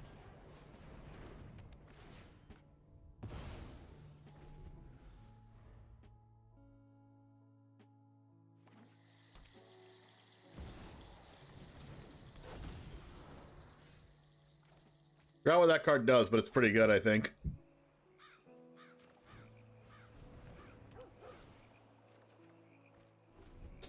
Well, I just got punished by playing a land first.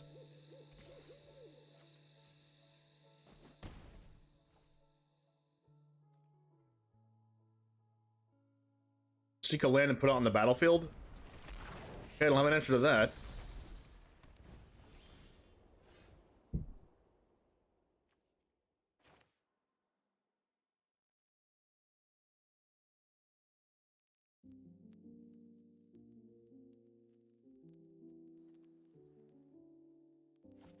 I pretty much have to buy Ganjo here, but it's just so bad with our mana.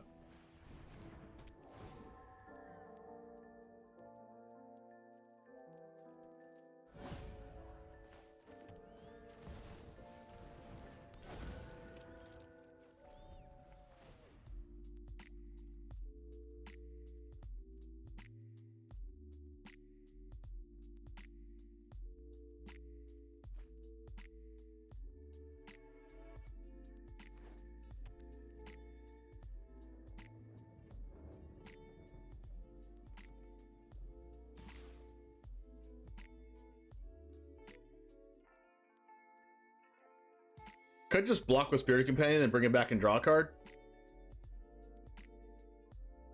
But I can't do that until 2 turns from now. So I'll just take the 4 here.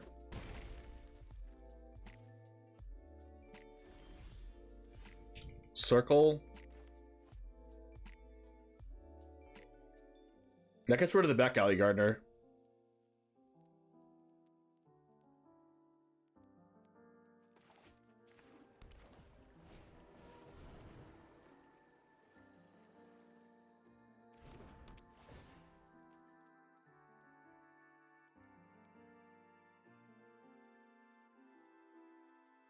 I wonder if they have Beseju.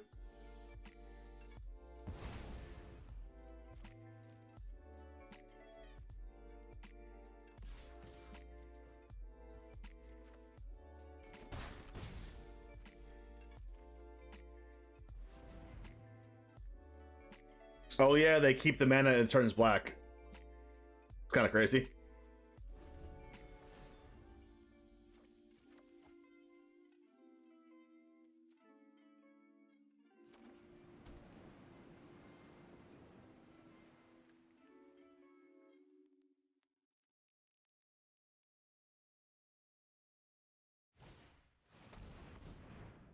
What is that card?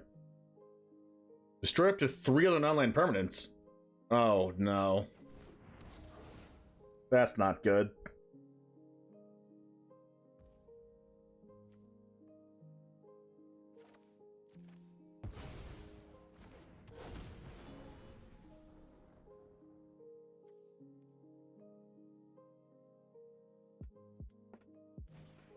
How am I finding alchemy?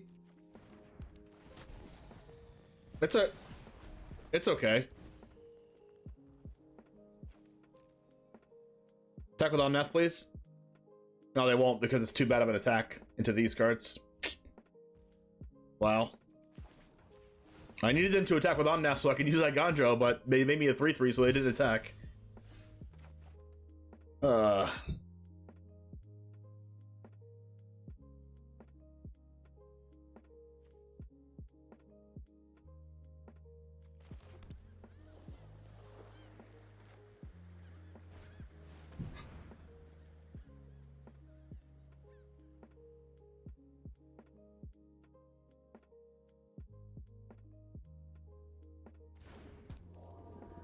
Alright, so whenever one of my things gets targeted, it phases out.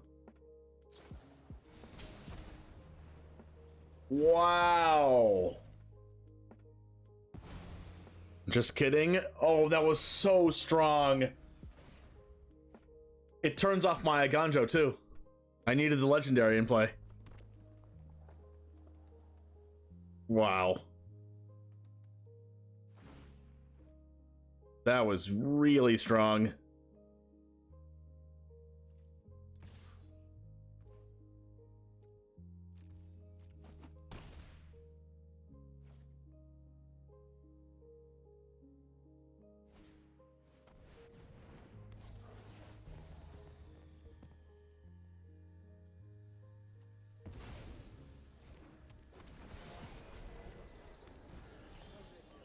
I've drawn like 3 lands in a row too.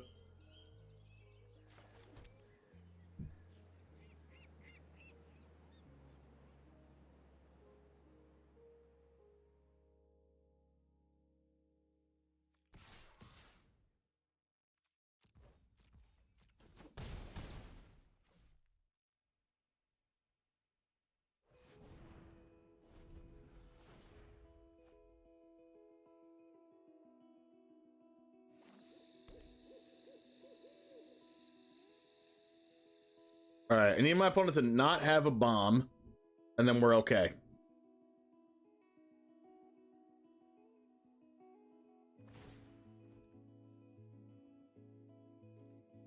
That thing gets pro creatures.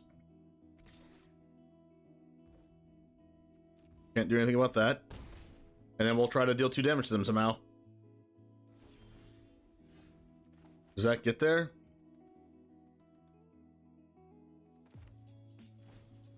No clue.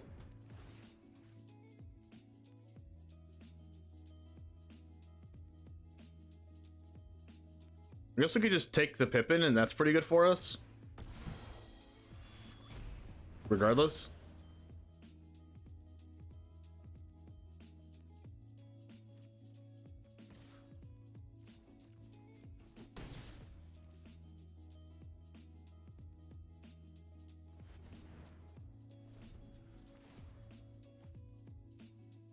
And then hope they don't have a bomb. Don't have a bomb, don't have a bomb. Ooh. The Omnath with the floating mana is really good with those cycle lands.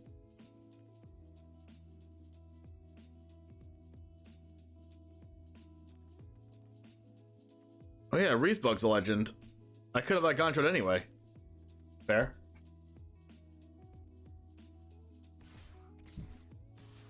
Alright, so they attack all. I go to blocks first.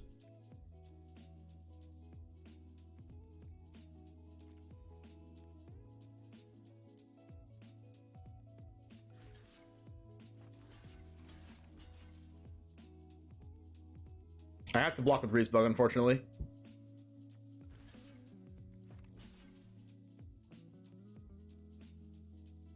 I should have like Gonjoed before blocks in case they have some kind of hexproof.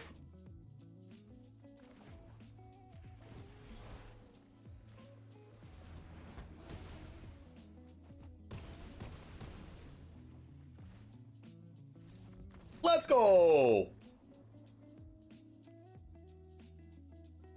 We did it. We beat the scary ramp deck.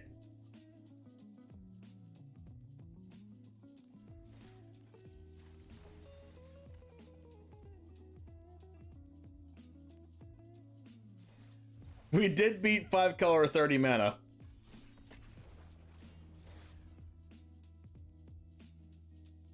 That was nice.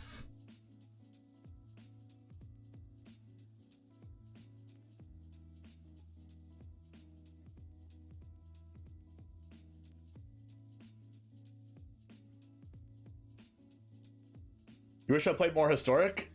I play modern. It's like the same format, right?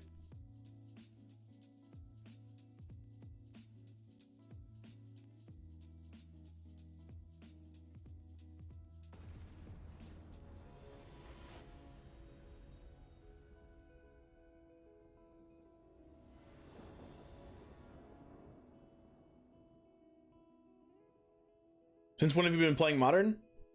Long time. I play modern in paper. I also have Magic Online and everything to play Magic Online for Twitch, but like the audience here doesn't watch Magic Online, at least for my audience. So it's like a little bit harder to do that.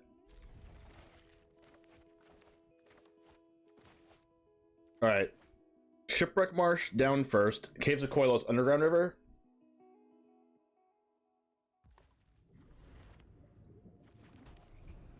Magic Online's just not fun to watch. It's valuable to learn from if you play paper Magic though. And once you like watch it for a while, you just get used to it. Basic Swamp. Kami making our things enchantments doesn't make any sense because they're already enchantments. I guess we'll just play Spirit Companion in case they have cut down or something. Obosh VIP. Hey, wedding announcement, that's pretty good. You watch Mengu when you have insomnia to help you sleep. His voice is quite soothing.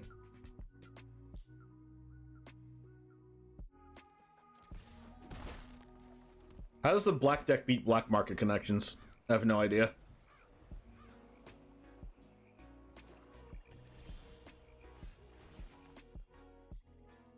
Treasure, draw, make a 3/2.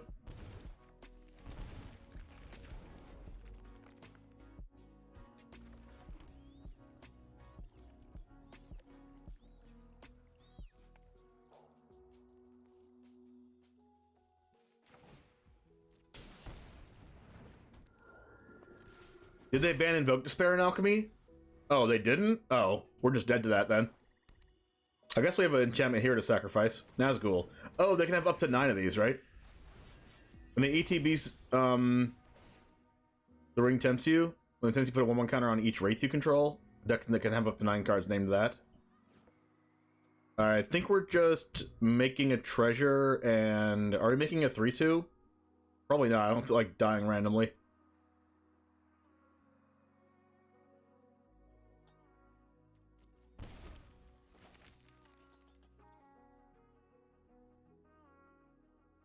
So you can circle the confinement to Nazgul.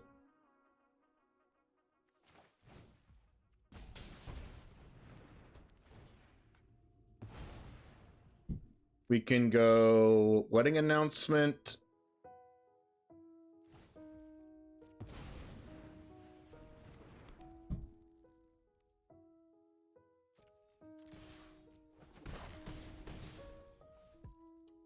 If James wins this match, I'll give him a code for 10k gems to give away to the watchers. Let's go!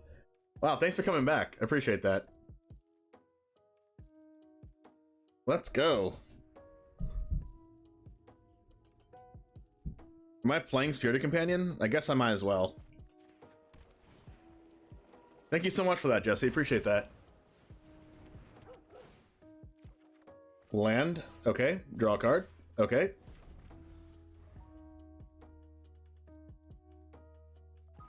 If they target our things, we get to phase it out. No! Not that card. Anything but that card. Oh no. How do we win now?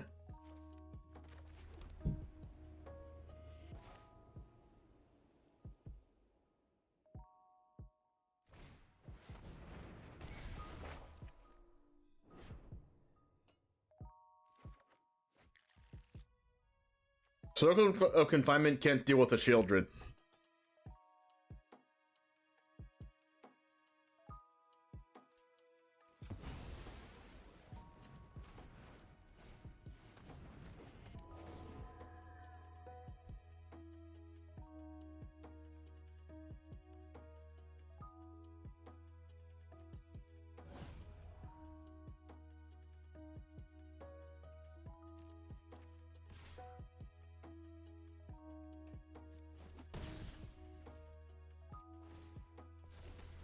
Is that James with a fresh cut and not playing Gruul Werewolves?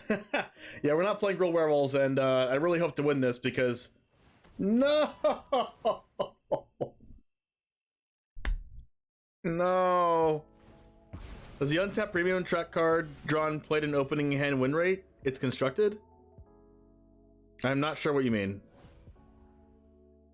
Oh, does it track cards drawn played stuff? I don't know. We are so dead.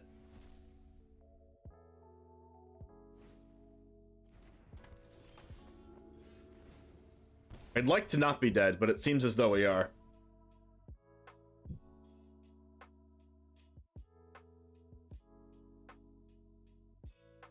I don't even know what we can draw here.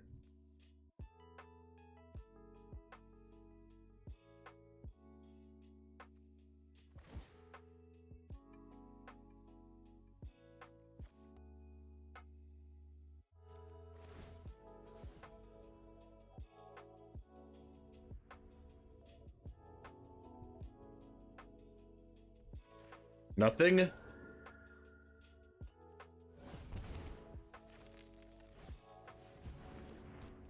Oh yeah, that doesn't do anything. It seems as though we need ossification in this deck and not Circle of Confinement.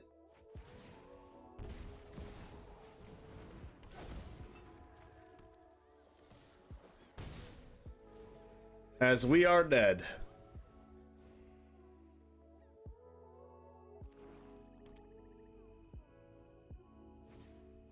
Breach the multiverse? No. We need to draw Catilda faster. Actually, they need to not have Shieldred into a sweeper. I'm sorry, Jesse. I am sorry we don't get the 10k gems to the for our followers.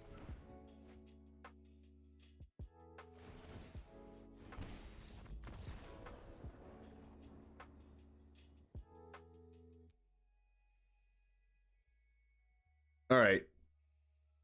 How are we changing this deck now? 4 Catildas? I'm sorry, followers. We have lost the game. So you do not get a lot of gems. I guess we can cut Odawara and Takanuma and Iganjo and just put a bunch of basic lands in. And then just play Ossification, because that card's better than Circle.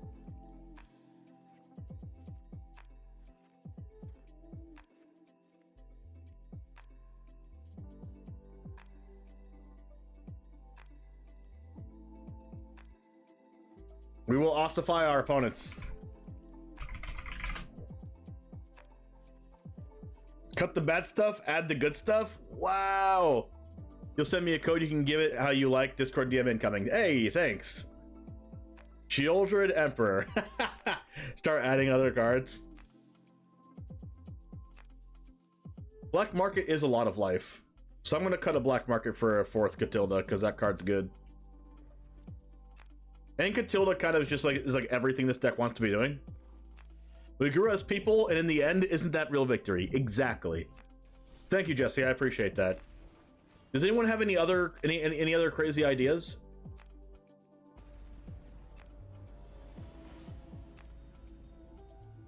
For decks to build? Playing against Ali Eldrazi? Okay, we're dead. Hello.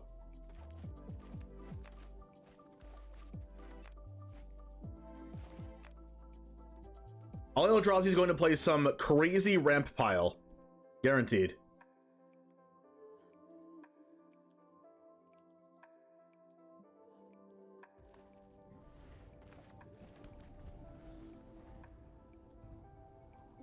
Crazy ramp pile incoming.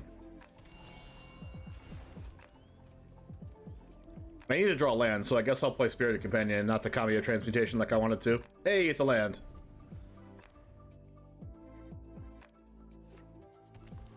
Leyline Binding incoming.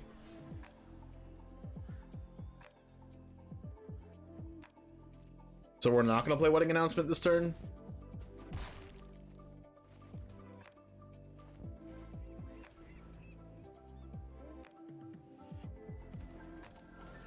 Make everything enchantments.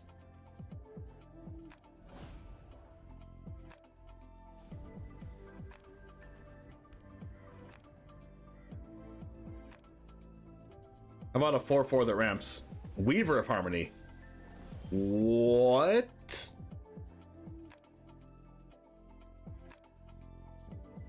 He's gonna double the triggers of his leyline binding. That is scary. Try to draw land.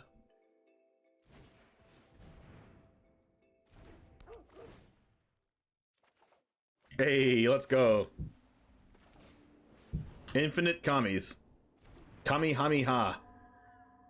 Everything's already an enchantment, so let's make it an artifact too.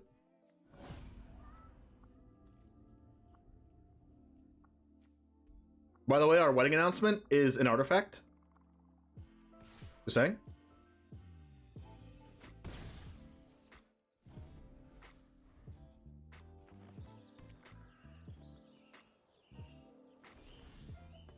Shipwreck Marsh.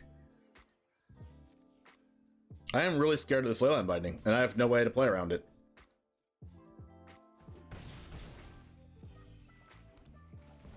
Besides just hope he does it.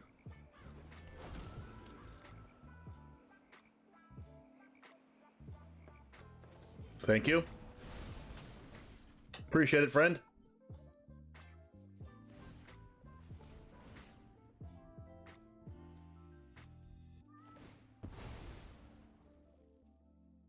I'll make everything enchantments again.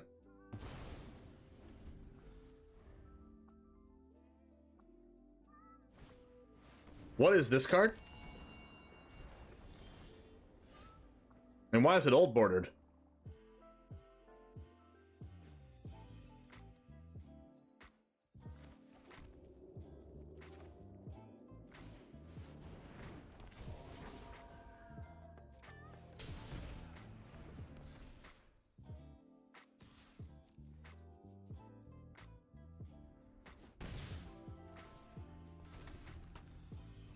Knowing Ollie, he has a bunch of sweepers in his deck, so... Yep.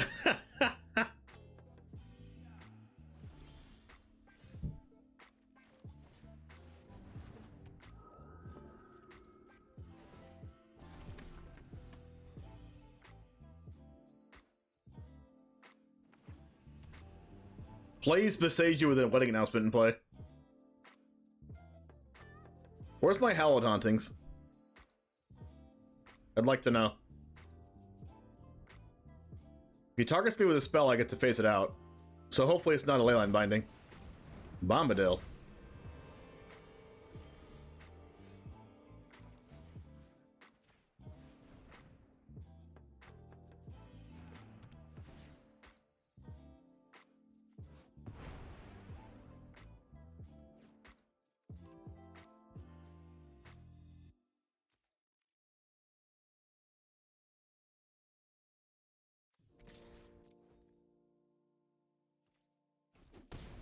I think I'd rather make a 1/1 here.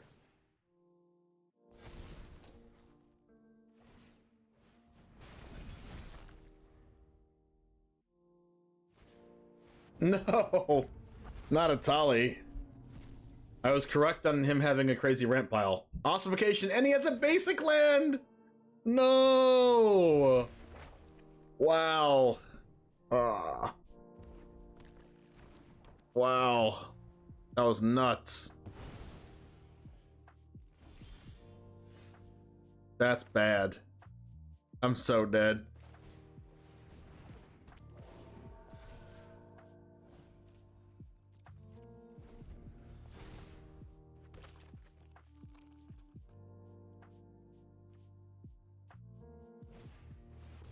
Invasion of Theros. Oh wow, this is a god.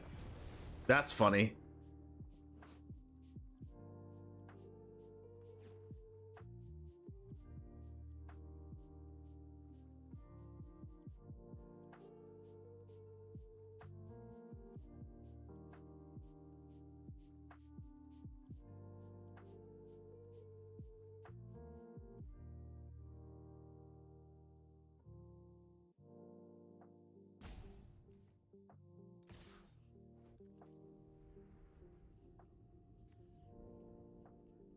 Am I blocking with my whole board?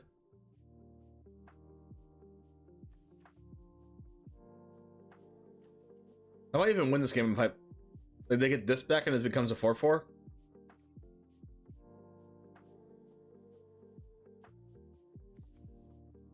I don't know how I win the game, but I'm just gonna let it happen. Could have won the game if they didn't flip ossification off my deck, though. Wait, doesn't this say at least 3 other enchantments? 1, 2... Oh, they have ossification.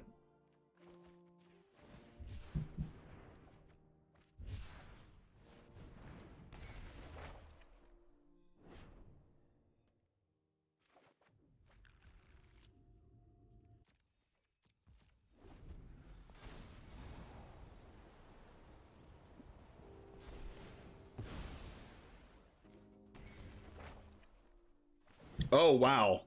With Bombadil in play, it searches to Kamiwar. That's hilarious. And also insane.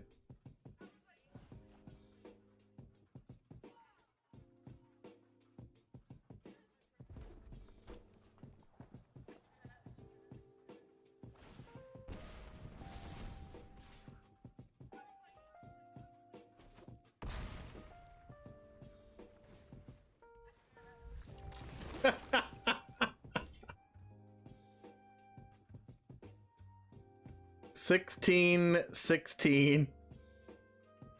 Deals. Give me 16 poison counters.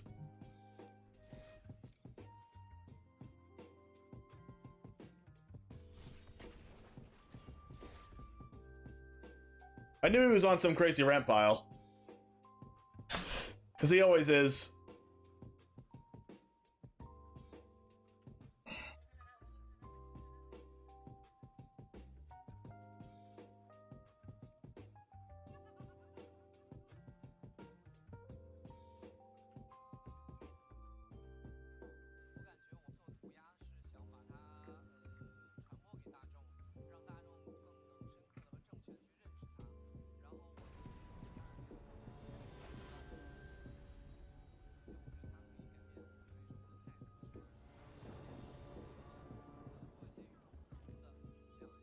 Sounds pretty good. Maybe I need to play 4 Hallowed Hauntings. I'm just not drawing that card.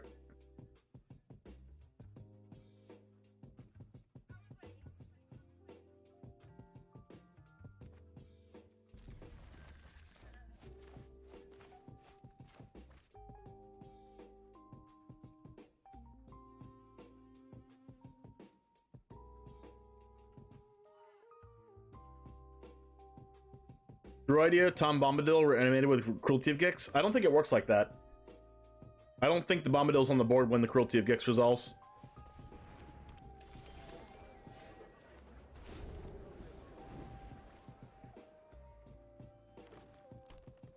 There is a Delighted Halfling. Let's make all my things enchantments.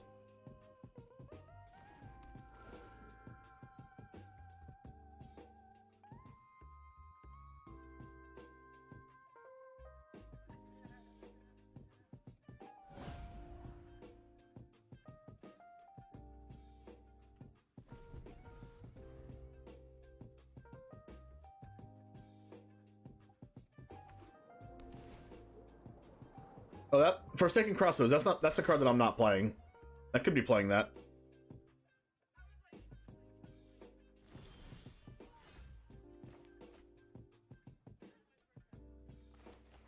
All right, let's go Black Market Connections. Because I'd like to make a treasure next turn. Unless they have Beseiju. I'll welcome a land anyway. That's the whole reason I played the Black Market Connections. I'll just take a land.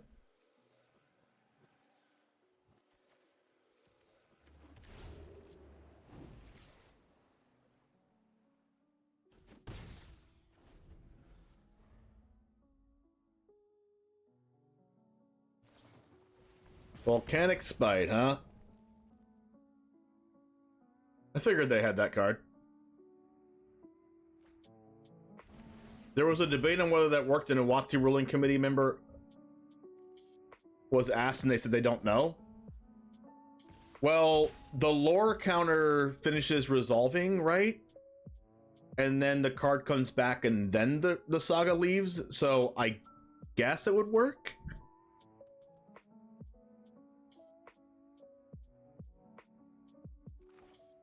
Let's play King of the Oathbreakers, I think. No. It's more mana efficient to go this plus Black Market.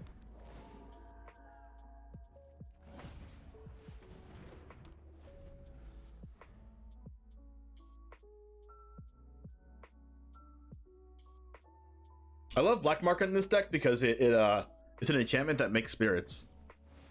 That card is gonna sack those and put 2 lands into play. Treasure, draw, make a 3/2.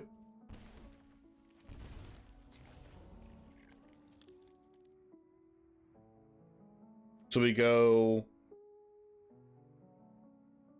Question is, are we going Geist or are we going Restoration?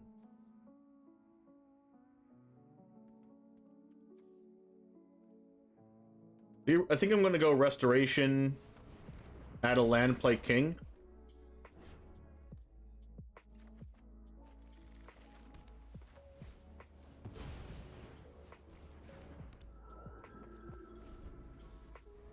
It works, just got the confirmation. Nice! We could definitely do that. Topiary Stomper, okay. They didn't use the halfling?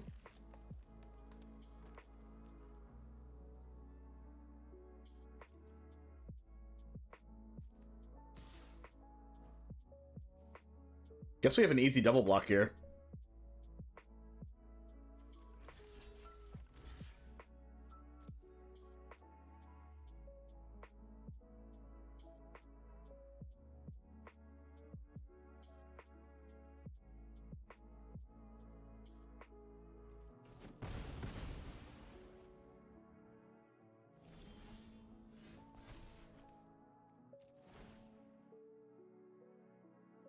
What is in my graveyard?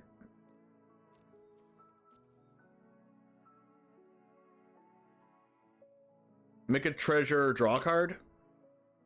I don't need to make a treasure this turn. So I'll just draw a card, make one of these.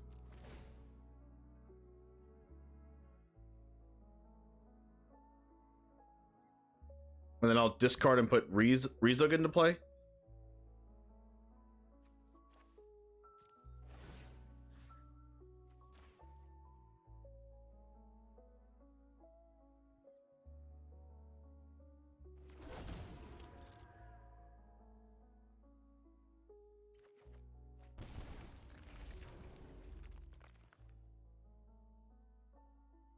Well, I guess I don't want to play the king, right? Because it's legendary.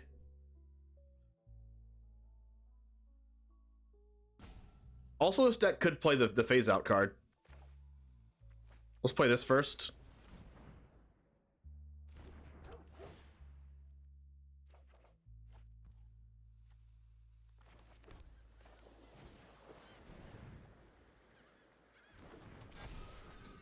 One thing I didn't know until today about black market connections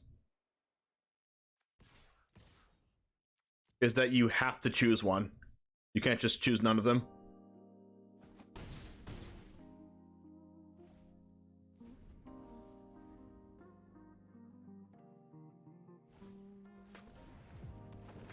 Topiary Stomper without using a factory.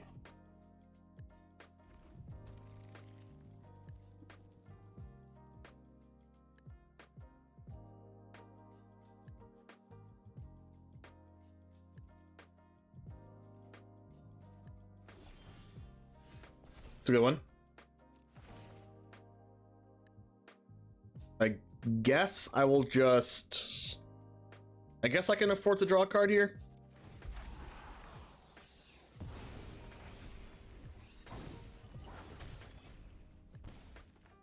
It's a good one.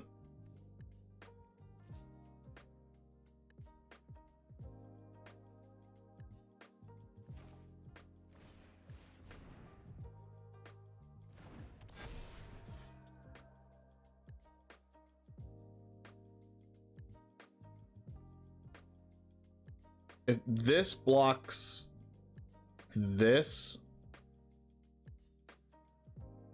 well, this blocks this 5, 9, 10, 11, 12, 13, 15. I'll just attack all and hope they don't have removal or a way to ramp. They have a way to ramp like right now, which is probably impossible. They can't win.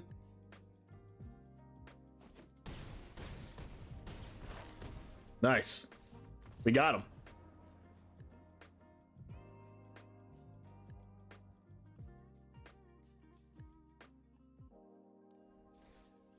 If Tom Bombadil is returned to the battlefield for the final chapter ability of Elspeth Conqueror's Death, it will be on the battlefield in time to see the final chapter ability finish resolving and get removed from the stack, and thus Tom Bombadil. Okay, it will get the next one. Yeah, we should definitely build that. It's not better than discarding Atraxa and bringing it back, but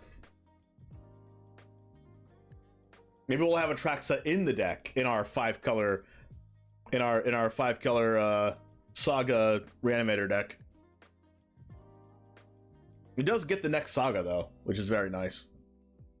It just puts it into play, so it's a lot of mana that you save on that.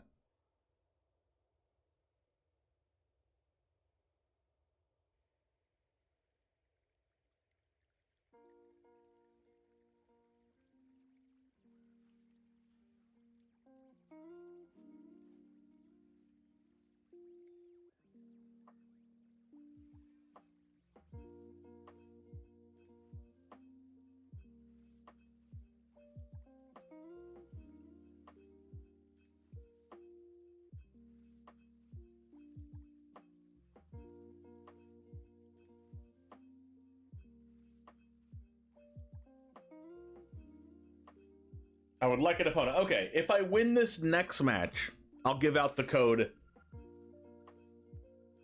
I will give out the code for gems to a loyal follower. 10,000 gems. Anybody want 10,000 gems? What is that worth in actual money? Anybody know? What value is it?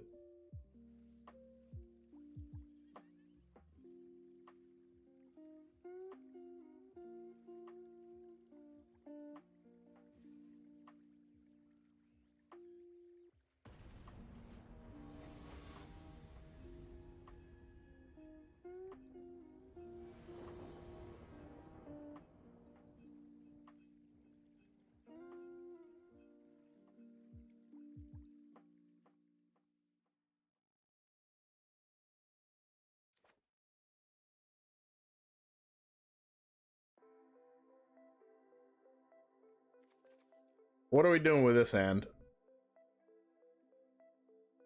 Mulliganing? Ali Eldrazi again? That can't be good. Can't be good for us.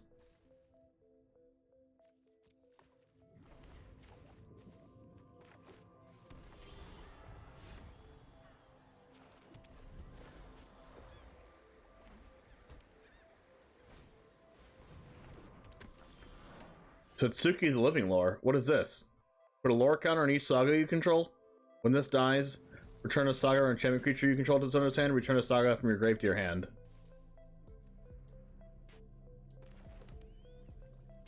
Are we going companion or Rezug? We're going companion.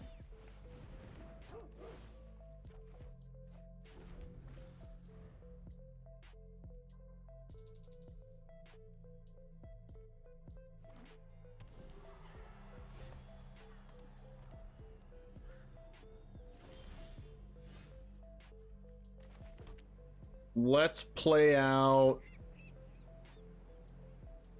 wedding announcement and get it leyline binding.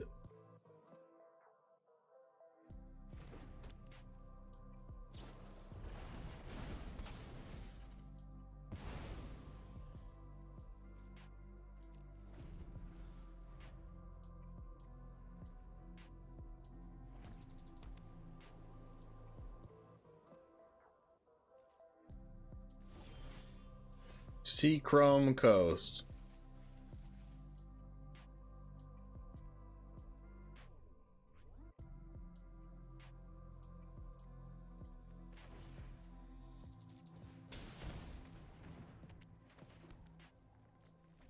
Alright, that's not another Leyland binding. That's good for us. Now that Jesse is in here, it's really nice to see WotC pay some attention to content creators. Oh, yes. 100%. I mean, you never know, he could just be lurking. Just open the way card's pretty good.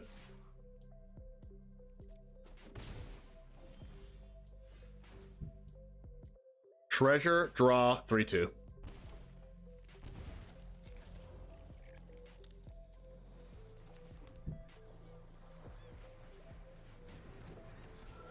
Unfortunately, we're gonna get swept.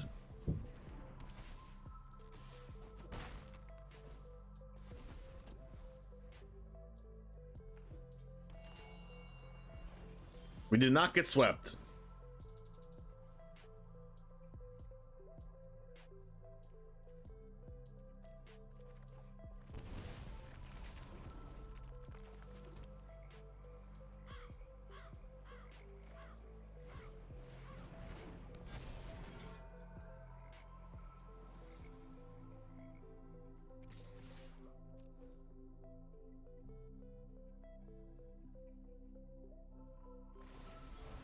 I Ganjo my 4-3. How about my 7-7?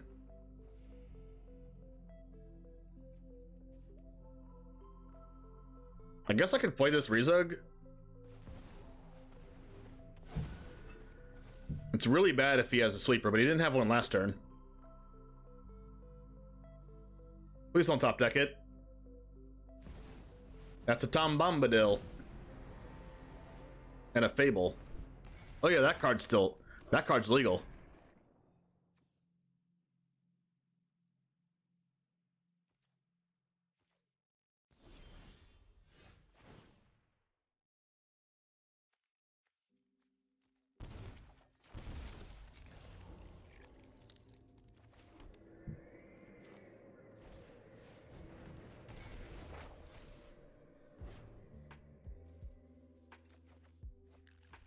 Why is Fable on the board? Because it's legal.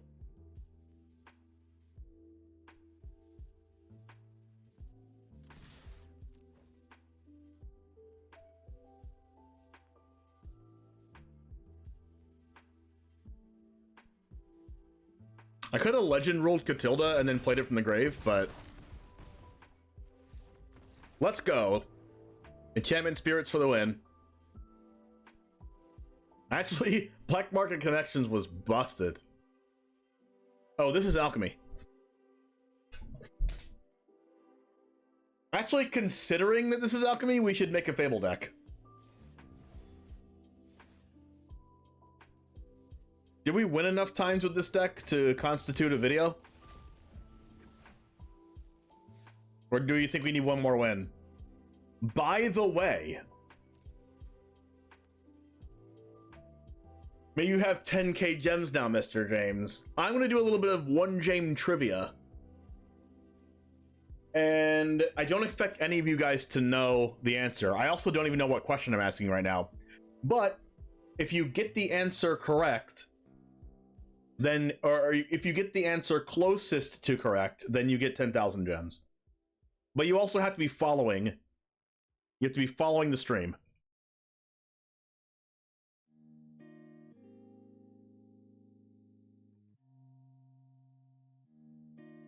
I don't even know how to check if someone's following or not.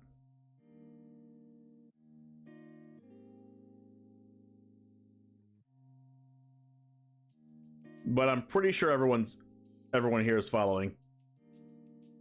I don't know how. I honestly just have no clue how to check if someone's following. Oh, yes, I do. It says that Rachel's been following since October 5th, 2021. Wow, really? It's been that long, Rachel? Holy crap. It's been almost 2 years.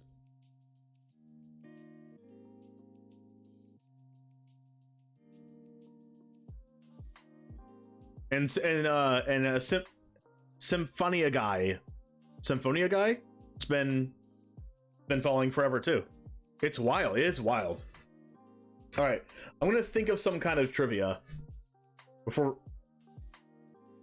but before that, let's do the outro for this deck, and let's build the Reanimator Bombadil deck.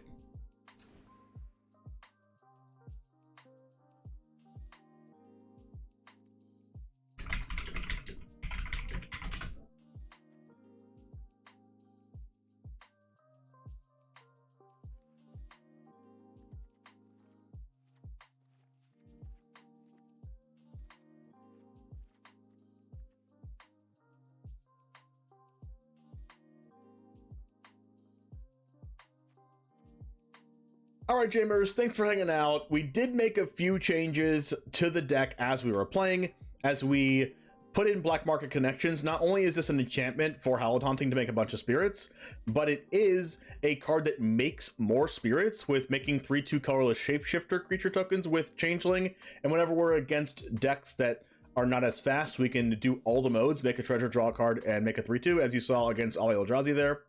We have a super fast clock sometimes with Catilda and Patrician Geist, and we changed out the Circle of Confinements with Ossification, and we changed out some of the lands for basic lands, and we can even get basic lands off Restoration of Aganjo, because there was a time where we played against the Shieldred and couldn't deal with it, and we also just couldn't deal with like a few things that were just over 3 mana, so we decided Ossification was just better, and yes, it's a better card. So anyway, thank you for hanging out.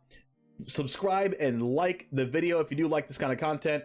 I don't think I've ever built an Esper Spirits deck before, so this is the first one for all of you. Anyway, I'll see you in the next one. Thanks for hanging out with this new early access video, and I'll see you in the next one. And as always, peace. Okay. Now it's time for some One Jame trivia. And the one that gets the answer correct or closest wins 10,000 gems. Are you ready? Nobody knows this in chat, by the way. Are you ready? Say I'm ready if you're ready. Or yes, or okay. Or give me the gems. Hand over the gems. Say something if you're ready.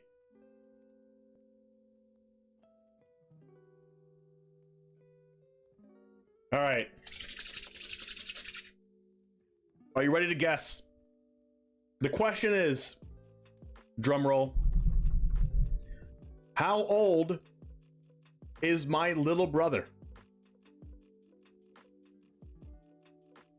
Closest to the number wins.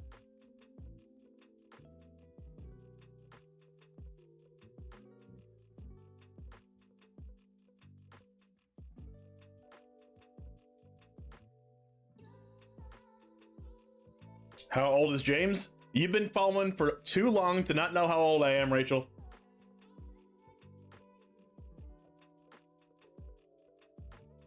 We have a 23, we have a 19, 25, 20, 15, 27, 32, 18.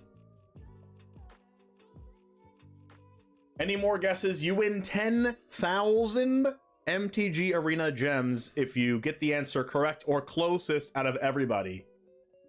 Another ad break. No! Unfortunately, I can't stop the ad breaks.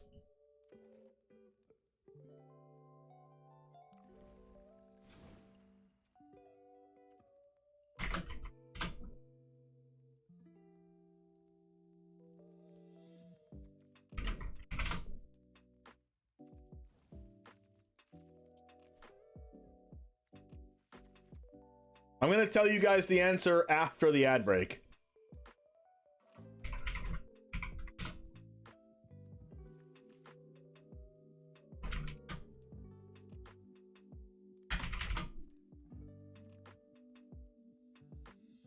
After the break.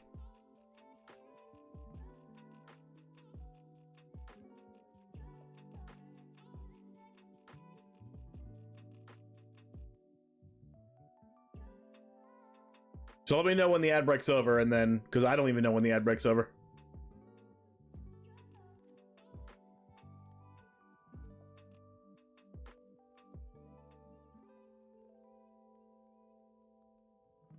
We could play the Weatherseed Treaty.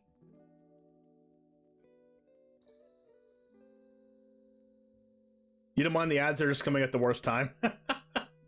That's unfortunate.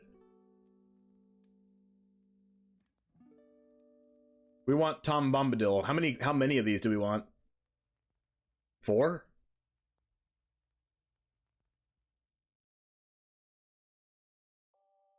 Four Bombadils. 4 Kami Wars.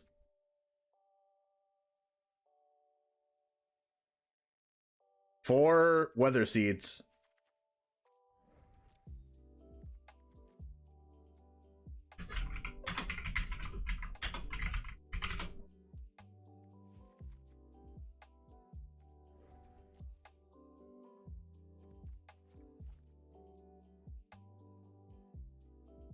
All right, let me know when the ads are over. Are the ads over? And is anybody else that is in here now that just got here that wants to guess how old my little brother is? And if you win, if you get closest or on the nose, you get 10,000 MTG Arena gems. If you're tied with somebody and you both guess something on the nose, then I'll do another trivia question.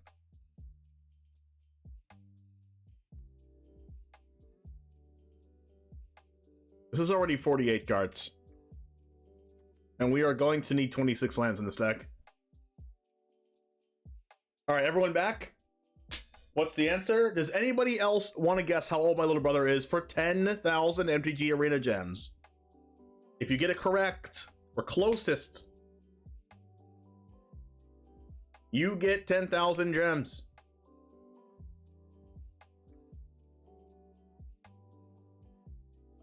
All right, that's it. If you're ready for the answer, here it is. My little brother is 28 years old. User 7234 guessed 27 and is the closest, so congratulations, user 7234. You win a brand new 10,000 gems in MTG Arena gems. Let's go. And user just followed right today. They followed right now. And actually won. Super rigged, by the way. Super rigged. So, user, you will you'll get some nice gems. I'm whispering it to you right now. Congrats. Happy gems.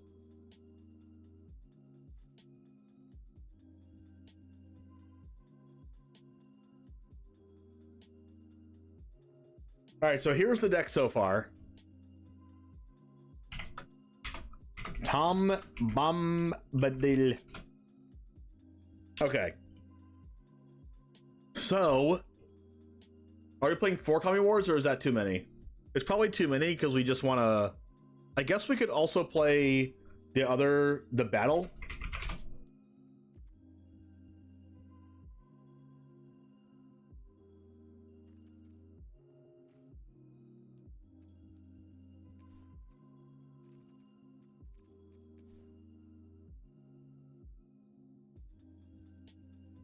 We could play the battle, like Invasion of Tolvada, so we can bring back the Kami War if we discard it.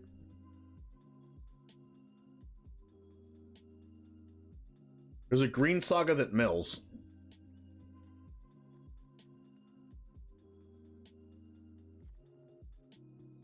What's that one?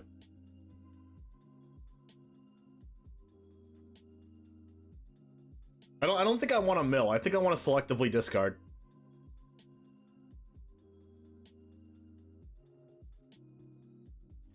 Is this invasion good? Because it puts Kami War into play from the grave.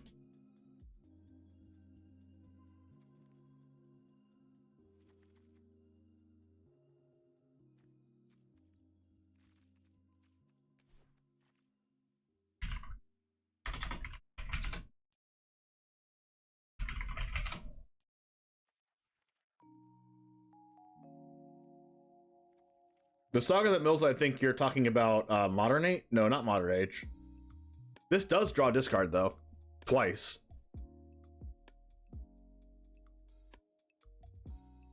There's Rona.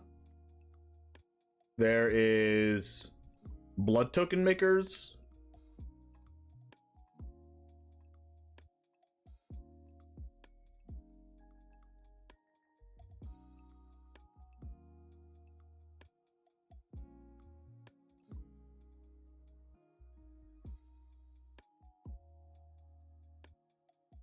I think I might want to chill on the Kami War.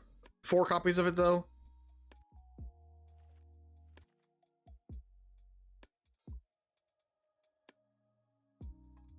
But it might just be busted.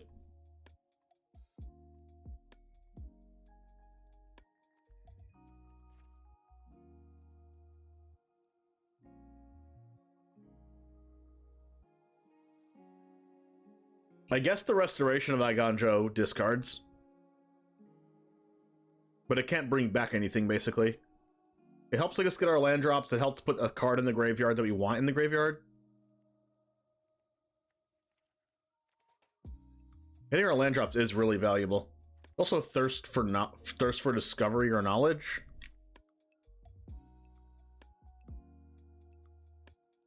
Moxfield isn't updated for alchemy in Lord of the Rings. Yes, it is.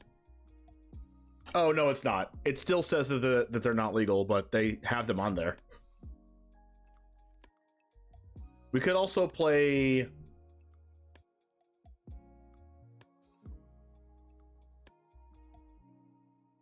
What's it called?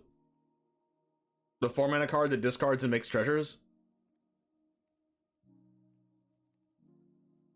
Oh, you know what we should play? That Meat Hook Sweeper. Or Bitter Reunion.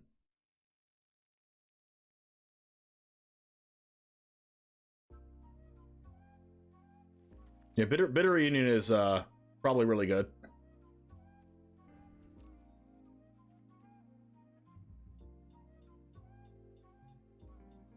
And we can play like 3 of the Meat Hook Sweeper. The Meat Hook Sweeper's probably bonkers. Wherever that card is.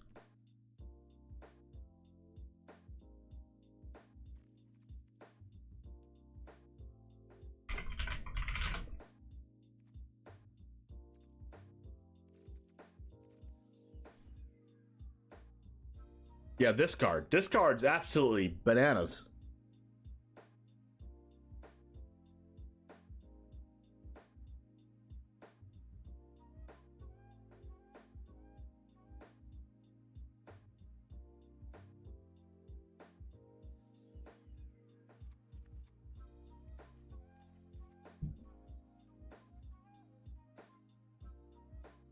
I feel like I want to play like 2 Sunfalls though.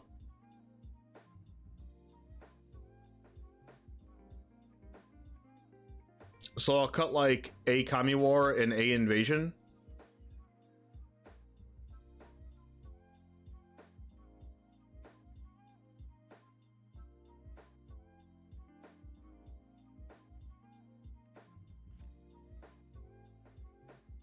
Is there too much? Probably.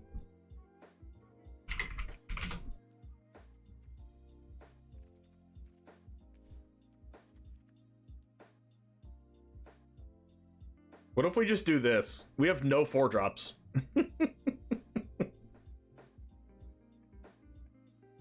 Just absolutely none.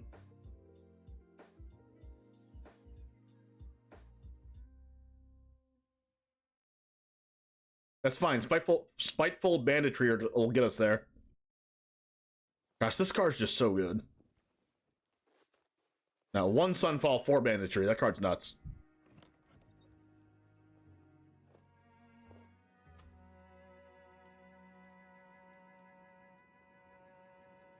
Alright, we need basic lands for Weatherseed Treaty.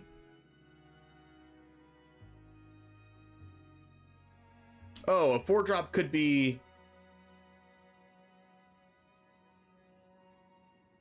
Could be that card that Ollie was playing.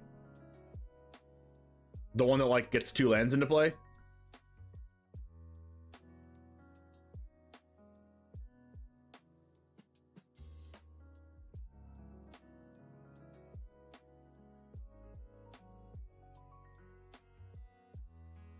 No, I think I'll just keep it like it is.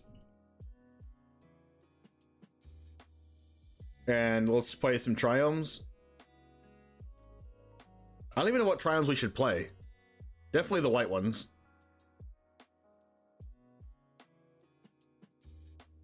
Especially Jetmir's Garden. And then the blue-black ones.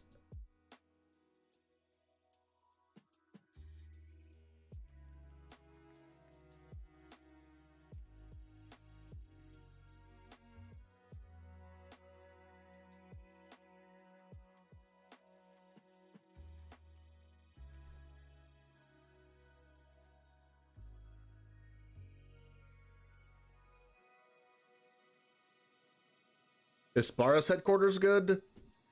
It makes white and green mana.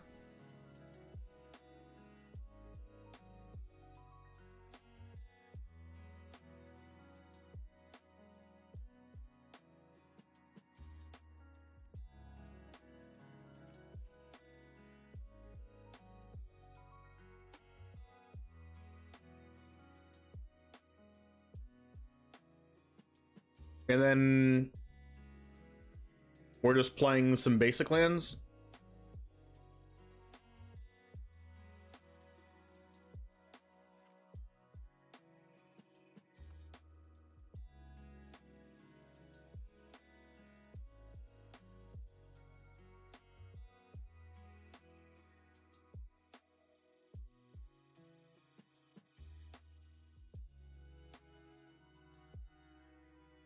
This says whenever one or more creatures your opponent dies, you make a treasure, so that's pretty good. Are we playing any fetch lands?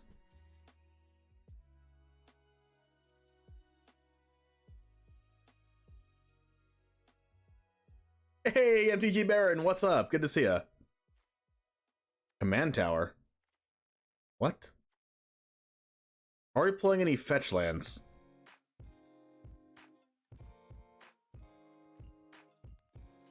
It's probably really important just to have untapped lands, though. We don't need that many basics, but we do need some basics for Weather Seed Treaty.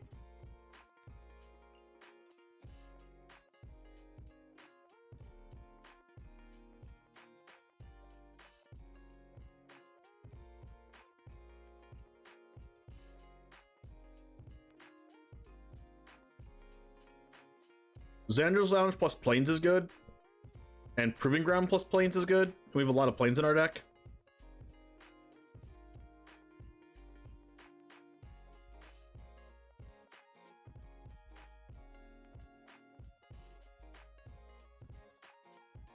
One, two, three, four, five, six, seven, eight, nine, 10.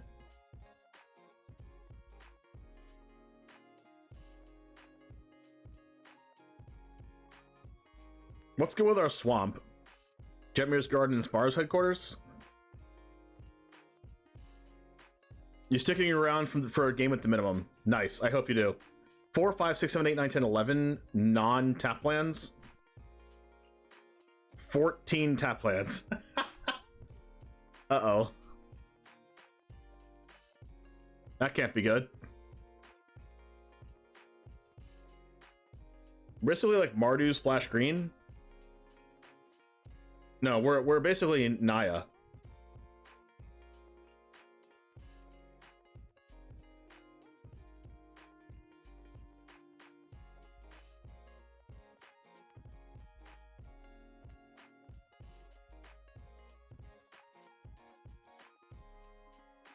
I think we can afford to have some untapped lands that are just regular lands.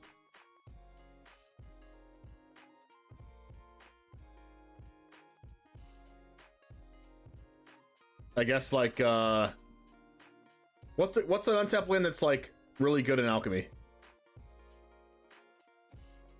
Oh, I guess there's the Forsaken Crossroads card. That's probably a good card to play. But it's not really an untapped land all the time, especially when you're on the play.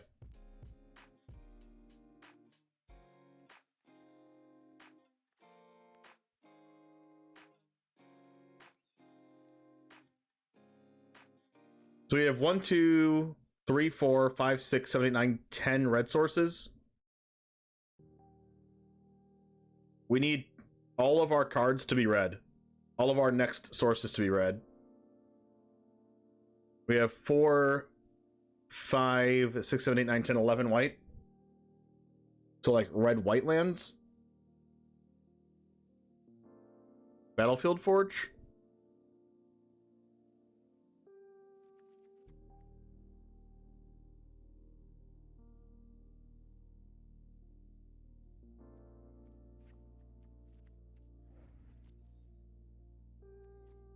I need to change the stream title.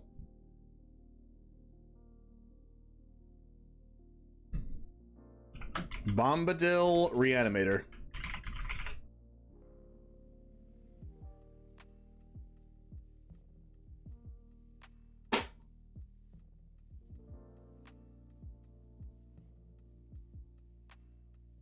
Do we have enough red and we have enough white now, right?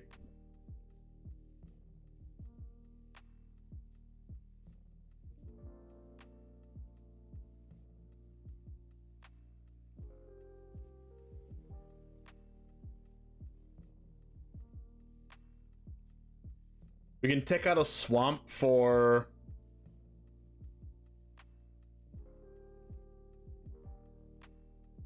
How many green sources do we have? Only 9?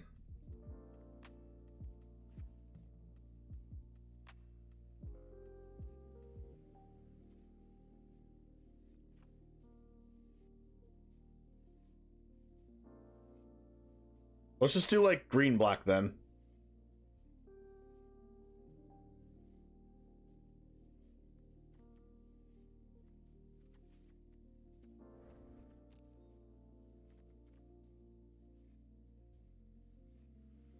I don't really like that these don't give us domain, but it's still fine.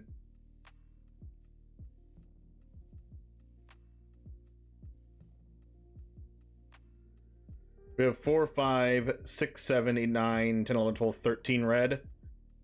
4, 5, 6, 7, 8, 9, 10, 11 white. 4, 5, 6, 7, 8, 9, 10, 11, 12, 13, 14, no, 16 white. 1, 2, 3, 4, 5, 6, 7, 8 black. Let's cut a white for a black.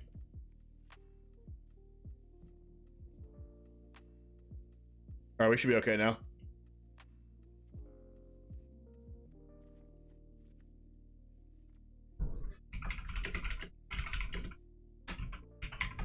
Baron, are you playing in early access?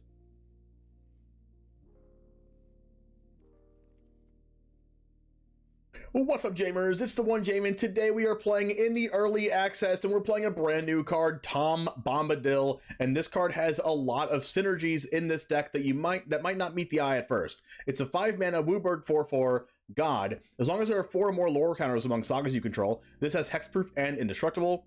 Whenever the final chapter of an ability of a saga you control resolves, reveal cards from the top of your library until you reveal a saga.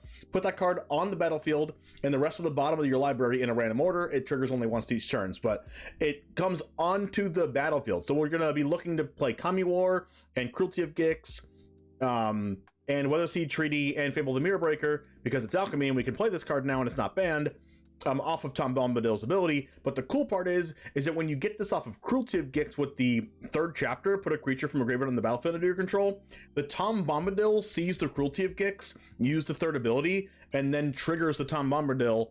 So we're going to be looking to discard the Tom, and then we're going to be bringing it back with Cruelty, and then getting another saga off Bombadil for free right away. We also have this really insane card, Spiteful Banditry, in this deck, which is a Meathook Massacre. It basically is just Meathook Massacre. In some ways, it's better than Meathook Massacre, so watch out. It's an X and double red for an enchantment. When it enters the battlefield, deals X damage to each creature, so it does actual damage. It doesn't do -1/-1 like Meathook does, but it still does the same thing as Meathook does.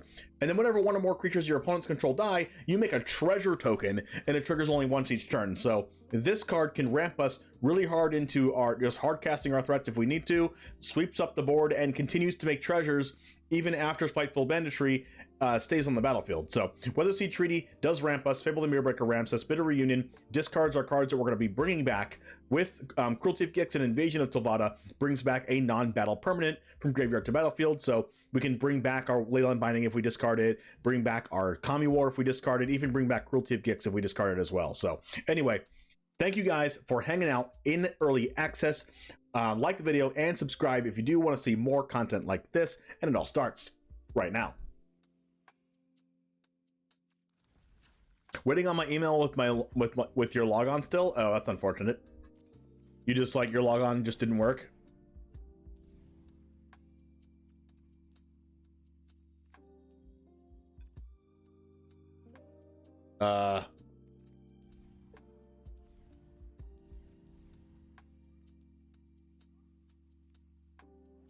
Here we go.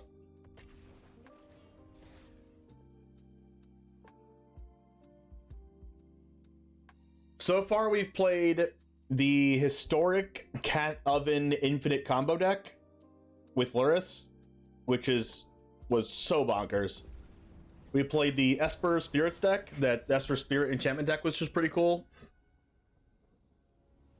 And now we're playing this. We don't have green mana, but, you know, our Goblin Shaman will make green mana for us. Travis Gafford, thanks for the raid. Appreciate you. What's up? Did you play in early access? Travis raid, what's up, Natural Ninja? How's it going? Welcome to Jametown. If we cast this Fable and it gets immediately countered, I swear to God. Okay, did not get countered. Okay, also don't kill my 2/2. Okay, they didn't kill my 2/2. Hello, Muvi, what's up? Whoa, is it happening? Discard Weather Seed. Discard another Weather Seed. We drew our mana. Well, they still didn't kill it. Well, that's really good for us. I think I'm gonna get a blue. Blue here? White? Yeah, just get a blue here.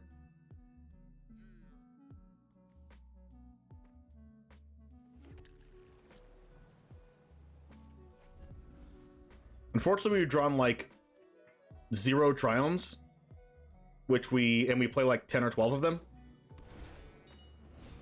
They drew a Xander's Lounge. Miyubi, thanks for the follow. Appreciate that. Okay, so we can Invasion of Tolvada, back a Weather Seed Treaty, and get another land. Kind of like that. Even though that's not the game plan of this deck. We could just pass. Invasion of Tolvada on the Weather Seed Treaty doesn't feel too good. I think I'm just passing. Big Angry Hobo, thanks for the follow. It's 5 mana. Do you have a Spiteful Banditry? Please don't. No! Okay, I don't want them to make a treasure. So I think I'm just going to Leyline Binding the Banditry here.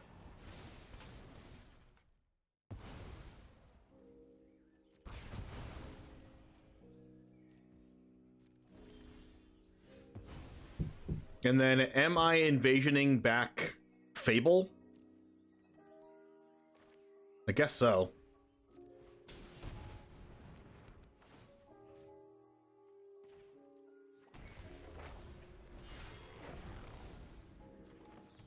Now Leyline Binding's 2 mana.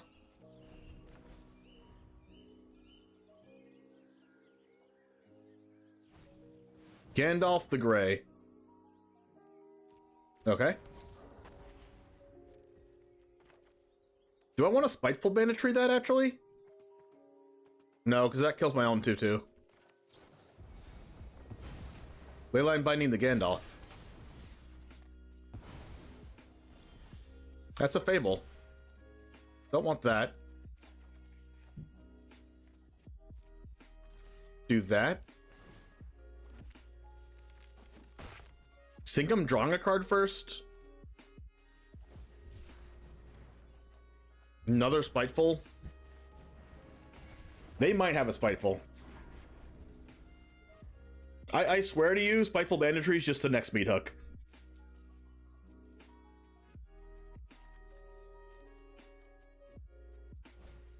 Another Gandalf. Another Fable. I think I'm just discarding both of these. Give me a Kami War, please. That is not even close.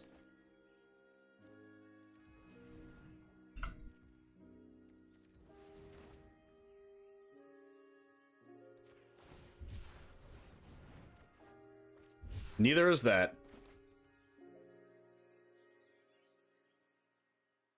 Well, that is quite unfortunate. Give me something. Well, now we draw our Triomes? Really? Now? After all we've been through?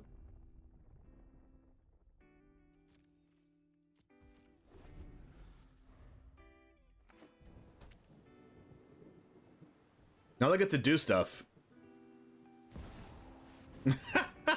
No! I knew they had it. That is real bad.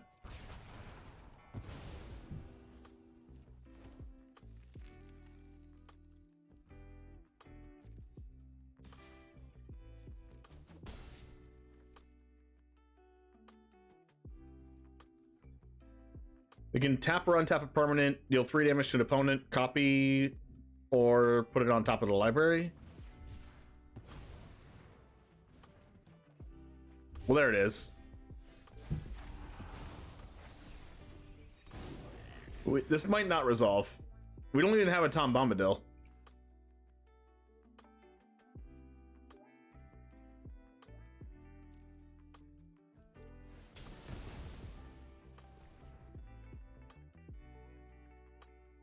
They have a counterspell?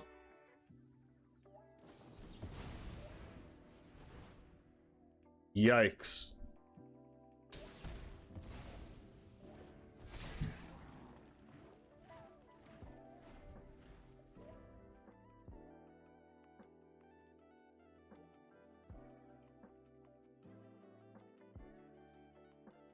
Gosh, this card's so good.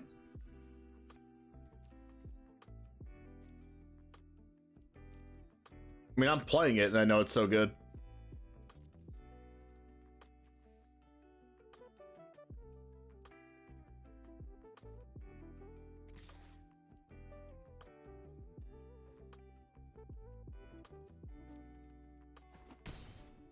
How has Gandalf felt? It's felt pretty medium. I can't even use the Cruelty of Gix.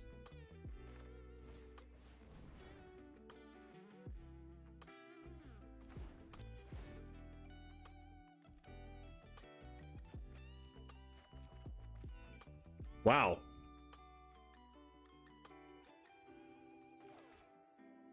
Actually.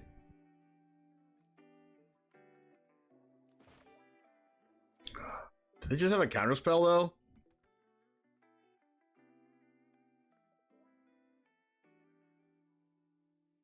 They have to have one.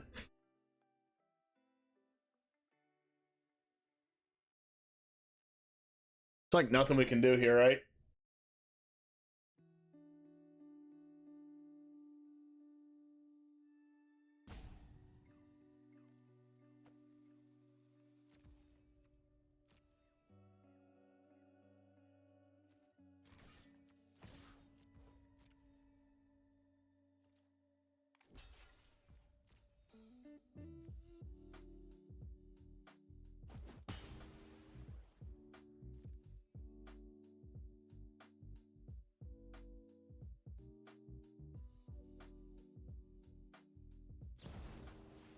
Cyber Siphoner.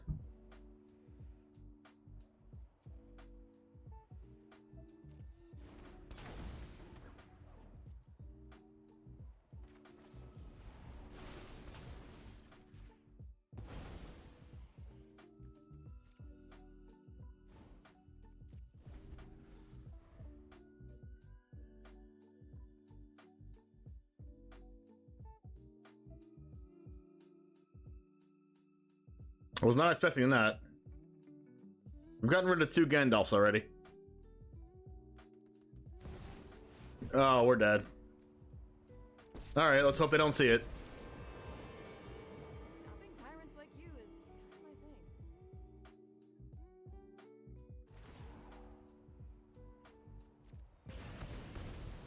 They didn't see that they could just -5 and kill me? Okay. Live to see another day?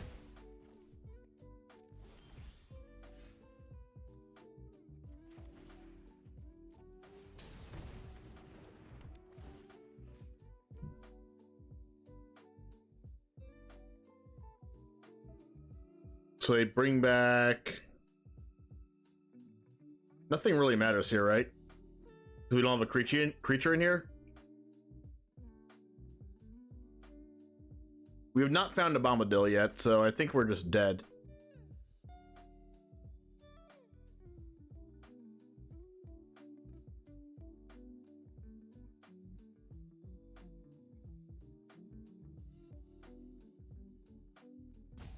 There's no creature to get.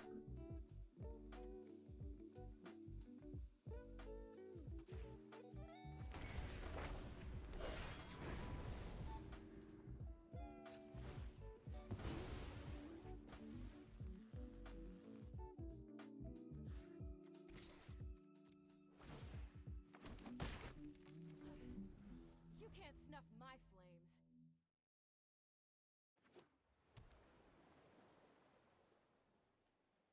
Like, we might need to play just one or two more creatures just so that we find one throughout the game.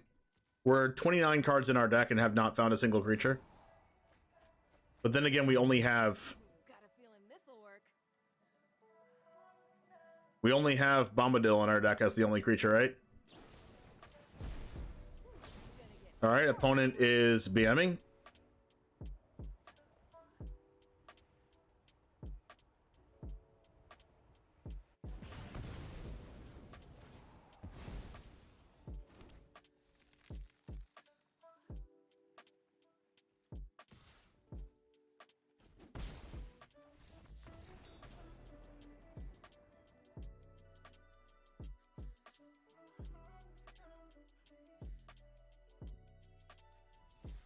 Yeah, I should probably have like just like one Atraxa in here.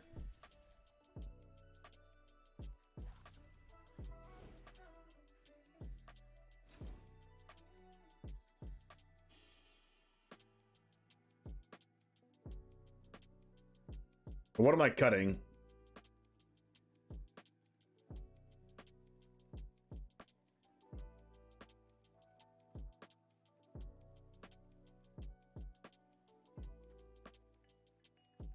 Oh.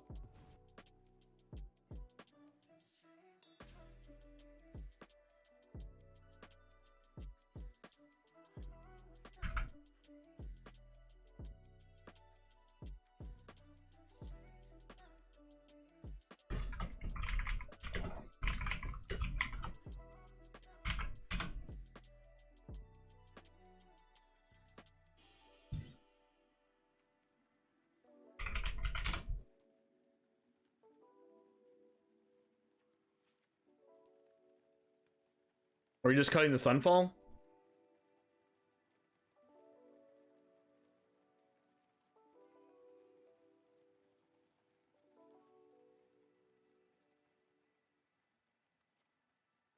Sure.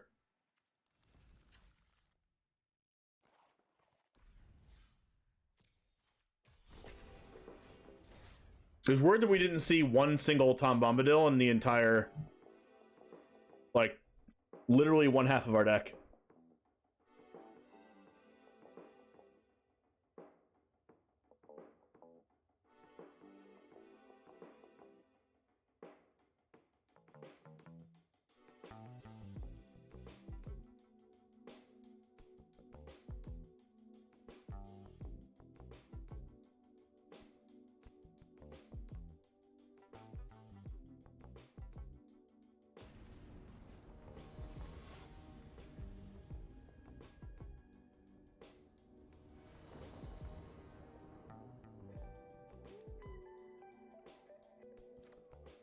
That's a keep.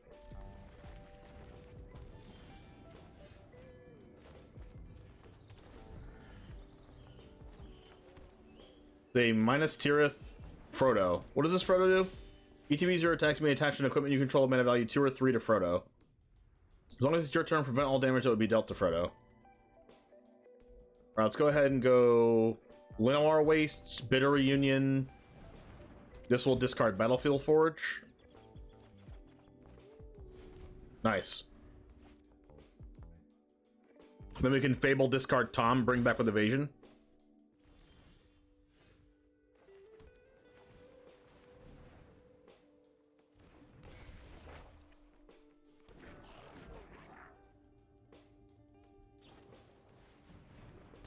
Ooh, what does this Samwise do? Flash, ETB, choose a target permanent card in your graveyard that was put there from the battlefield this turn, return it to your hand. The ring tempts you. Can be blocked by creatures with greater power. Oh wow, it's just an aggro deck.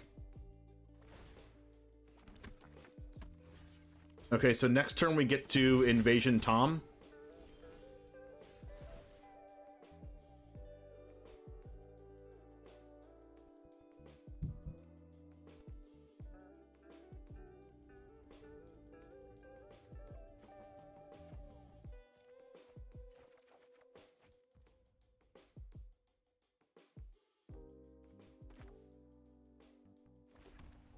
Or if they block with the idling, we get to kill their board.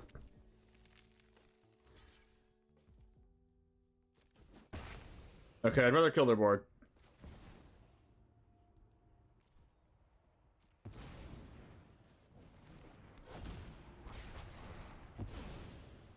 That card is actually absurd.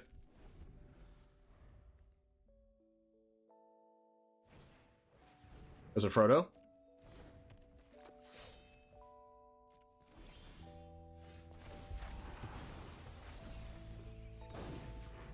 This comes back. It is a red beat hook, correct. So we go land, invasion, back to Tom.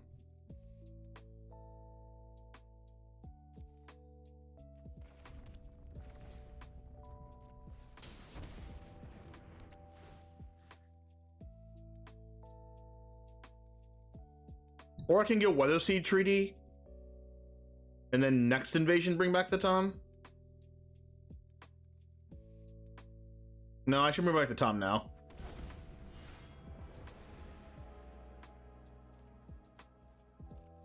Because we can invasion back the Weather Seed and then read ahead domain. And then that will trigger the Tom.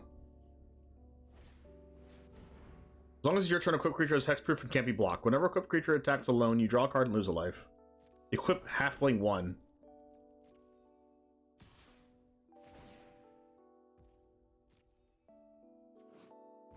So it has hexproof and can't be blocked.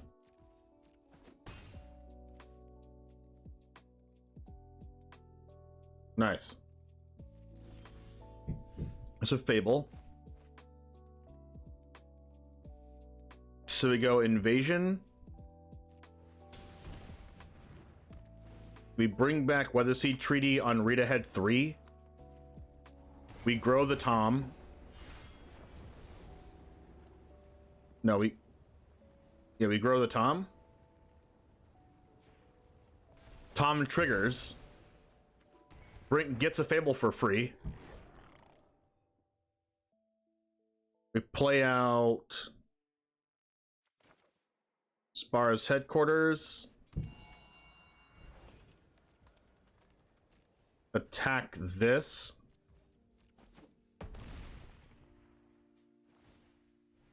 Flip the invasion. Pass. Trigger invasion. That's sick. And then when the the Tom will trigger again. Oh, wow. I'm in love.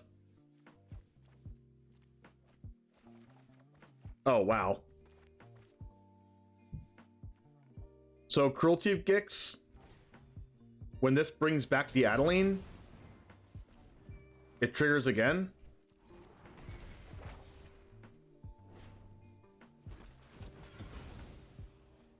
Trigger Tom. Wait, it triggers only once per turn. So I will do it on read ahead 2. No, I should have done it on read ahead 3. And then we can Bitter Reunion, give our board haste.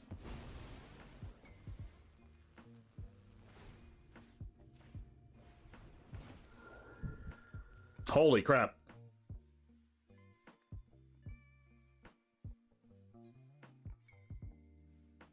Then we go flying this. These 2, 3 here.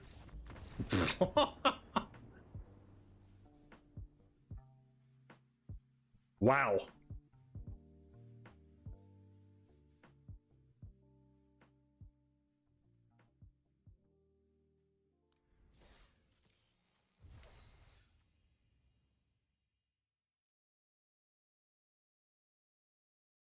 That was actually insane. Go Tom.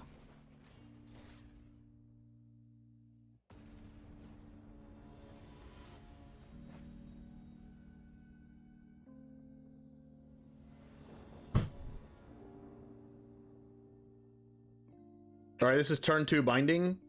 Turn 2 binding, turn 3 Bitter Reunion plus discard. Oh yeah, we're good. This is great.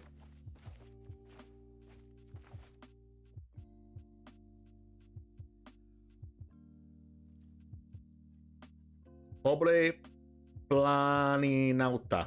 Planinauta. Crystal Grotto. Mono green?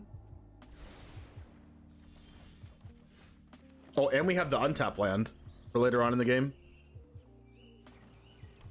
Plaza of Heroes. Delighted Halfling. Oh wow, they used the Crystal Grotto to fix the mana. Are we using Binding on Delighted Halfling?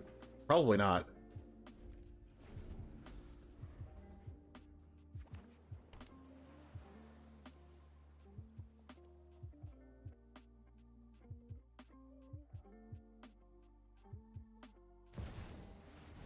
Uh-oh. The Power 9 is in the library.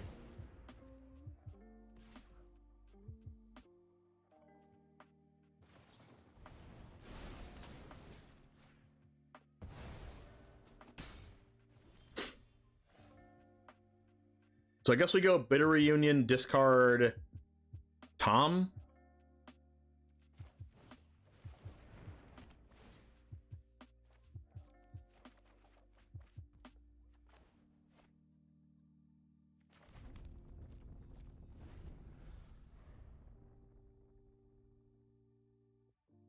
I'm gonna play Xander's Lounge next turn, I think. Elvish Mariner. That's fine.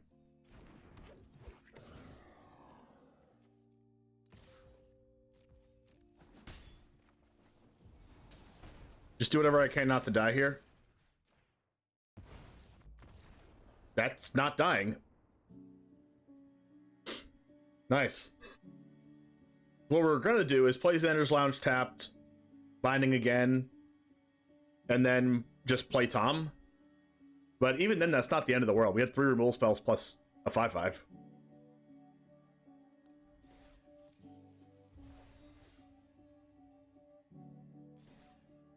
Oh, also, can somebody, I don't know if a mod's in chat right now, but can somebody go clip? Can somebody go make a highlight or clip? I don't know if you can go back into it because you might have to be a mod to do that, but or I can do it at the end of the stream. To go back and get the clip of the Tom going off.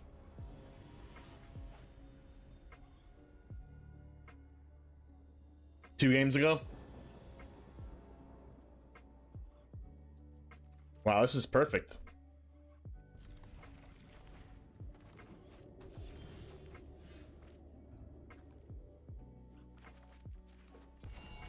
Turn 2 bindings all day, baby. The surrender versus the aggro? No, the game. Wait, yes, the surrender versus the aggro. That is a Golem Patient Plotter. When it leaves the battlefield, it tempts you. Uh-oh.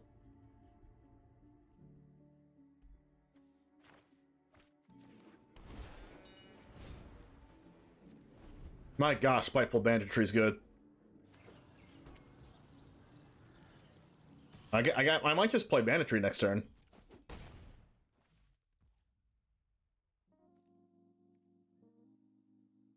I mean, yeah, it just makes sense, right?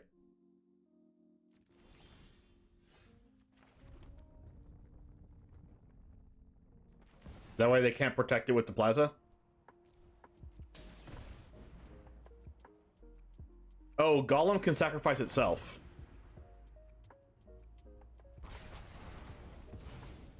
The ring tempts you, but they don't have a creature to tempt. And that gives us the treasure to binding. They could have the Orcs card. Samwise.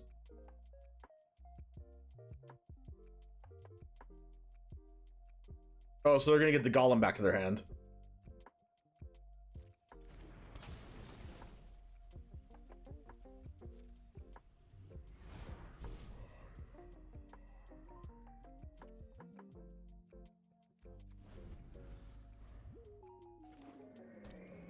I think I'm just gonna binding this now. Because I don't want them to draw discard.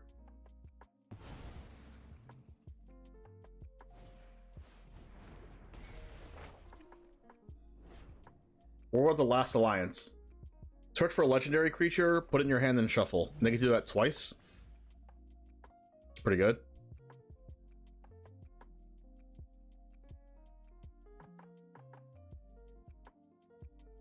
think I will Bitter Reunion. Discard Bitter Union.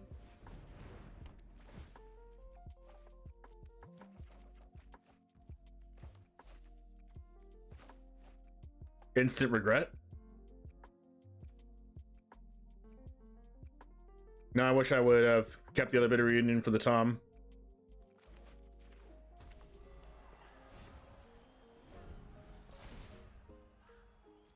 What's the third chapter of this? Creatures gain double strike. It's pretty good.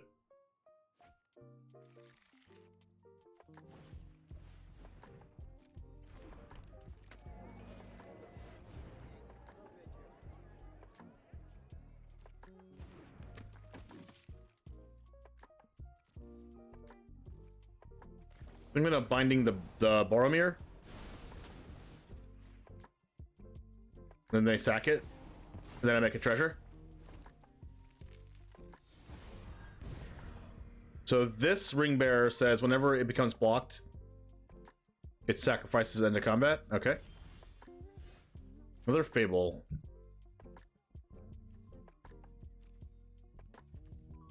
So we're going double fable here then.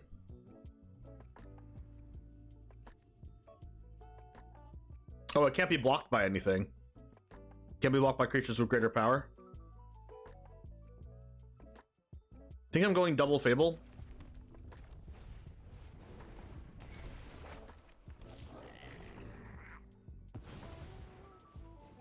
Odawara will be kind of nice in this deck to bounce the Spiteful Banditry back to hand to use it again. So now, whenever the Ring Bearer deals combat damage to a player, each opponent loses 3 life. It's pretty good. And it has double strike. Oh, wow. Oh, wait, now I can block it. I don't think they should have done that. They should have done it at instant speed. Golem's Bite? I think they should have... Oh, wow, they have double Golem's Bite. So they draw discard. I take, like, so much damage from this, right? It has double strike this turn. Boom, I take 3, so I took 10 damage just from that one Frodo. Holy crap.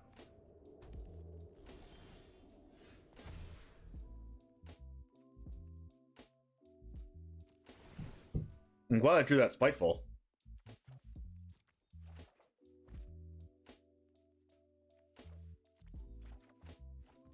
Double invasion? So we can invasion for Tom? But what does that do? Should probably just use the Spiteful Banditry.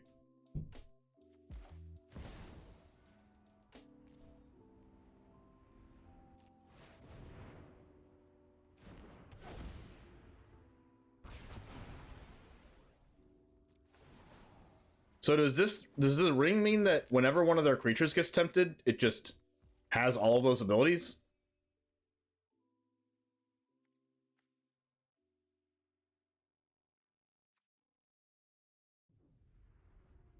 I think they should have sacrificed this with the Golem, right?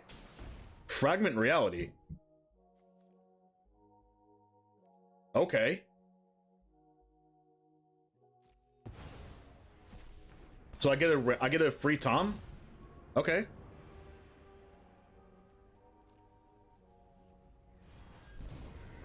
Oh, wait, am I just dead? Am I dead to this? You get to draw a discard and I just lose 3 life whenever it attacks? Oh, it deals combat damage. Mental Misplay, what's up? What's up, dude? Thanks for the raid. Discard Call of the Ring. I don't think I can deal with this thing. I can't block it. Hey, Blank, how's it going?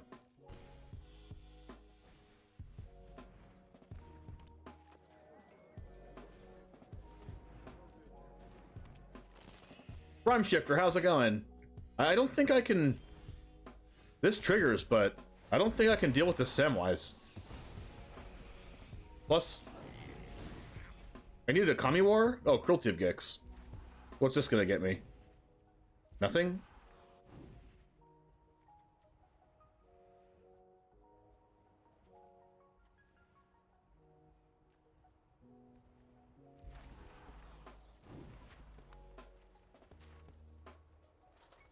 And I have to do this.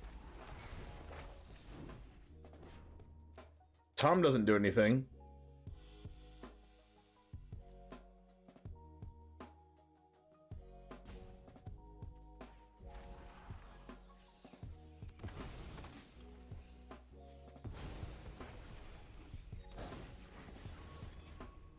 I guess I can go invasion plus like bitter union. That's not lethal though. It actually just doesn't do anything, right? Cruelty of Gix. Can you get another creature?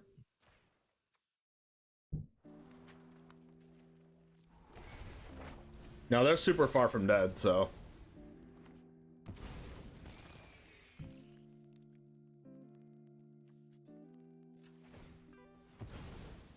It would have been nice, but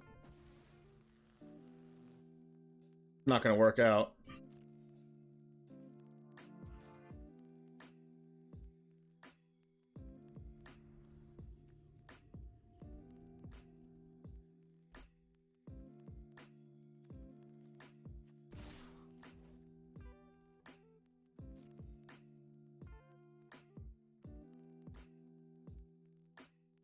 Yeah, unfortunately, it's impossible to kill the ring bearer right now.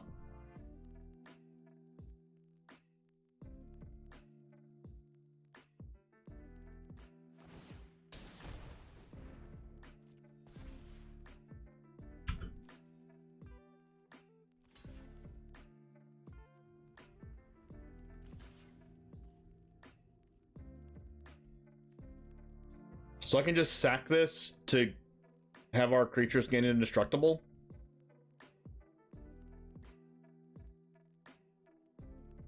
But I don't really need to do that.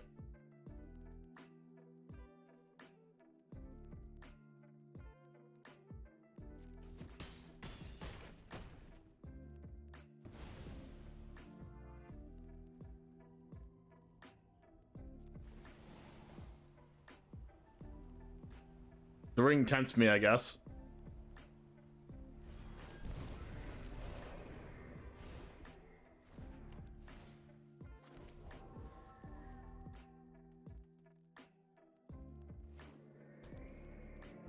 Oh, I should have used reflection to copy reflection. No, I shouldn't have. Never mind. Nothing worked there. I guess they technically can't kill me. Wait. Can they kill me? If they kill my lifelinker, they can kill me. I'm still not dead. What just happened? Oh, sacrifice end of combat if I block. Okay.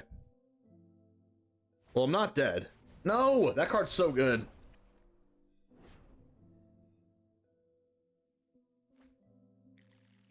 They got a Skrelv. Oh, God. Oh, I'm so dead.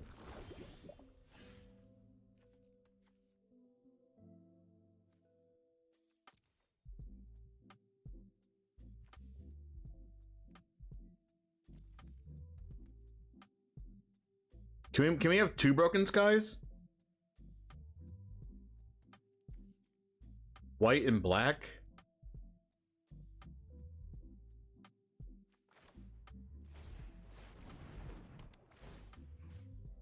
I guess I have to get a Fable then?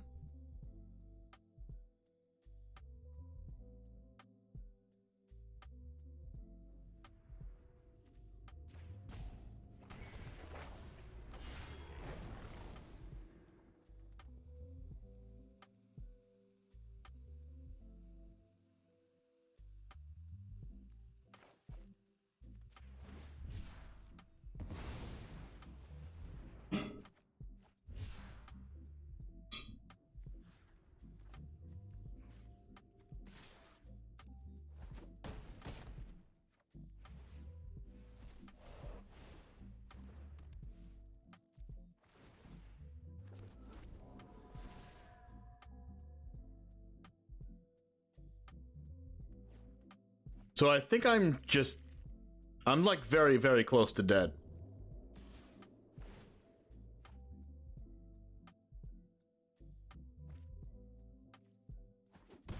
Oh wait, how's that unblockable?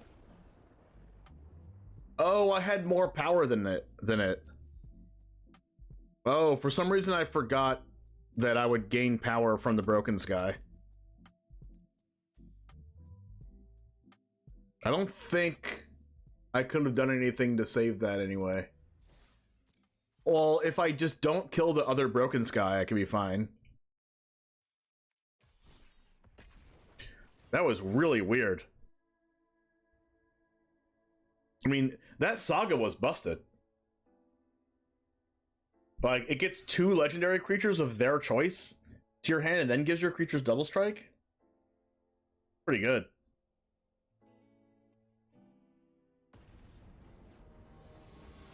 And that one creature did 10 damage in 1 turn. MTG Malone, can we beat Maloney? Hand's pretty good. What was the search card called again? Oh, I forgot.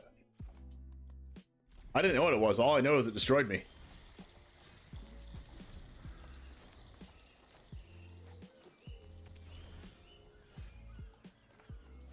Eol Atraxa. Don't count on me, bro. Thank you.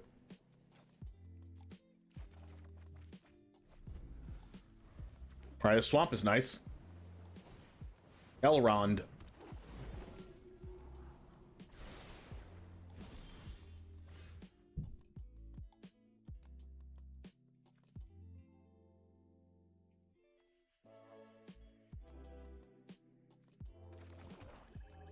We're just fabling. I'll look it up, thanks anyway. I wish I knew the name for it. Don't fading Hobie, bro. Whoa, what is that island? Oh, that's Rivendell. Elvish Mariner. Oh, this spiteful banditry is going to be absolutely nuts. They tapped my Fable. Guess I'll discard Tower?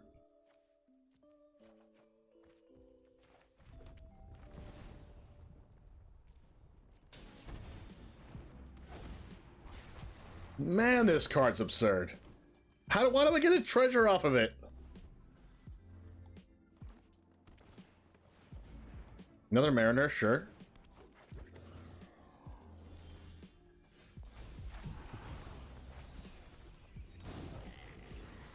So we invasion back Atraxa?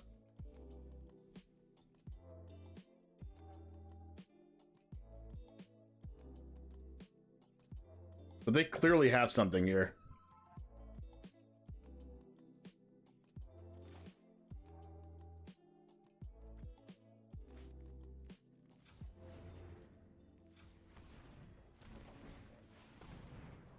I guess they don't have something?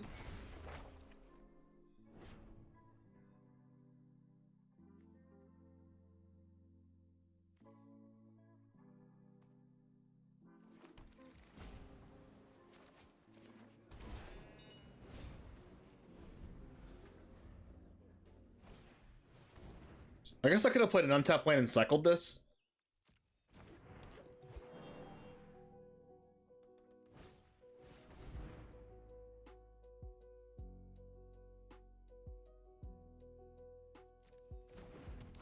Whenever you scry, choose 1 in Glorinfell. Dauntless Rescuer gets +1/+1 till end of turn.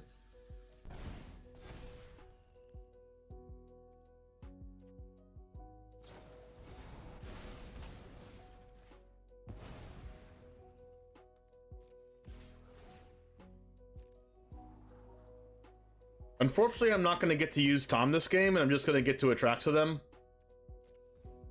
But I wanted to use Tom.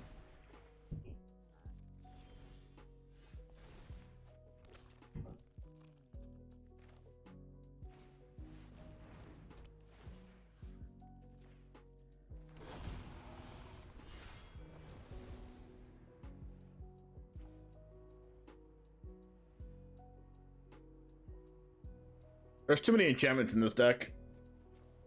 I get 2 cards off of this. That is funny.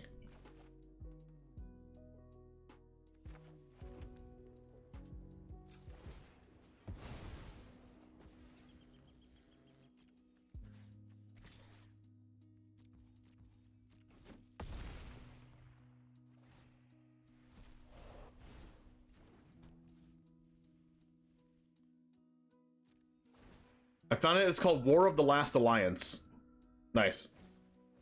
Leafcrown Visionary. Oh, the elves? Oh, that's a blue elf. Oh, and Elrond's an elf. Oh, it's blue-green elves. Oh. It all makes sense.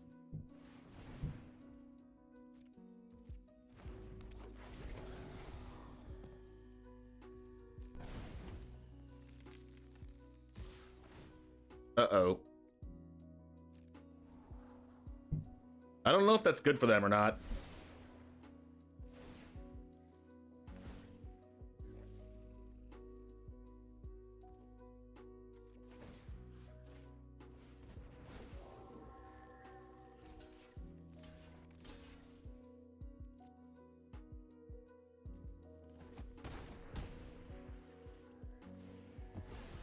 Get a treasure? Oh my god. That is bonkers. I just get to do that? I should attack first.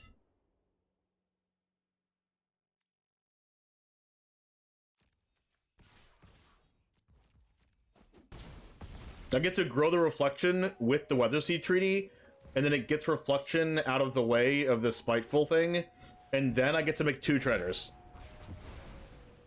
That is so absurd.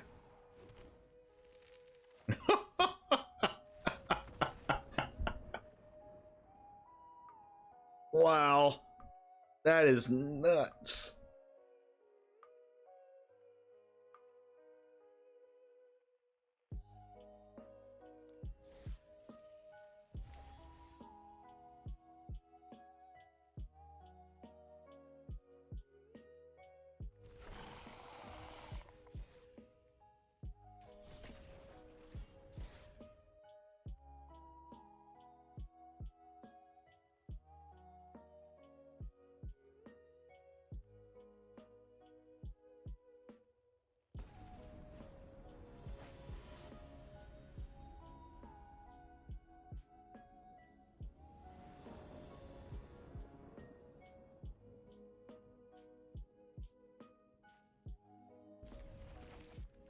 Keep this with no blue mana because I guess Bitter Reunion's pretty good.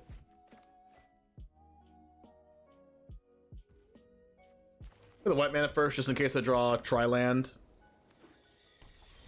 There it is. I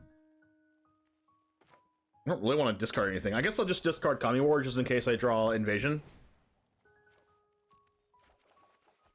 Oh, that's a Fable.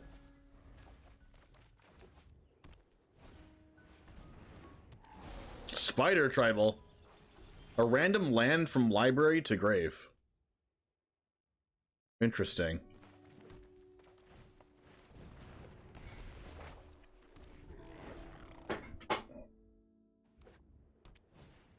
Black Market? Be a shame something happened to that. Oh, it just, at the beginning of your end, something just happens? Oh, wow. Card.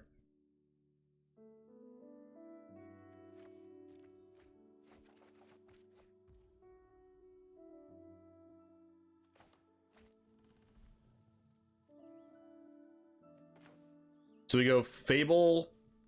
Oh, we don't have a blue-black land.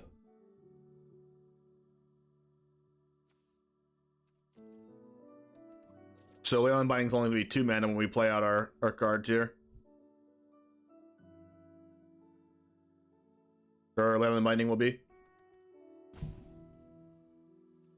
Let's just attack here.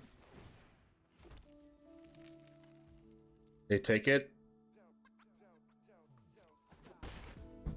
I don't think I give them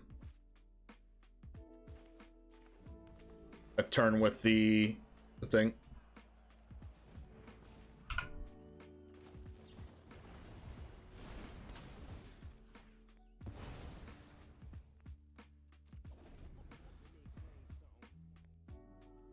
And then we can cast Kami War next turn if we get to hit with the 2/2. Titania. Oh, that's cool. The Vine Soul Spider fuels Titania.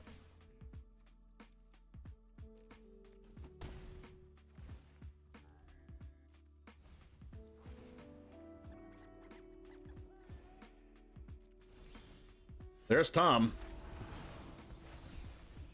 Right in the nick of Tom.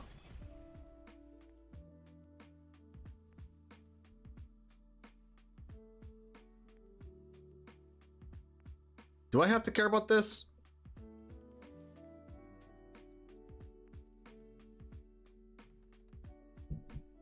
Maybe not.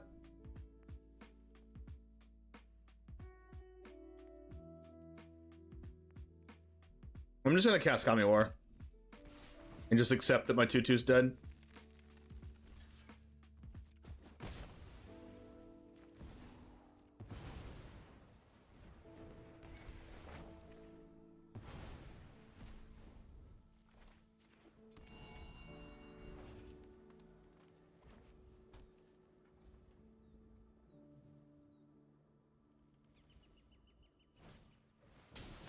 That kills an on-land permanent.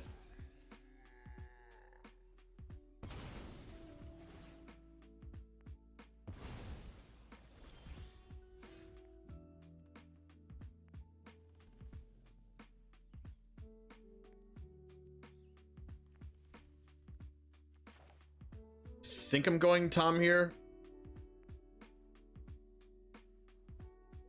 Like, they could have another Skyfisher Spider, though. No, I think I'm just setting up this.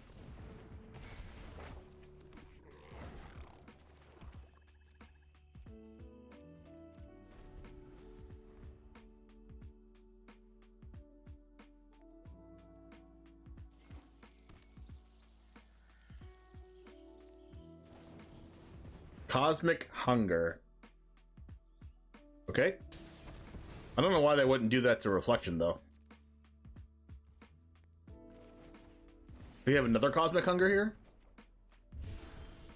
There's the Invasion. So Invasion just brings back Atraxa here?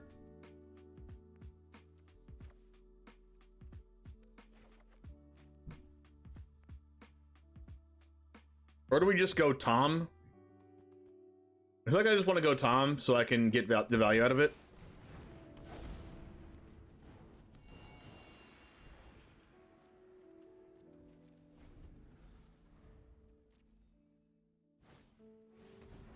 Black Market? Oh, Black Market makes spiders, so it makes sense. That's a card. We got a Weather Seed Treaty. Oh, so I will be doing that then.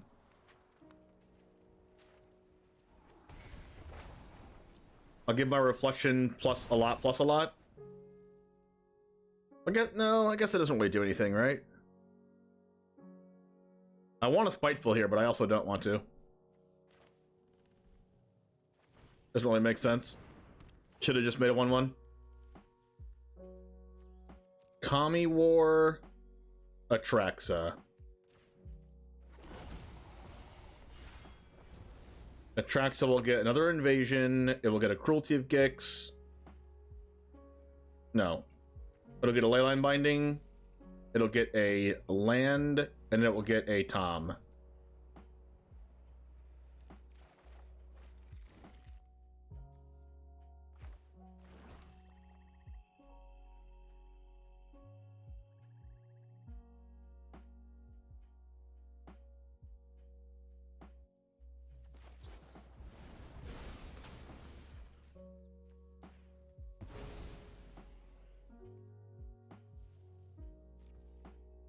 I guess I could just give my stuff haste.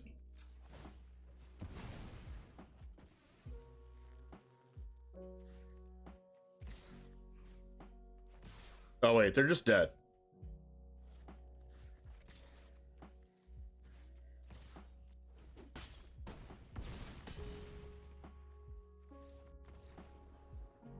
I was like, let's do the value play. Oh wait, they die.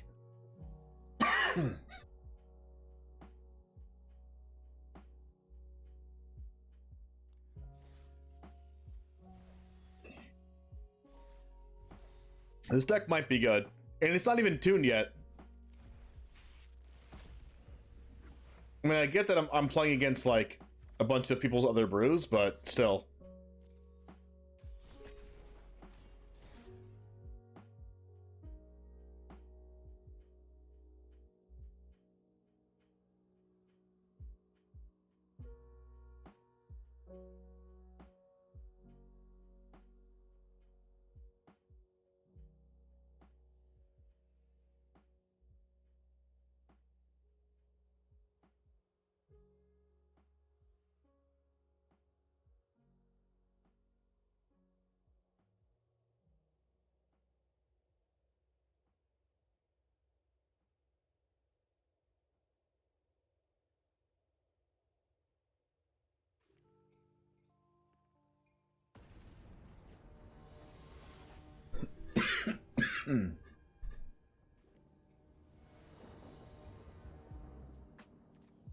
That is a keep. Binding on turn 2, hopefully Fable turn 3. I mean, or Weather Seed Treaty, I guess.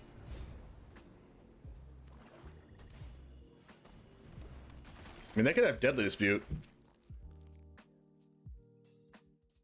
I should just binding this right now.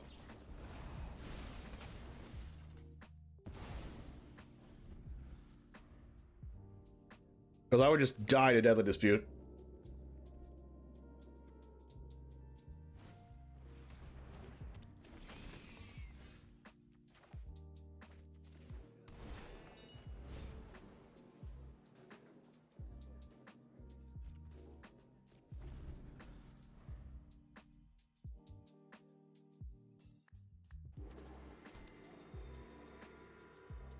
Do they have, like, Engeminate? No way, right?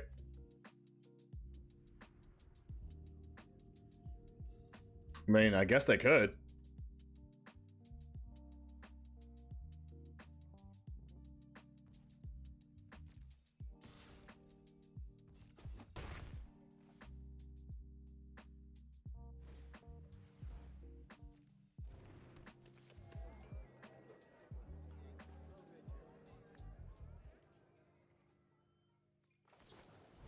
I'm getting rid of Frodo here. Unless they have Deadly Dispute. Probably do. I'm at least happy if they do, because that means my turn 2 Leyland Binding was correct. They did not Deadly Dispute. Another Binding.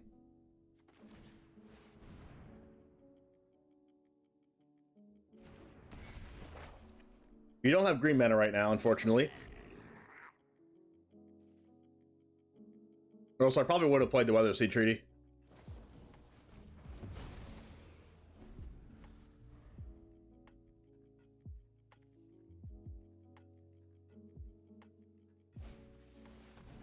Nazgul.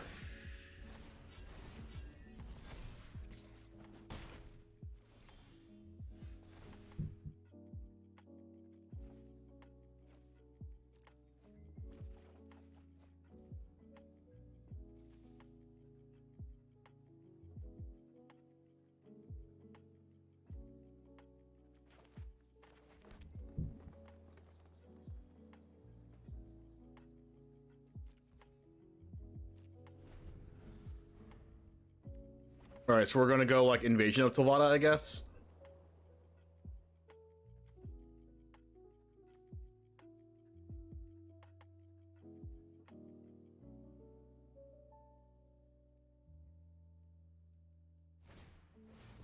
I guess I'm gonna get rid of the Nazgul, then? Well, I don't want them to draw a discard, either.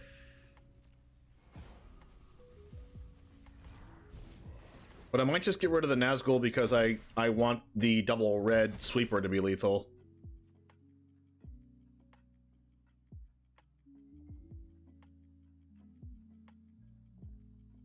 But it's still not, because it's 4 toughness.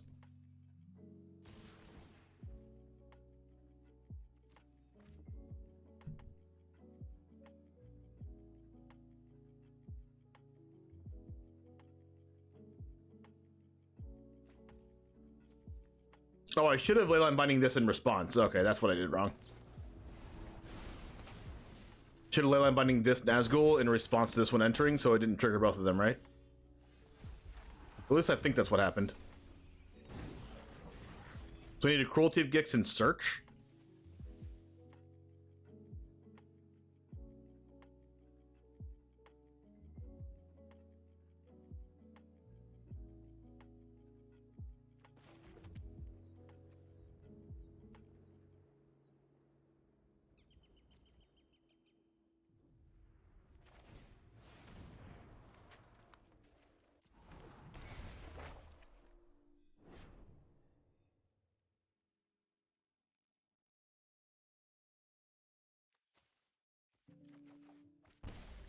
I'm not going to be able to kill the Nazgul, though, unless I draw an untap land.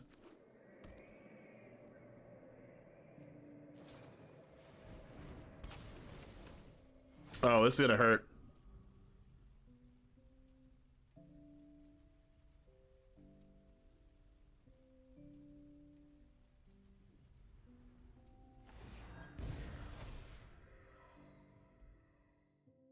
This Nazgul is really strong.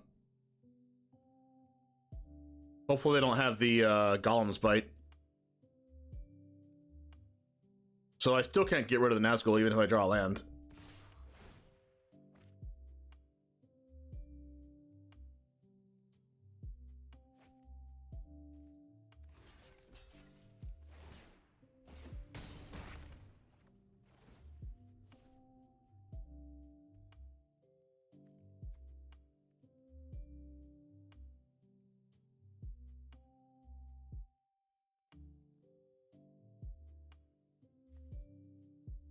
So I get a creature into play? I guess I'll get a Nazgul?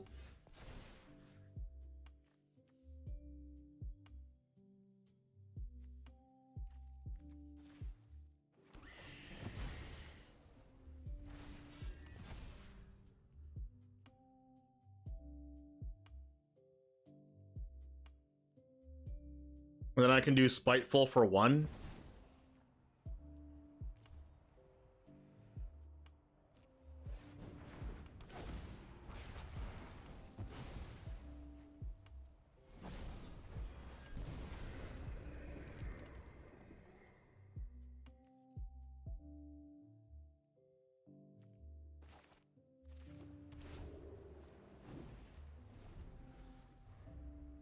So if they remove Nazgul, I lose?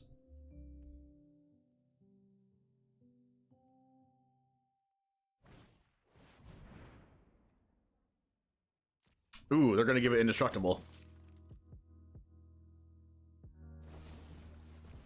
Oh.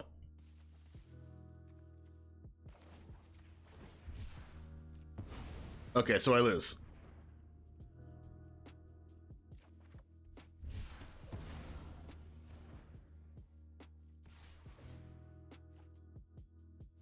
Nice.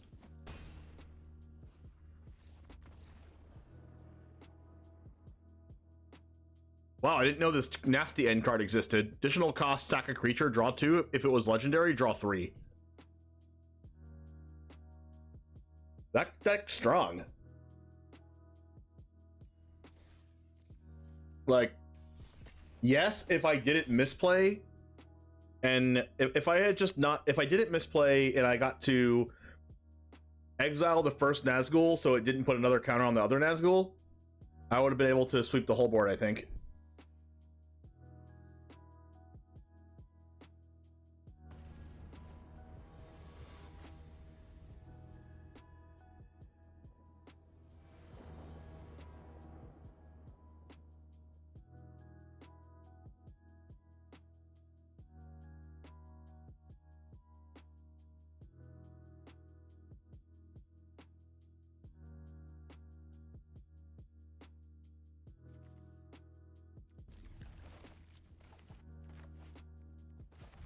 Anytime you have Bitter Reunion in your hand, you just feel so powerful. Goblin Trap Finder.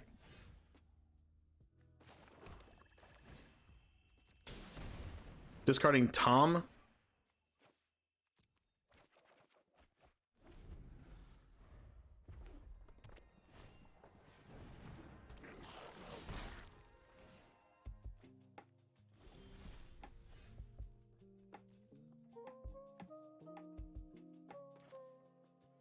We could... Never mind. We can't Spiteful Banditry this turn. Wow, this Moria Marauder is pretty good. Haste. Enlist. Conjure a duplicate into the top 5 at random. Sure. Is there any cool commanders in the Lord of the Rings set? Yeah, oh yeah, infinite. Actually infinite. I'm just gonna hold on to Leyland Binding and plan to Spiteful Banditry them. I don't care if they play cards off the top.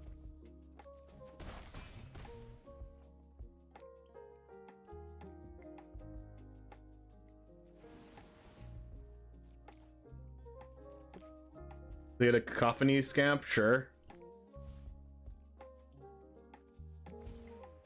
Okay.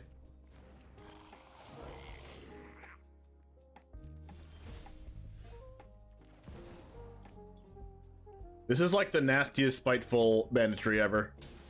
Which one do you think you'd like the most? I haven't even read through all of them.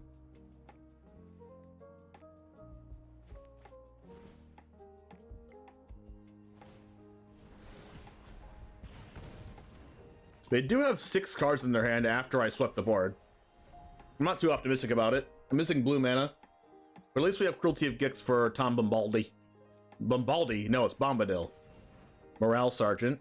That is a haster. Back to Crick or Urza it is. What is this? 2 damage to any target? Am I just gonna die?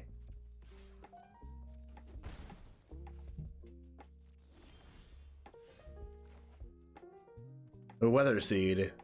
Cruelty of Gix gets Tom, and then that gets any other thing. This thing says can't be blocked with creatures with greater power, which is not good for me. Weather Seed Treaty gets me a basic land. I guess I should just Kami War?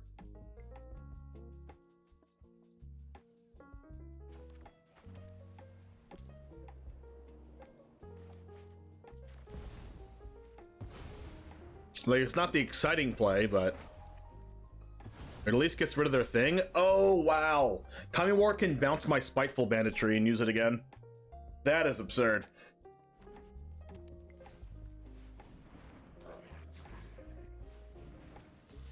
I might just be dead, though.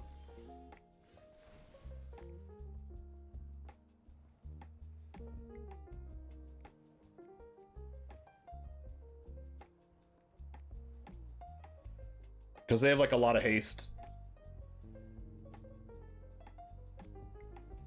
I'll bounce this, I think. Or should I just get the Tom?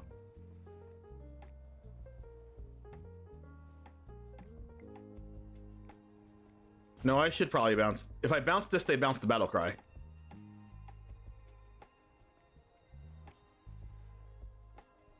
No, they can't. They don't bounce the Battle Cry. They discard a card. Okay, I'll bounce this. They discard a card.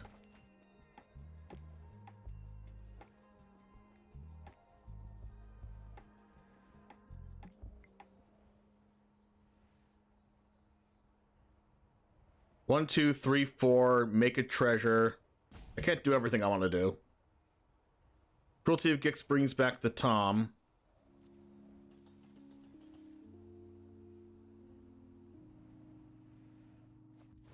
They discard Assault on Osgiliath. Whoa, that's scary.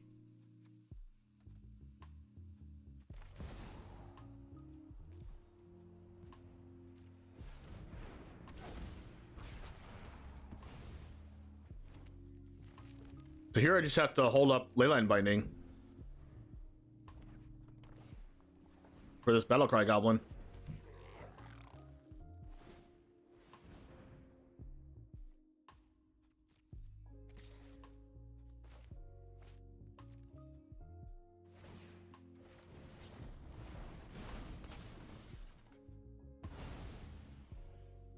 I just hope I can gain life.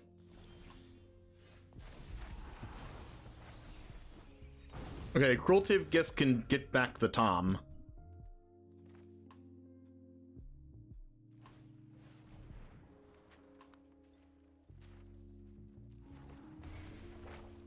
And then the Tom triggers.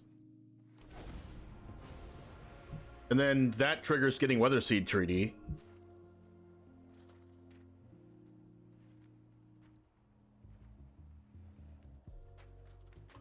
I think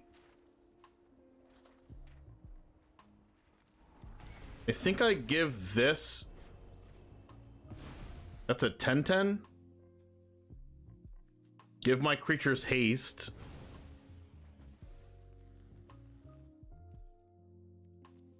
Attack for 10.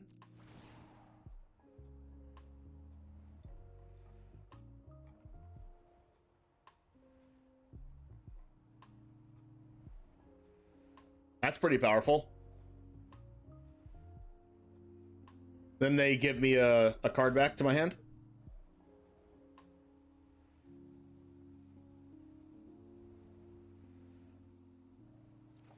They give me Bitter Union, sure. They go to 8. And then hopefully I don't die. What is that? Goblins cost 1 less. Conjure from Spellbook. Anything do burn damage? Yes, Ember Hauler does 2 damage. Relic Robber does damage. Firebrand does damage. Arsonist. Oh gosh, there's so many things that do damage. Attack you? I think this is just lethal.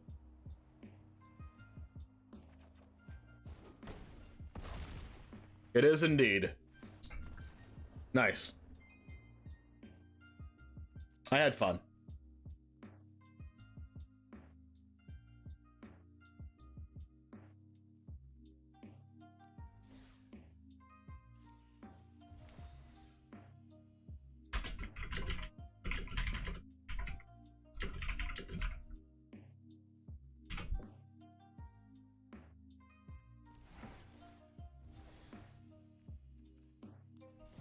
This deck has definitely been busted.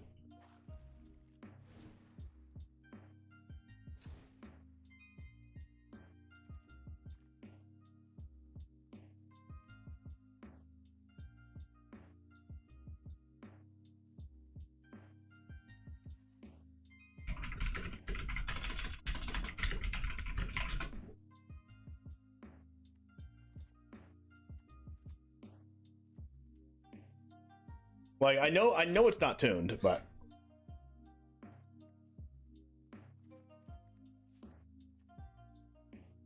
all right, Jamers, thank you very much for hanging out. I know this build isn't exactly tuned yet to what the power level of it even could be, because we're playing a lot of enchantments and you can't get that many things off of Atraxa. We did put Atraxa in our deck after the first match because I want something else from Card Advantage to bring back off Cruelty and Invasion of Tavada.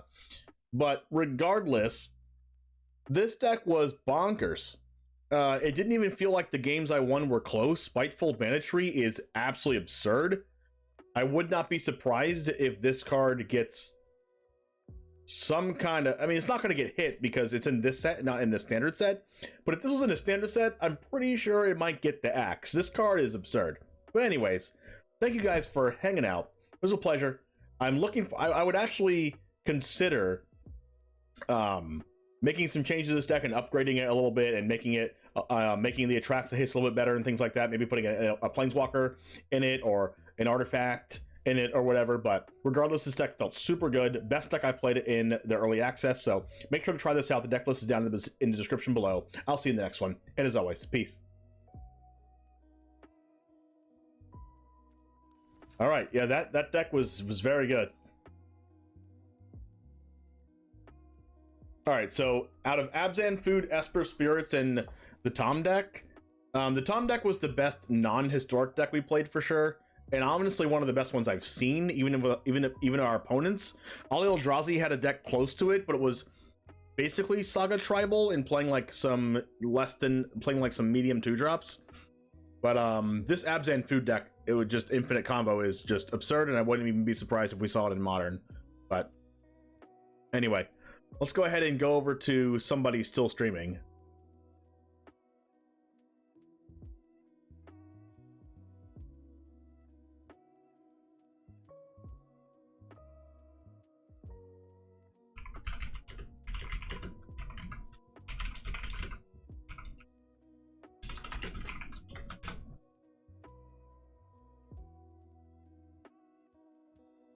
We got...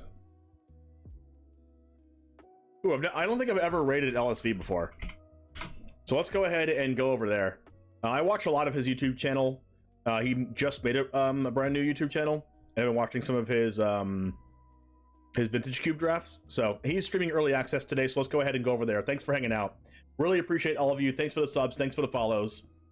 And also thank you for Wizards for hanging out in the chat for a little bit and giving us a 10,000 gem code to give out. Anyway, Enjoy LSV stream. Don't know what he's playing, but hopefully it's really, really good. I will see you. When's the next time I'm seeing you guys? I'm going to be at Command Fest Orlando for Friday, Saturday, and Sunday, so I'll see you on Monday. Have a good rest of your day.